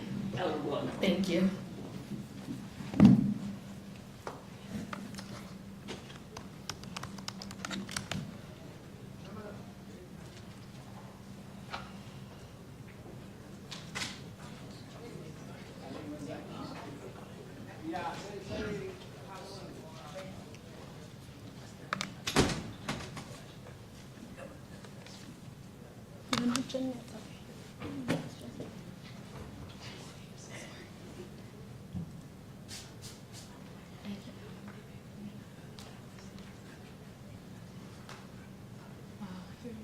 saving the day.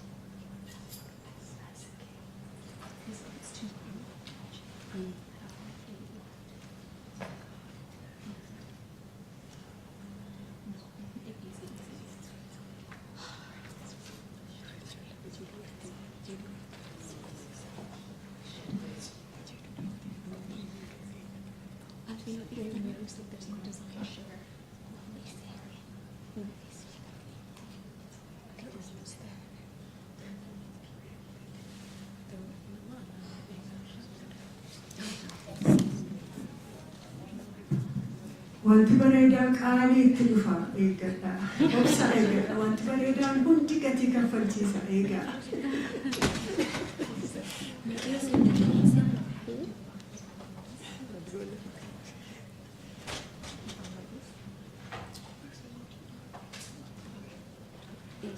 Not okay, so one Kagonu, in the meantime, Ani Bayon Koda, Chimo, she's going to keep working. Okay.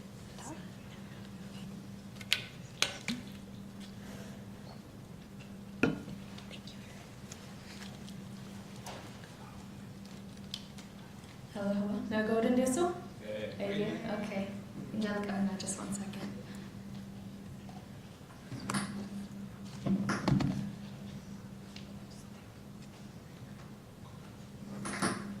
Okay. All right. At coming to Kesani, Makanko Abbi Janama, Baganagan Uftani. Presentation in Kenya, it's titled 3 Generations of Decolonial Praxis, Centering Oromo Womanhood. Thank you so much for coming. We're still working on a little bit of technical difficulties on our PowerPoint, but in the meantime, I would love to open up and introduce myself and our speakers. So thank you all again for being here. So firstly, I would love to introduce, doesn't need an introduction, but Martha Kwe-Kumsa. Kwe-Kumsa is a Sinke feminist engaged in decolonial praxis, focusing on epistemic justice for women's subjugated knowledge systems and their heartfully relational ways of being in the world. She is a member of the Circle of Sisters at the Sinke Institute, a resident of Canada, and a professor emerita at Wilfrid Laurier University. Next, we have my mother. Her name is Aga Ruda. Aga Ruda is a clinical social worker with a professional background in child protective services, where she advocates for the safety and well-being of children and families while navigating the family court and juvenile systems. She currently serves as a forensic behavioral health clinician, working at the intersection of behavioral health and the criminal justice system in a multidisciplinary setting.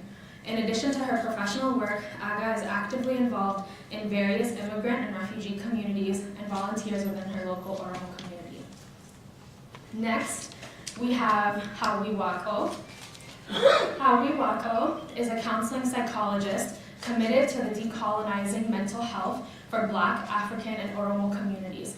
She is the founder of Dr. Wako Wellness in Portland and the Oboleti Oromo Women's Network, which empowers Oromo women through culturally grounded leadership and advocacy.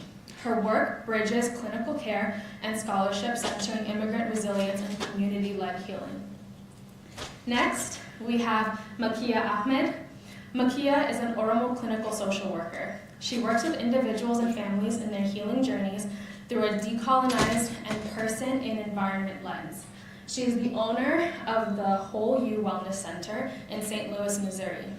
She is also a member of the Oromo Sisterhood Institute, through which she has engaged in initiatives aimed at empowering Oromo women, both in the diaspora and Oromiyaa.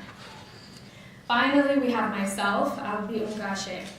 Addunyaa.Adooleeysa is a master's student in clinical psychology at Columbia University. Her research is focused on the psychological outcomes of second-generation Oromos during the period of emerging adulthood, ages 18 to 29. Prior to returning to graduate school, Albie worked as a researcher at an educational neuroscience lab at Stanford University. She received her bachelor's degree in international development studies from UCLA, where she authored a senior thesis titled Identity, Politics, and State Formation in Ethiopia, the Oromo as a Case Study, under the advisement of Dr. Edmund Keller. Thank you all.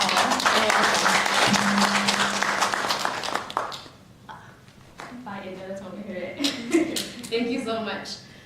So, welcome. Like I said before, our roundtable is titled 3 Generations of Decolonial Praxis, Centering Oromo Womanhood, and I am so grateful for you all to be here. Give me 1 second. Yeah, would you provide it? Go ahead. No? Okay. All right. Yeah. I really want to set some records straight. If you look at our program, I am the moderator. I'm listed as a moderator, and everybody kind of tells me, congratulates me. Oh, you brought these girls together. That's wonderful. Congratulations. Whatever. No, I said, no, I didn't bring them together. They brought me in. And I really wanted to, it's a very good story. We're talking about our youth, our alienation and everything. And I want to say, Albie is the person who imagined this roundtable, who articulated it, brilliant articulation, and brought us all here. And she led us weeks after week after week of preparation. And to this moment, she is leading us. Please recognize the youth can lead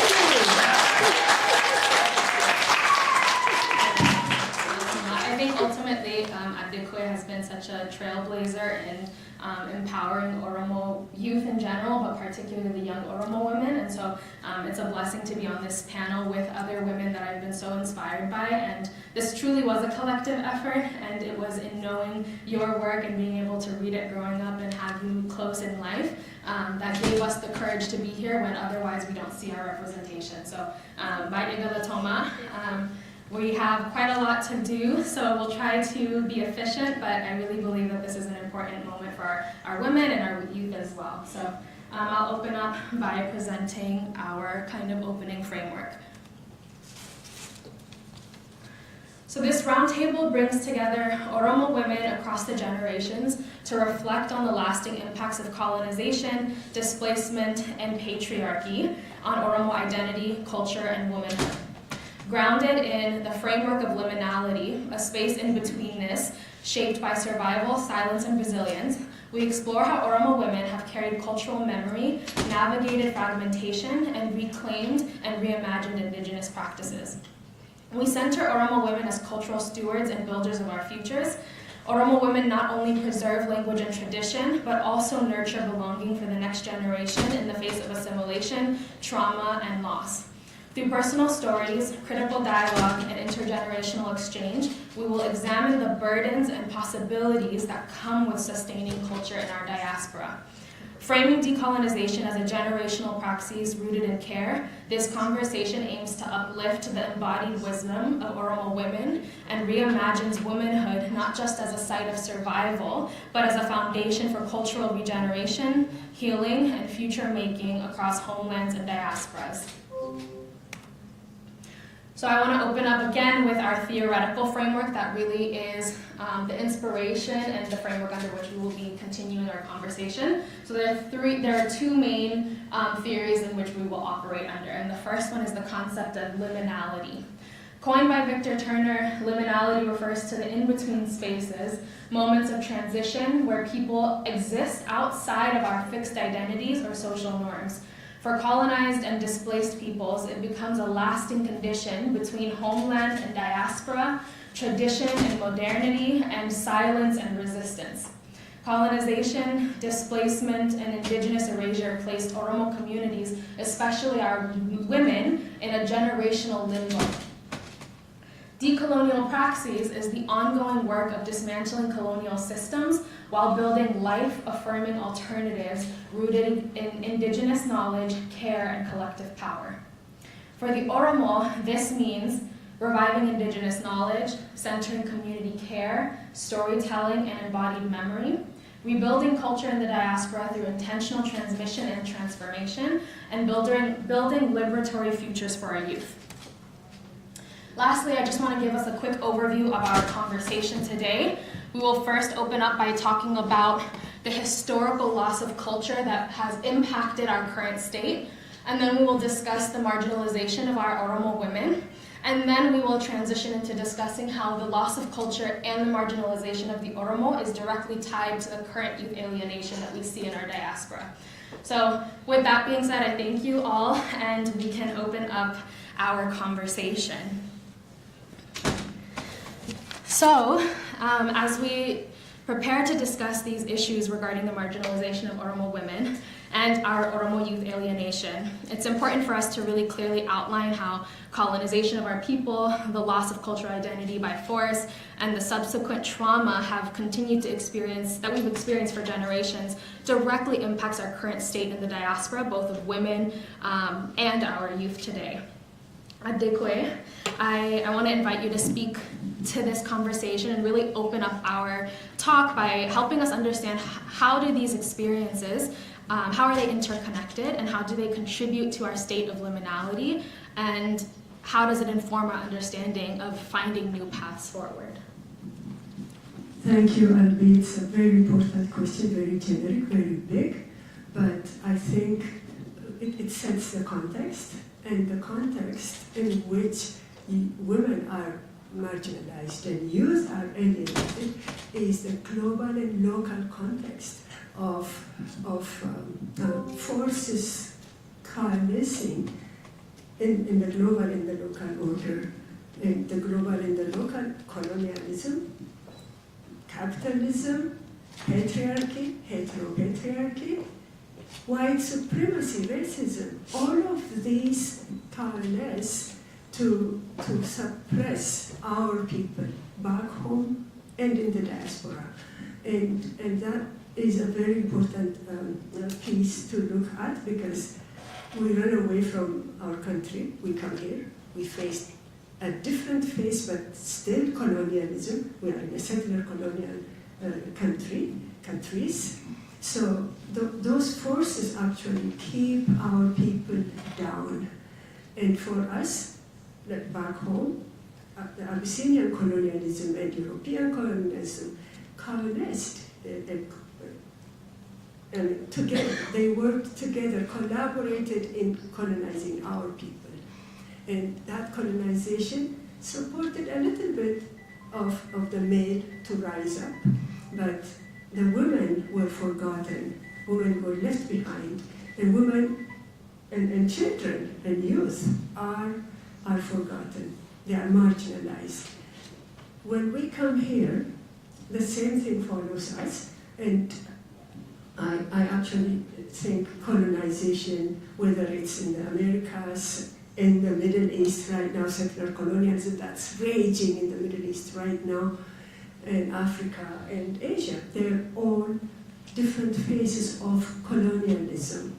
And colonialism doesn't come alone for us. It comes interwoven with all of these other forms, including patriarchy and heteropatriarchy. So what we face here comes as a context of women being really marginalized. Of course, some women are more patriarchal than men, but at the same time, the system is not built for women. It's not built for children. And when I actually look at the interconnection between women's marginalization and youth alienation, it really came to me very profoundly in the context of advising a dissertation, a PhD dissertation for an Indigenous woman of Canada. How Canada actually, the Canadian colonialism, settler colonialism, targets the women because the women are the protectors and the raisers of children. Once women are targeted, once women are devalued, especially women's, not just women's bodies, but women's ways of knowing, women's ways of being in the world, women's knowledge is marginalized, it is devalued, it is, women are demonized. And when women are demonized and they're out of the way, the children are left unprotected. What does the settler colonial do? Take the children, get them into residential schools. To this day, children, the bodies of children, mass graves of Indigenous children are being unearthed to this day. Kill off the children, kill their future, kill their culture. That's what's happening to us as well. It's just one example, that's a very powerful example. The link between women's marginalization, women's devaluation, and youth alienation is so stark. And a lot of issues happen to young people in this country. Our young people, our future is going down the drain. There's mental health issues, there is youth violence issues we're dealing with, there is youth suicide issues we're dealing with. We don't talk about it. We hush it up. Why? Because it's so shameful, because it's so fearful. But that is real, that's a reality, and I think this is an opportunity for us to listen to what young people have to say. And it's an invitation for us, not just to listen, but to deeply listen and do something about it as a community. Our future is going down the drain. Thank you.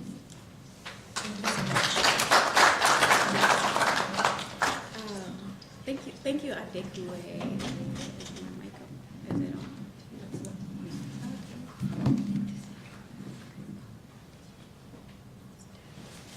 Thank you, Addunyaa. It's such an honor to be at this table with Addunyaa and the rest of our speakers. I actually cited Addunyaa in a lot of my dissertations, so to be sitting amongst her feels like a huge honor for me. Actually, a lot of people I cited in my dissertation are in this space, and I'm so grateful.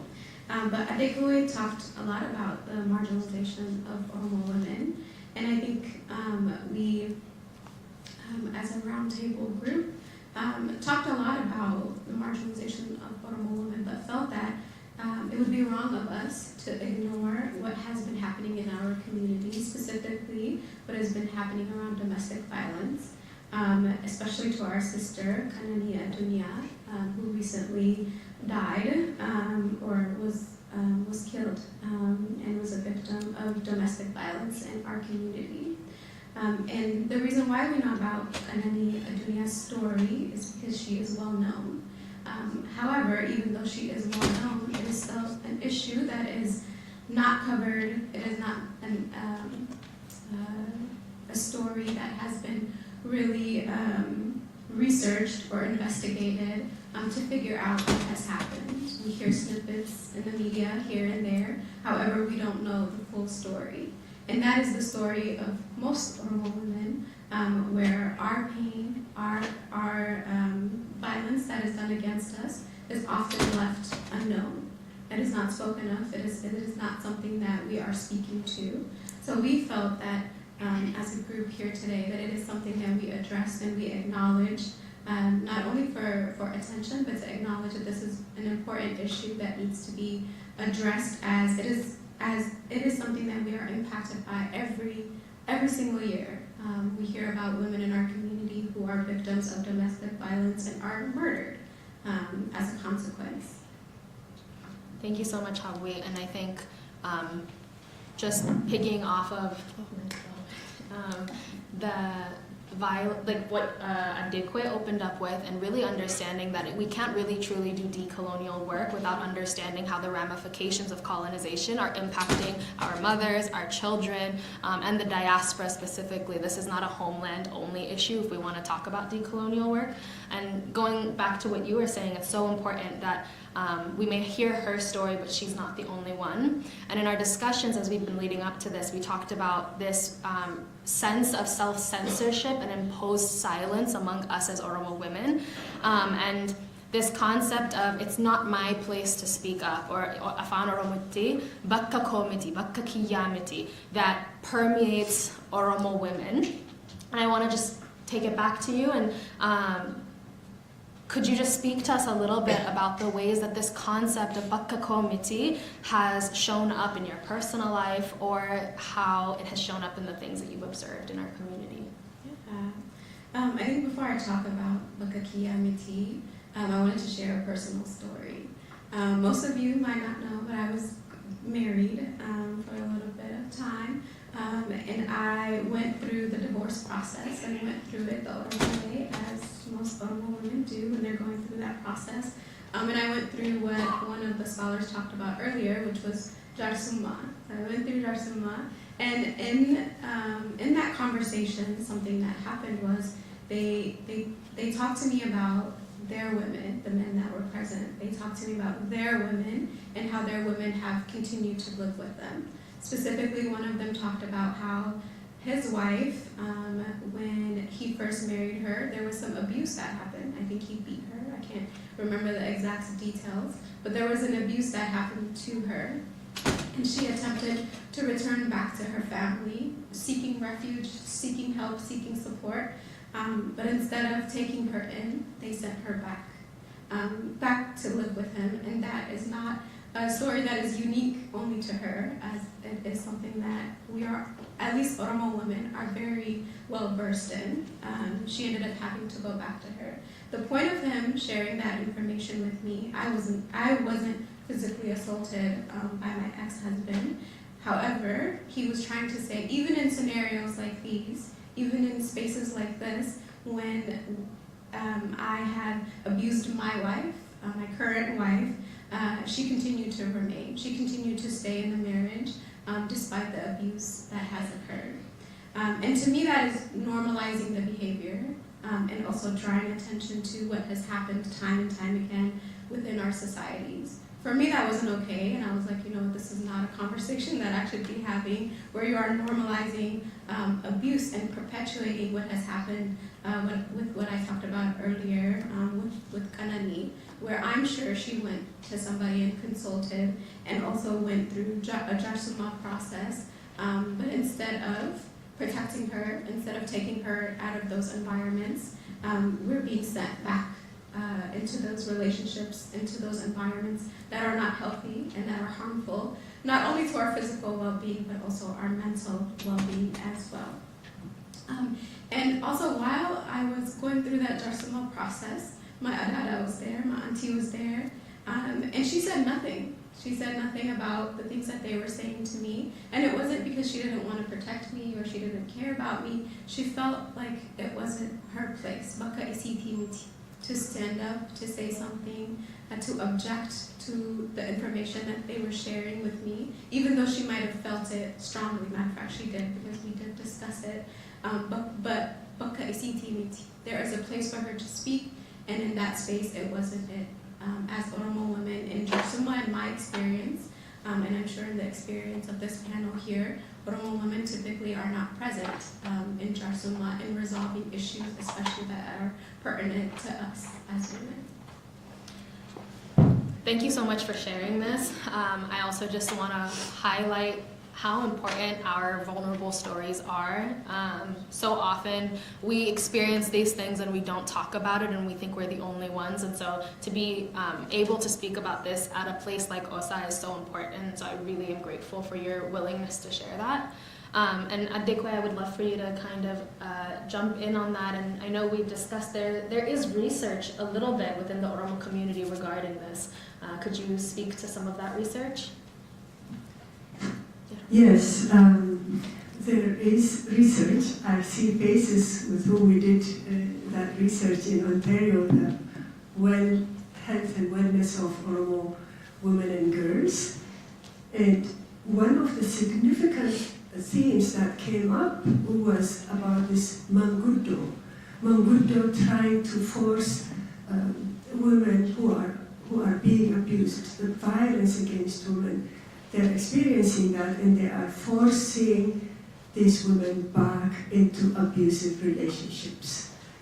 It's instead of addressing the violence, they do not address the issue of the violence. If the issue of the violence, she didn't hate her husband, she wanted to live a violence-free relationship.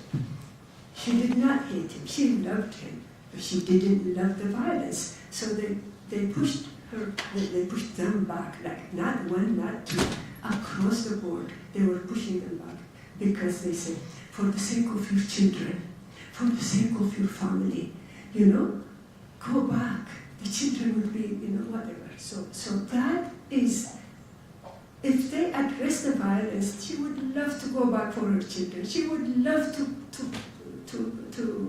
bring together her family, but that is not the case. What happens is it becomes the responsibility of the woman to hold families together, to suffer, to sacrifice for the sake of their children, which is totally unfair. Well, thank you so much. It's so important that we understand this, and the fact that there's research out. When we were having these discussions, it was my first time even realizing that research about this was even happening. So it's so important. Mako, I would love for you to share a little bit as well to this concept of bakakiyamiti. Yes, thank you so much. I appreciate you letting me speak, and thank you so much, Addunyaa and Aldi, for preparing this. Bakakiyamiti is very much rooted in our behavior and what we do. For Oromo women, it seems like we're essentially absent from any kind of, from spaces where decisions are made, and when we are present, we're there as a show. And so we're just put as we're not considered in decision-making process. So what happens is that a lot of the things we see in our community is, especially when it comes to how things are run, we're absent. So Oromo women will self-center essentially, and self-censor and hold back because of kakakiyamiti,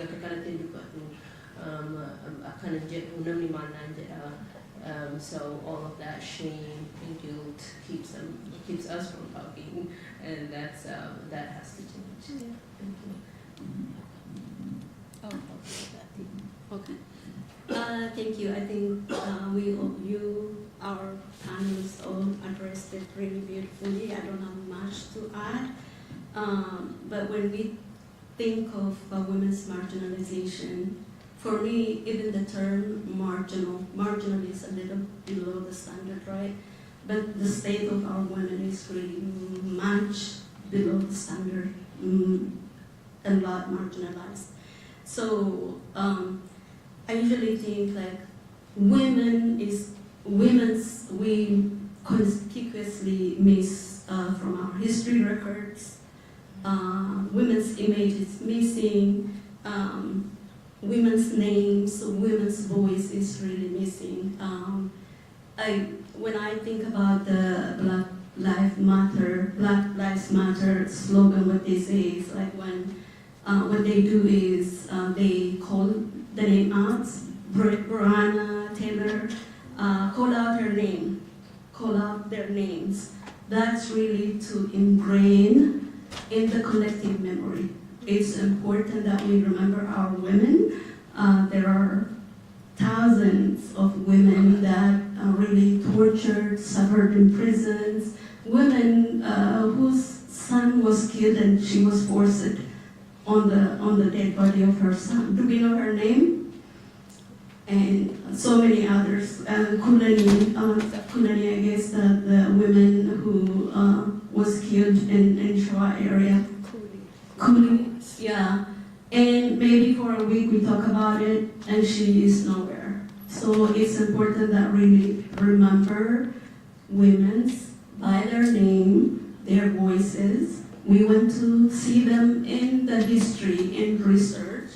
When Professor Abbas earlier talked about the Oromo lineage. By the way, I'm so happy to see you. I've heard a lot about you and I've seen your book and I'm so blessed to see you today here. When you were talking about the Oromo lineage, there is an Oromo and then Borana and Barintu. And I was thinking, where is the mother? What's her name? So it's really important that we have to be mindful, we have to be sensitive. I'm not saying you're not sensitive, but we have to change the culture. It just became like that, but we have to change, we have to be mindful. So thank you so much. Yeah, no, thank you so much. And I think it's really important. And I think I wanted to share an example as somebody who's born and raised in the US. This idea of bakka komiti, bakka kiyamiti permeates in the intangibles, in the implicit. Examples that I think about is growing up. I think in every Oromo community, we go to Oromo meetings growing up. We don't know what you guys are talking about, but from a young age, we go on the Saturday, there's an Oromo community meeting, Demuk Amna. So we go, and then the kids are running around. All of the men are seated, talking about the business of the homeland, Wa'ibilisumma, and where are the mothers? The mothers are in the kitchen making the bread, preparing the coffee, preparing the tea. And there's no expectation, and I don't think it's malicious, but it's the implicit message that it sends to your own daughters about bakka ko'esa, asmiti jachura. That's the message that gets sent implicitly, even if that's not the intention. I'm sure so many of you here have daughters that you want to grow to be bold and passionate about our Oromo voices and in life. But when we don't see it, when we don't see our own mothers use their voice, the implicit knowledge or the implicit message that is being sent is bakka ke'emitikun. And I think it's reflected in the population at OSA. Again, this isn't to be negative, but it's a call to action because there are women here who deeply care about the Oromo community and are brave enough to say it. And I think in that, I'm very blessed. I think there are many, this is not to shame men, I think the two biggest influences who are male in my life are my father, who is Solomon Ngashe, and my uncle, who is Gammachu Magarsa. And those are the two people who raised me to be passionate about being Oromo, right? And sat me at the dinner table and talked to me about what it means to be Oromo, who talked to me about their lives, who taught me their language alongside my mother. But the one place they forgot to teach me is recognizing that my experience is going to be different than theirs. They taught me to be bold without preparing me for the backlash of being bold as a woman, as an Oromo woman. And I've experienced it even as a young diaspora. When I'm in Oromo spaces and it's intergenerational and I'm the youngest one in the room, I have to worry about I'm going to offend them if I want to speak my mind. That's always, and it's this fear that we have. And recently I was working on an event that was international and intergenerational. And there was an elder male who was very rude to me. And it was really almost traumatic to experience every week. My expertise being diminished, my knowledge being diminished, and finally I was saying, I have to say something, you're telling me not to say anything, and one of my mother's friends called me, Malo, nja'ini, yo Yo wejette Facebook irratti waa'ee kee haasa'u. And I said, I'm not even on Facebook, it's okay. Hajetan miti. And in addition, I had to say boldly was, I don't have the fear that my mothers had. And I should not have the fear that my mothers had. We should be bold.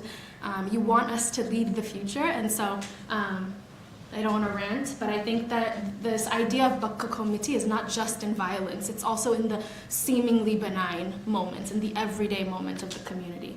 So with that being said, I want to quickly, I think we're okay on time. I want us to talk about the double burden specifically of Oromo mothers. So aside from me, we have all mothers at this table. And we've talked about how, especially as a mother, there's this double burden of raising your children, passing down the language. In America and in Canada, having a job financially, taking care of the home. And Adekwe, you let me share this. I know we discussed in the past, something we shared as we were preparing is in the height of Adekwe's career, and it just, even talking about it makes me emotional. She said, you know, when I would come to OSA, these men, they mean well, but they would say, Kwe, where's your publications? Why aren't you publishing research? Why aren't you putting out research? Without understanding, Adekwe has 3 children to raise. She has a home to build. She has food to put on the table every night. Where is the time to publish research if she's not supported? And so these, again, are the implicit ways that we're pushing our women away from having a voice and discouraging their ability to engage at an academic level, at a scholarly level, at an advocacy level.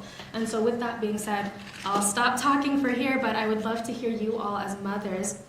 Could you speak to how this has showed up in your lives? And anyone can jump in and discuss.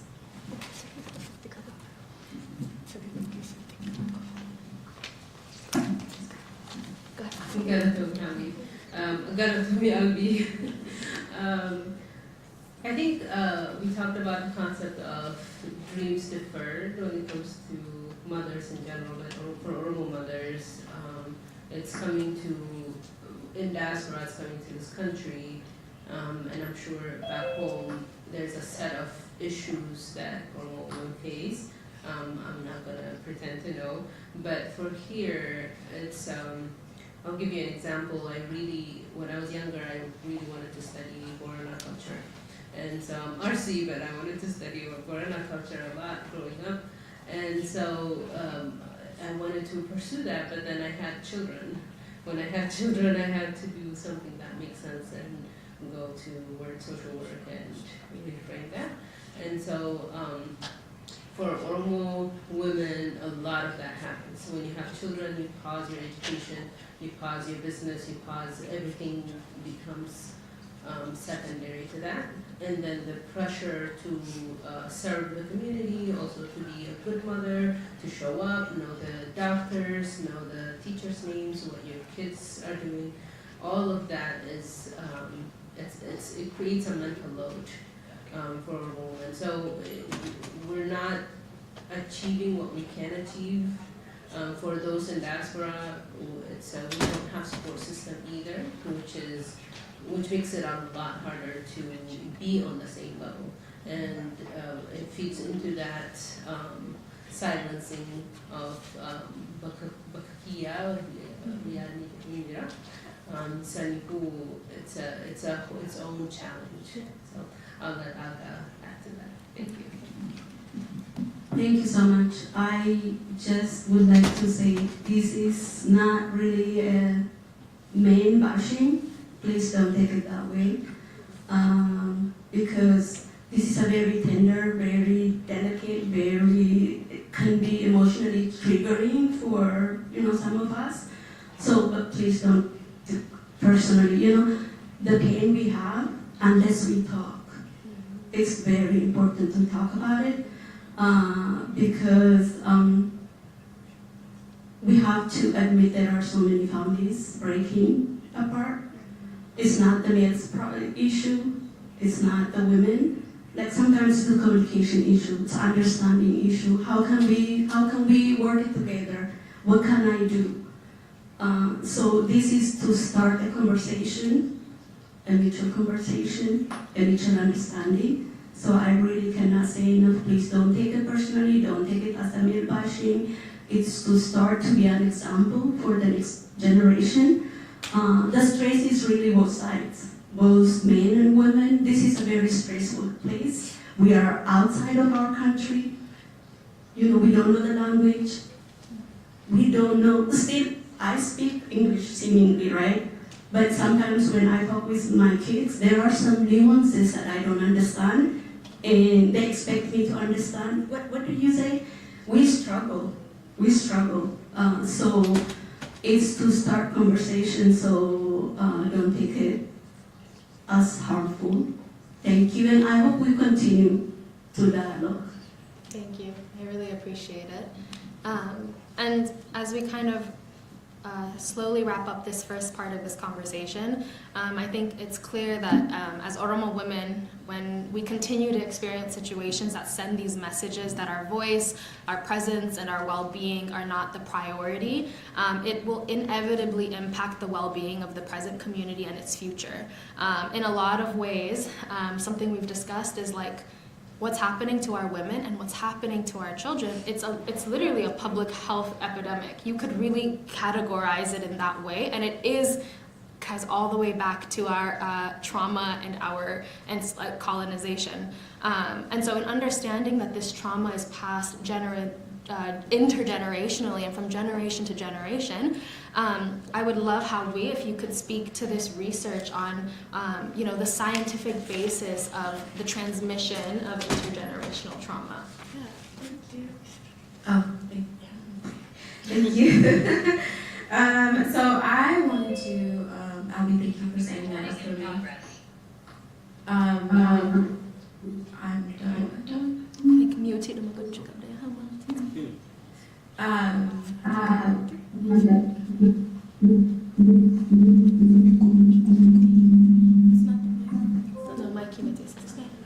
Yeah, you got it. Okay. Okay, you got it. Okay, perfect. But I was saying thank you, Albie, for setting that up for me. As an Oromo mother myself, I think talking about the impacts of the generations before me is really important. And one of the scholarly research studies that I'm really interested in, because I work with Oromo parents and Black families in general, has been about epigenetics and the way in which we as individuals experience trauma. So when we think about epigenetics, the research tells us that we are actually, I'm going to try to explain this in a way that makes sense. So our grandmothers, when our grandmother is pregnant with her daughter, that daughter ends up having all of the eggs, all of the babies that she will ever have, she will have it. That means that that child, the child that comes after that mother, is carrying all of the genes of the grandmother and also all of the genes of their mother. So whenever something's happening to that grandmother, whether it be trauma, whether it be having to navigate multiple things at the same time, or whether it is having to have this double burden that we all talked about, having to be a mom, but also having to do scholarly work, but also having to work at home, and on top of that, domestic violence, if those types of things are existing. Those things transmit into the baby, transmit into the womb, and are impacting the baby when that baby is born.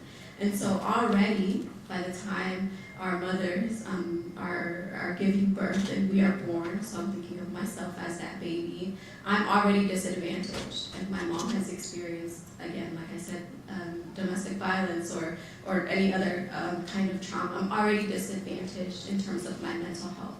My cortisol levels are probably going to be high. I'm going to be more sensitive to any other impacts of trauma that I may be experiencing, whether it's war-related or whether it's racism or any kind of discrimination, including being marginalized as an Oromo woman. I might be more sensitive than another person whose grandmother didn't have to go through that. So we're already susceptible to those things, is essentially what I'm trying to say.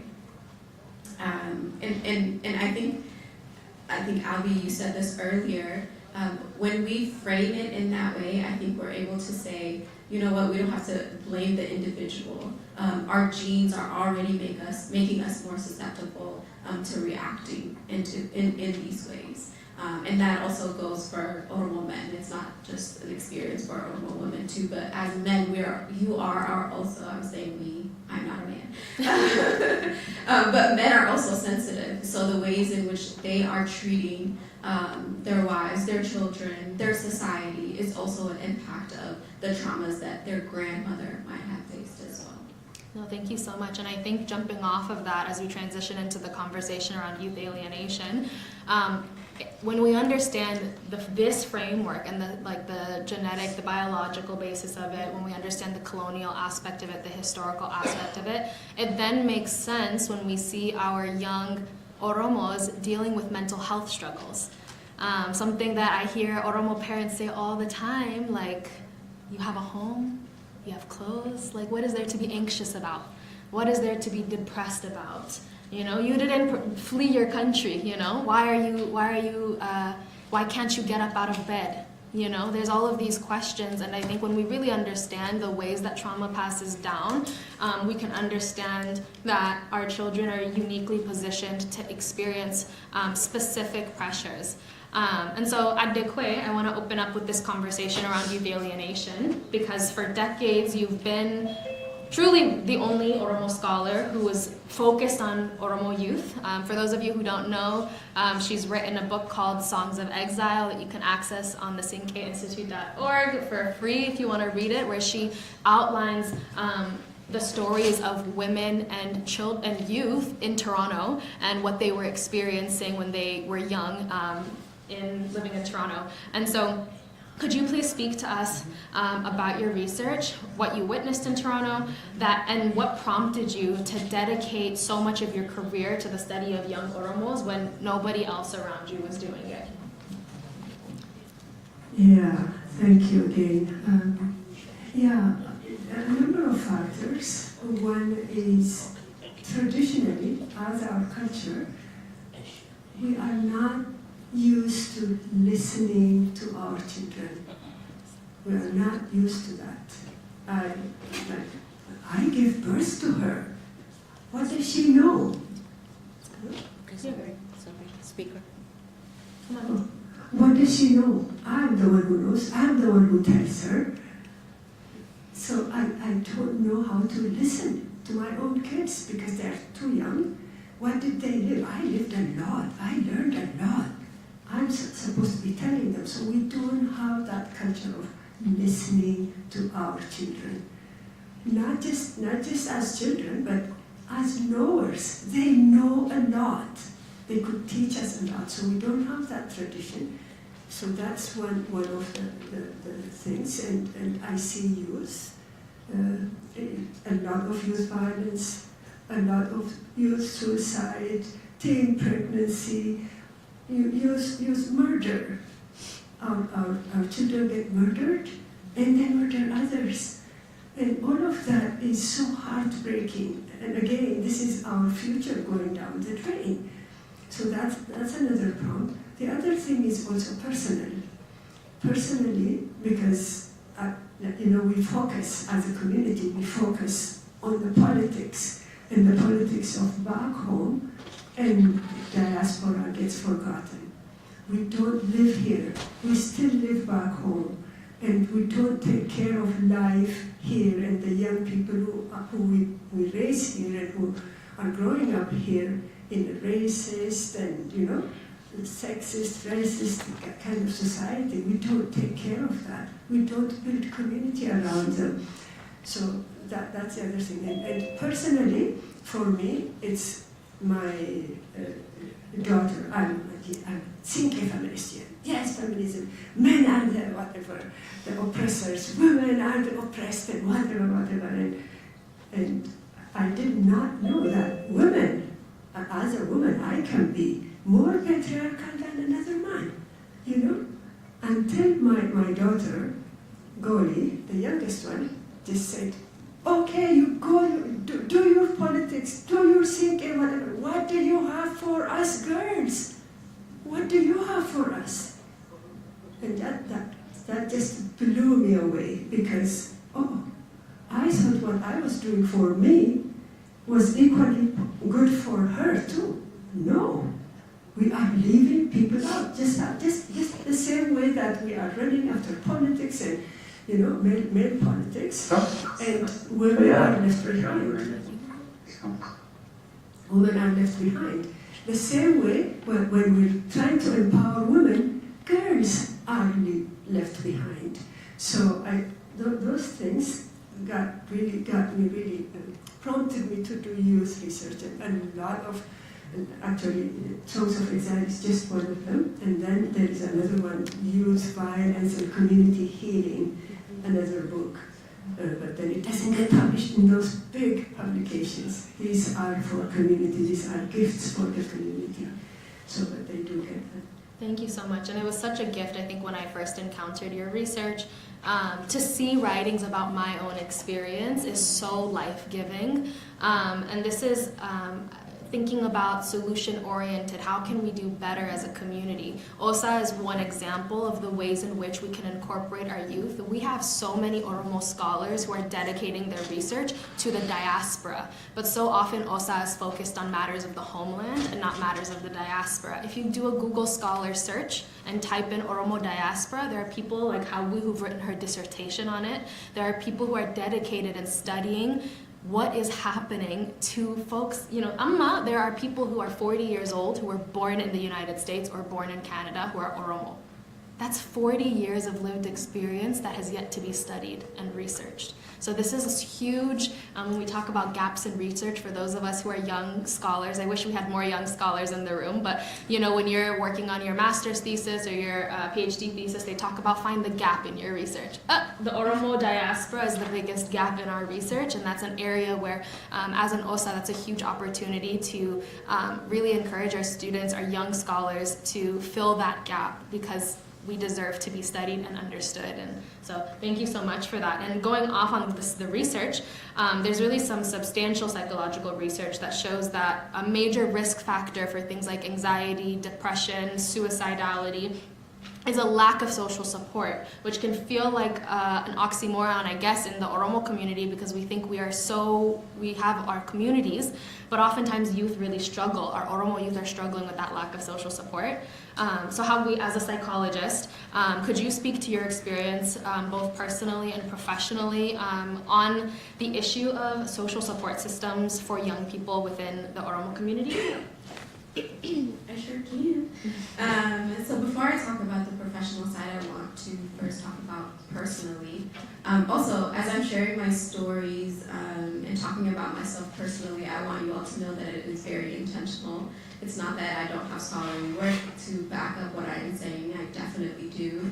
But I feel like, and I believe that sharing my personal stories will help me connect with you all. As telling stories, sharing with one another helps us just connect and build better relationships. And I hope that it helps establish a sense of connection with me, and that you all feel comfortable talking to me afterwards. So just so you know, it is very intentional. But personally, so the reason why I even went into the field of psychology and really thought about pursuing it as an area of study was a personal experience of mine. In 2016, I had a cousin.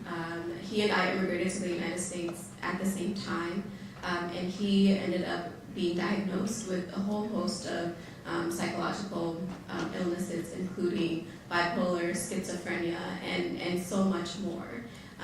And a year after his diagnosis, he ended up dying by suicide.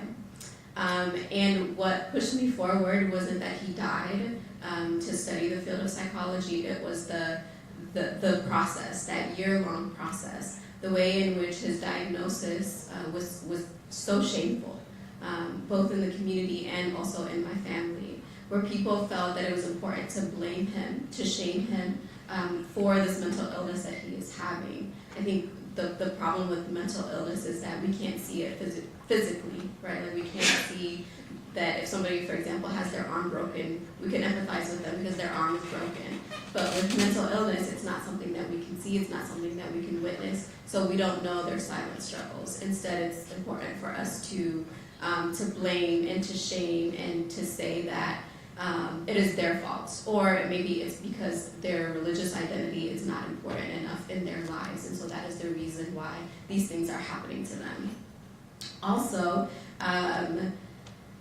when he did pass away, the people that weren't present in his life, maybe that were actually shaming him and putting him down, all showed up at his funeral.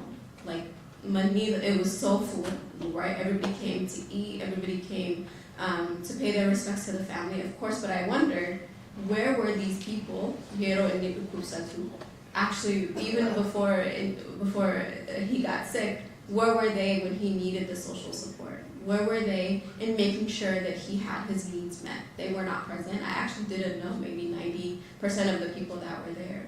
I feel like it's really important for me to tell that story because it is a story that is present in a lot of the lives of Oromo women, Oromo youth who are dying by suicide or who are suffering from mental illness. They are often ostracized, they are often feeling a sense of shame and feeling like they can't come into the community and seek support because that support is just not there. And so from a personal perspective, that's what I've experienced in terms of my professional experience. It's very similar. In the past year, I worked at a university counseling center, and I actually had a lot of Oromo clients who came in and they talked to me about their struggles with mental illness, whether it be depression, anxiety, ADHD. The main theme was my family doesn't support me. My family doesn't understand. How do I talk to them about these things? They're going to tell me that I should be grateful, that I should be grateful for all of the things that I have right now. And that, again, creates a sense of isolation and lack of social support. Also important to mention is about acculturation. Oromo youth, while they themselves are not immigrating to the United States, they're also having to navigate multiple cultures, not just white. My research was in America, so white American culture, but also Black American culture. Also the religious institutions that they are having to acculturate in and trying to navigate exactly how that works. Also African culture. Also, there's just so many things that they're trying to figure out and trying to balance. And when they are in opposition to one another, it creates a sense of psychological stress and burden for them. And unfortunately, when we are fixated and thinking about the Bilusuma back home and not the Bilusuma of ourselves, it causes psychological stress, psychological illnesses. So that's been my experience. Thank you so much. And it's so refreshing to see Oromo mental health workers, all of us. I'm not quite there yet, I'm starting, but to see active mental health workers who are Oromo is so inspiring because we don't see that. And hearing these lived experiences, especially in Toronto, most of you are from here. I lived here for a little bit, and to see I've heard the stories, I know for a lot of our youth, I got emotional because I'm sure someone in this room has been touched by the impacts of mental health in this city. And so I think it's just really, really important to touch on. And I guess going off of what you were saying, I wanted to touch on this concept, and as I've been doing my research, the idea of the immigrant paradox is something that I came across, which is a term that was done in immigrant second-gen research that studied the psychological outcomes of recent immigrants versus the psychological outcomes of second-generation Oromos, immigrants like myself who are born either in Canada or the US. And it found that recent immigrants actually have better psychological outcomes than the children who were born here. And so to see that there's data for Asian Americans, for Latin Americans, for other immigrants that show, oh no, statistically speaking, our youth who are born here are struggling with their ability to be flexible, cognitively flexible, to be able to be resilient to struggles. And it's not of their own accord, but the data is reflecting what we're seeing. And I just wanted to mention that to say that if you yourself have a child, if you yourself are struggling with your mental health, it's not an isolated instance. The research reflects what we're seeing in our communities. I guess we've got enough time to deal with that. Yeah. So I guess I wanted to also speak. Did you want to jump in on that? Yes. Okay, go ahead. I think as both you and how we were speaking, I think something we have to do as a community is to talk to our children, acknowledge them.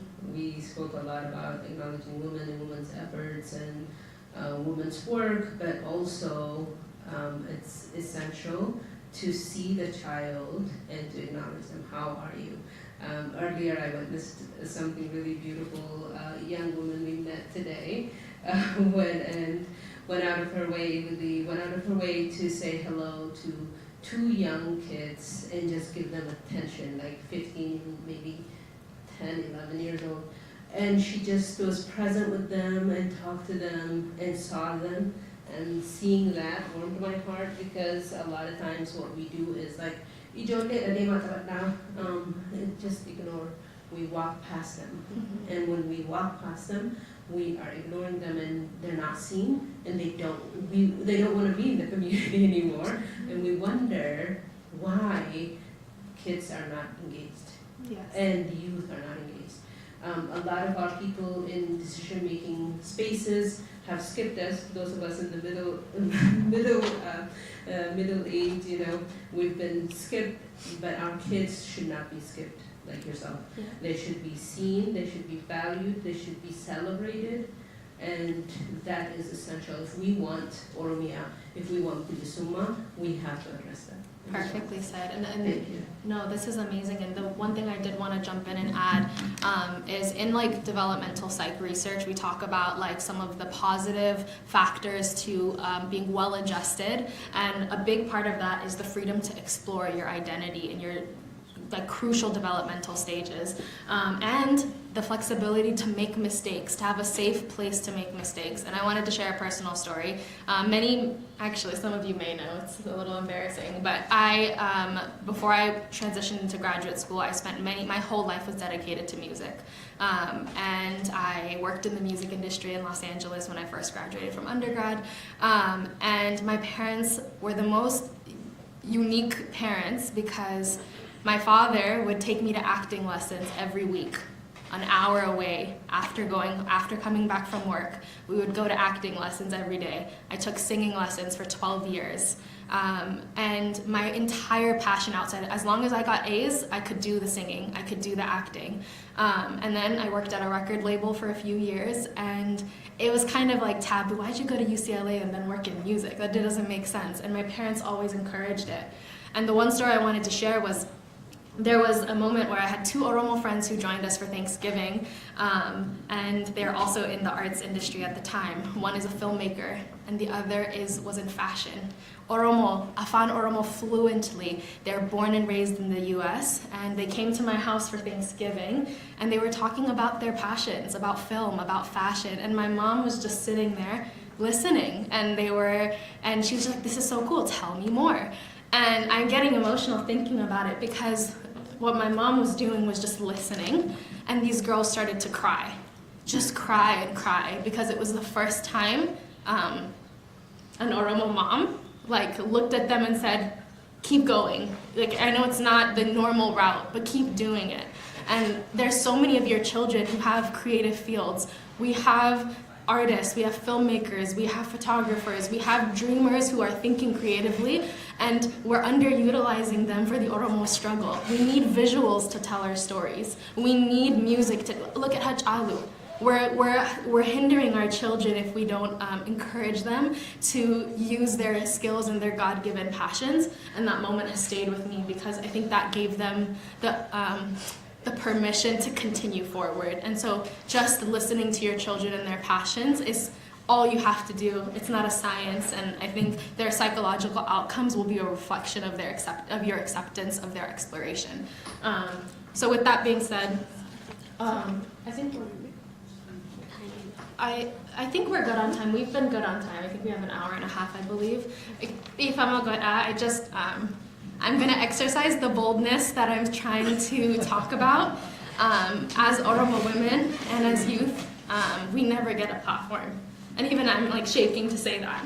And so for this presentation, we were given an hour and a half, and we've practiced our timing, and we are within the hour and a half. So if possible, we don't know the next time we're going to be able to talk about Oromo youth, so I would really appreciate if we could at least honor that allotted time. Ifama, is that okay? Yeah. Okay, thank you.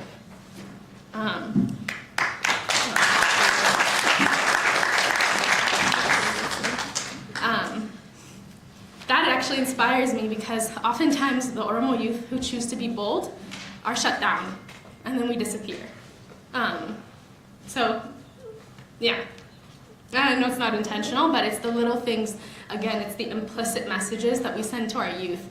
We practiced for months, and I just want us to know that our stories matter. And we made all the girls who were up volunteering sit down and say, we're talking about us, so we're gonna sit and we're gonna talk. And so I really hope that you can encourage us to want to come back to OSA. So with that being said, we just have 2 more topics, and then we'll have a brief Q&A if possible, as long as we're within the hour and a half. And so I just wanted to quickly take it to you, Ayo, who, as a social worker, you have one of the most unique jobs, working currently in the jail system and then previously with child welfare. Could you talk about your experiences in terms of Oromo people and their engagement with the welfare system and the prison system, and how that impacts our youth broadly? Okay, I think we've been talking a lot of dark stuff. It's not easy for people to sit through. It's painful, we acknowledge that. But as I said earlier, it's really important if we're talking about future generation, if we're talking about Oromiyaa. We don't want to leave behind our youth. How proudly we talk about the Kero movement. Well, what platform do we give them? How can we bring them into leadership? What are the things that we do? So as Andy said, I worked in the child welfare system, which is, for some of you who don't know, the government removes children from the home when they suspect the child is abused or neglected. So the children will go into a foster home placement. My experience, yes, I did come across youth, Oromo youth, who've been taken from home in the foster care system.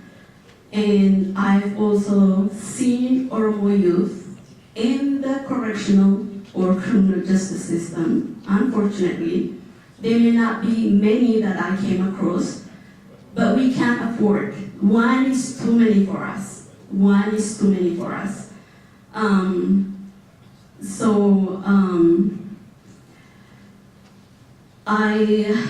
I just, as I said, these things are painful, but I think we have to be patient. We have to be open. This is not to shame anybody. I'm a parent. I struggled. If the government knew when my kids were young, I'm sure they would have taken them from me. Because in a stressful situation, going to school full time, working, and I was rushing them. And I dragged my daughter because she was like dragging, lazy. I dragged her on the floor. And she sustained a scar on her thighs. If the school saw that, she would have been in the foster care system, and I would have been in the system. Even talking about that, teaching each other, what does CPS look like? Why do our kids get into the system? There is a discrimination. Even discussing that, we live here, we're discriminated, we're immigrants, we're black, a lot of layers. One of the most interesting things, I'll just say that and finish it. There was a research conducted by University of Minnesota. They compared the Somali and the Oromo, who were in the foster care system and the criminal justice system. The interesting thing is, the Somalis are the largest in number in both criminal justice system and in foster care systems. The Oromos were about 62 at the time. This is 2011. When CPS or Child Protective takes children from home, they like to place back with relatives or community members, somebody familiar. So they reach out to communities, people, the churches, people the child knows. But those people, they refuse because they're afraid of the family. You know, I don't want to be in conflict with so-and-so's child, I don't want to get in trouble, or that child is it's a bad influence. If I bring him to my house, she's gonna influence my child. So the largest proportion of the Oromo children in Minnesota in 2011 were placed in a very restrictive placement, which is like a group home, residential placements, or juvenile placements. So as painful as it may sound, I think as a people, we have to talk. This is not a reflection of who we are. We're not bad parents. We do the best we could. We're doing the best we can. There is no shame with that. But how can we support one another? How can we strengthen our community? How can we find a way to nurture our kids? Like, those are the things, focus on solutions. We're not shaming anybody here.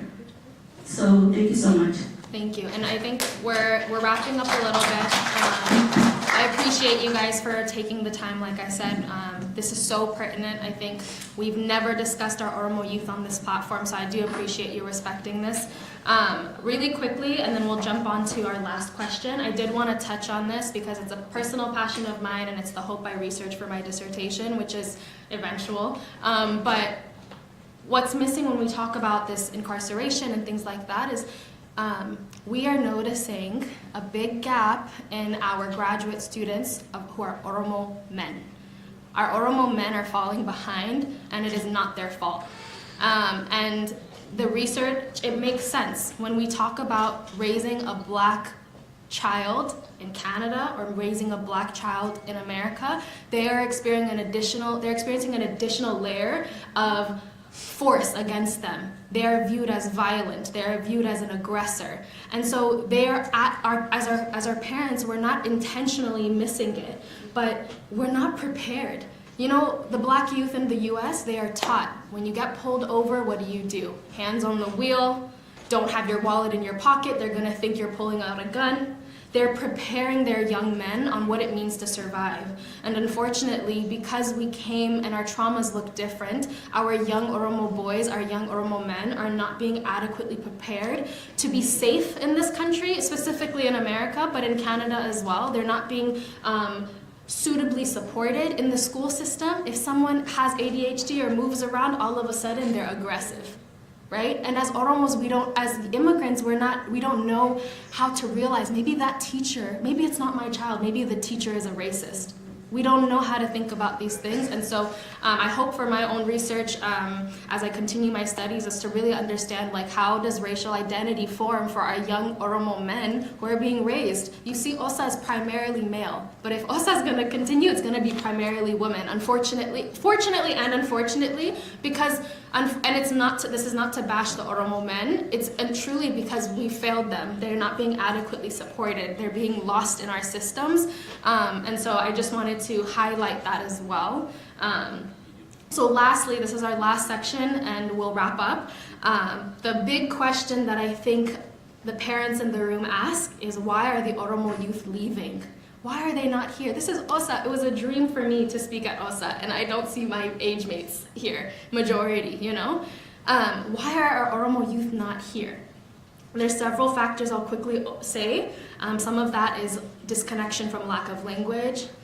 It's a hard word to say, but some of it is an infantilization of our youth, lack of acknowledging their expertise and what they bring to the table, and a mass underutilization of our Oromo young people who are skilled and who have the expertise to make things so much better. And a culture of shame that they get raised in. So that's what we're gonna talk about. I'm quickly giving you an overview so that we can touch on it. So how I'll let you open up and discuss a little bit. It's okay, last section. This goes back to not having the fear of our mothers, Uga. We gotta finish up a little bit. But Nufi, we're about to finish. Absolutely, I love it. I definitely don't have those same fears either, Gary. I do see it in action. And I think I would just say, you know, in my dissertation study, one of the things that I found is about the importance, just to maybe shift. We've been focusing on like what has been happening and all of the struggles that we face as youth and also as women. So I want to just flip it a little bit and reframe something positive.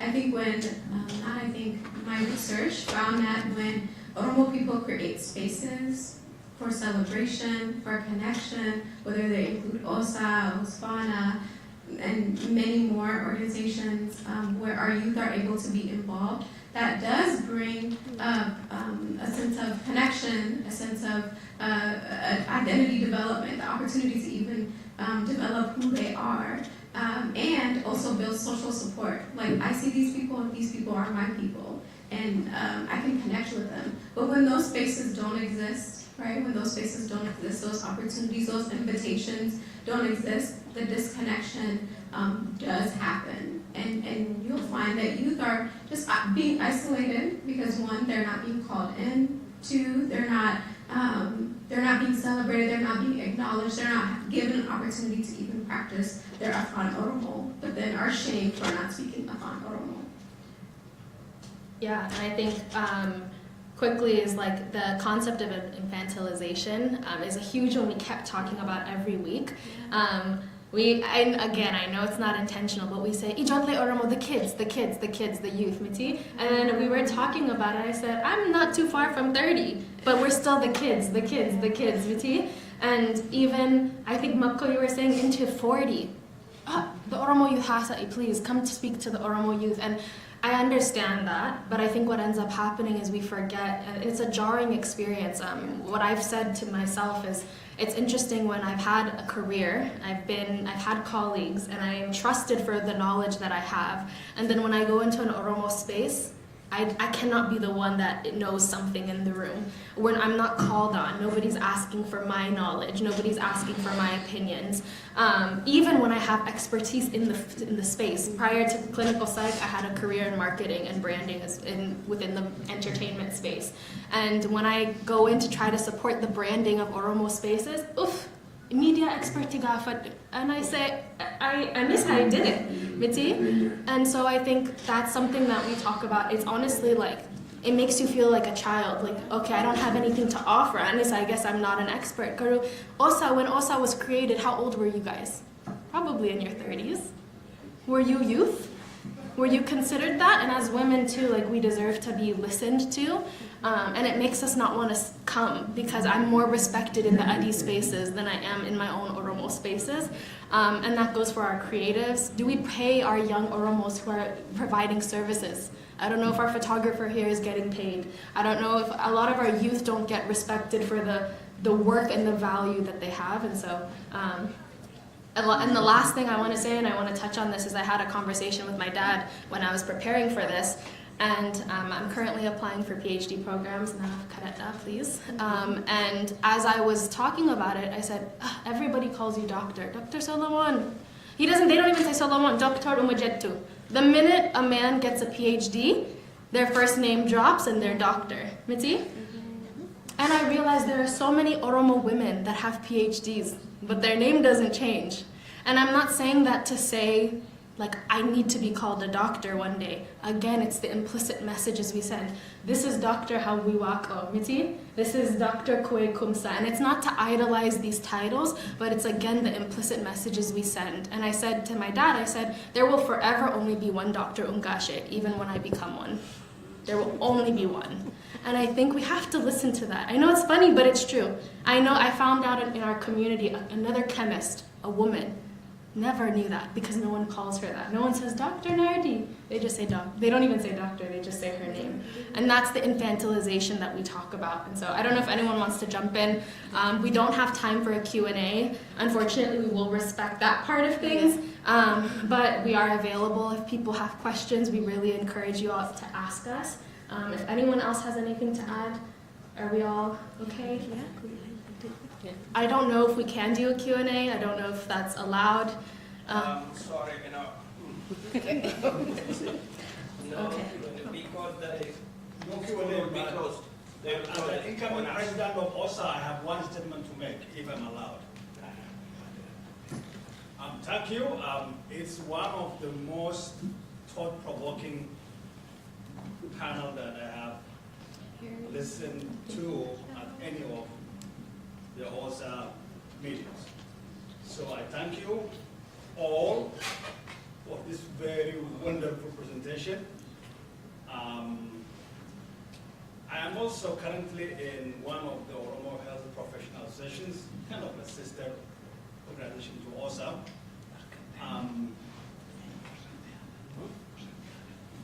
Within the IOPA, one of the questions that we have been asked a lot is about the Oromo women health, mental health, and nowadays also substance use disorder, etc. Right? And of course, I also had this background about reproductive health and women's issues that I used to study when I was back home. And I want to say that this is going to be the point that you raised, Albie, about women, youth membership in this organization is also a very critical issue.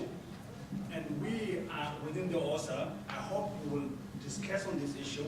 We want to make sure that we have more youth members and we do things that may appeal to the youth, the diaspora youth here in the United States and across the world, not only of the Oromo back home. And I think that is going to be an issue that we'll be dealing with next year. Thank you for this. Thank you. Very, Appreciate it. very Galatama, Decolonial.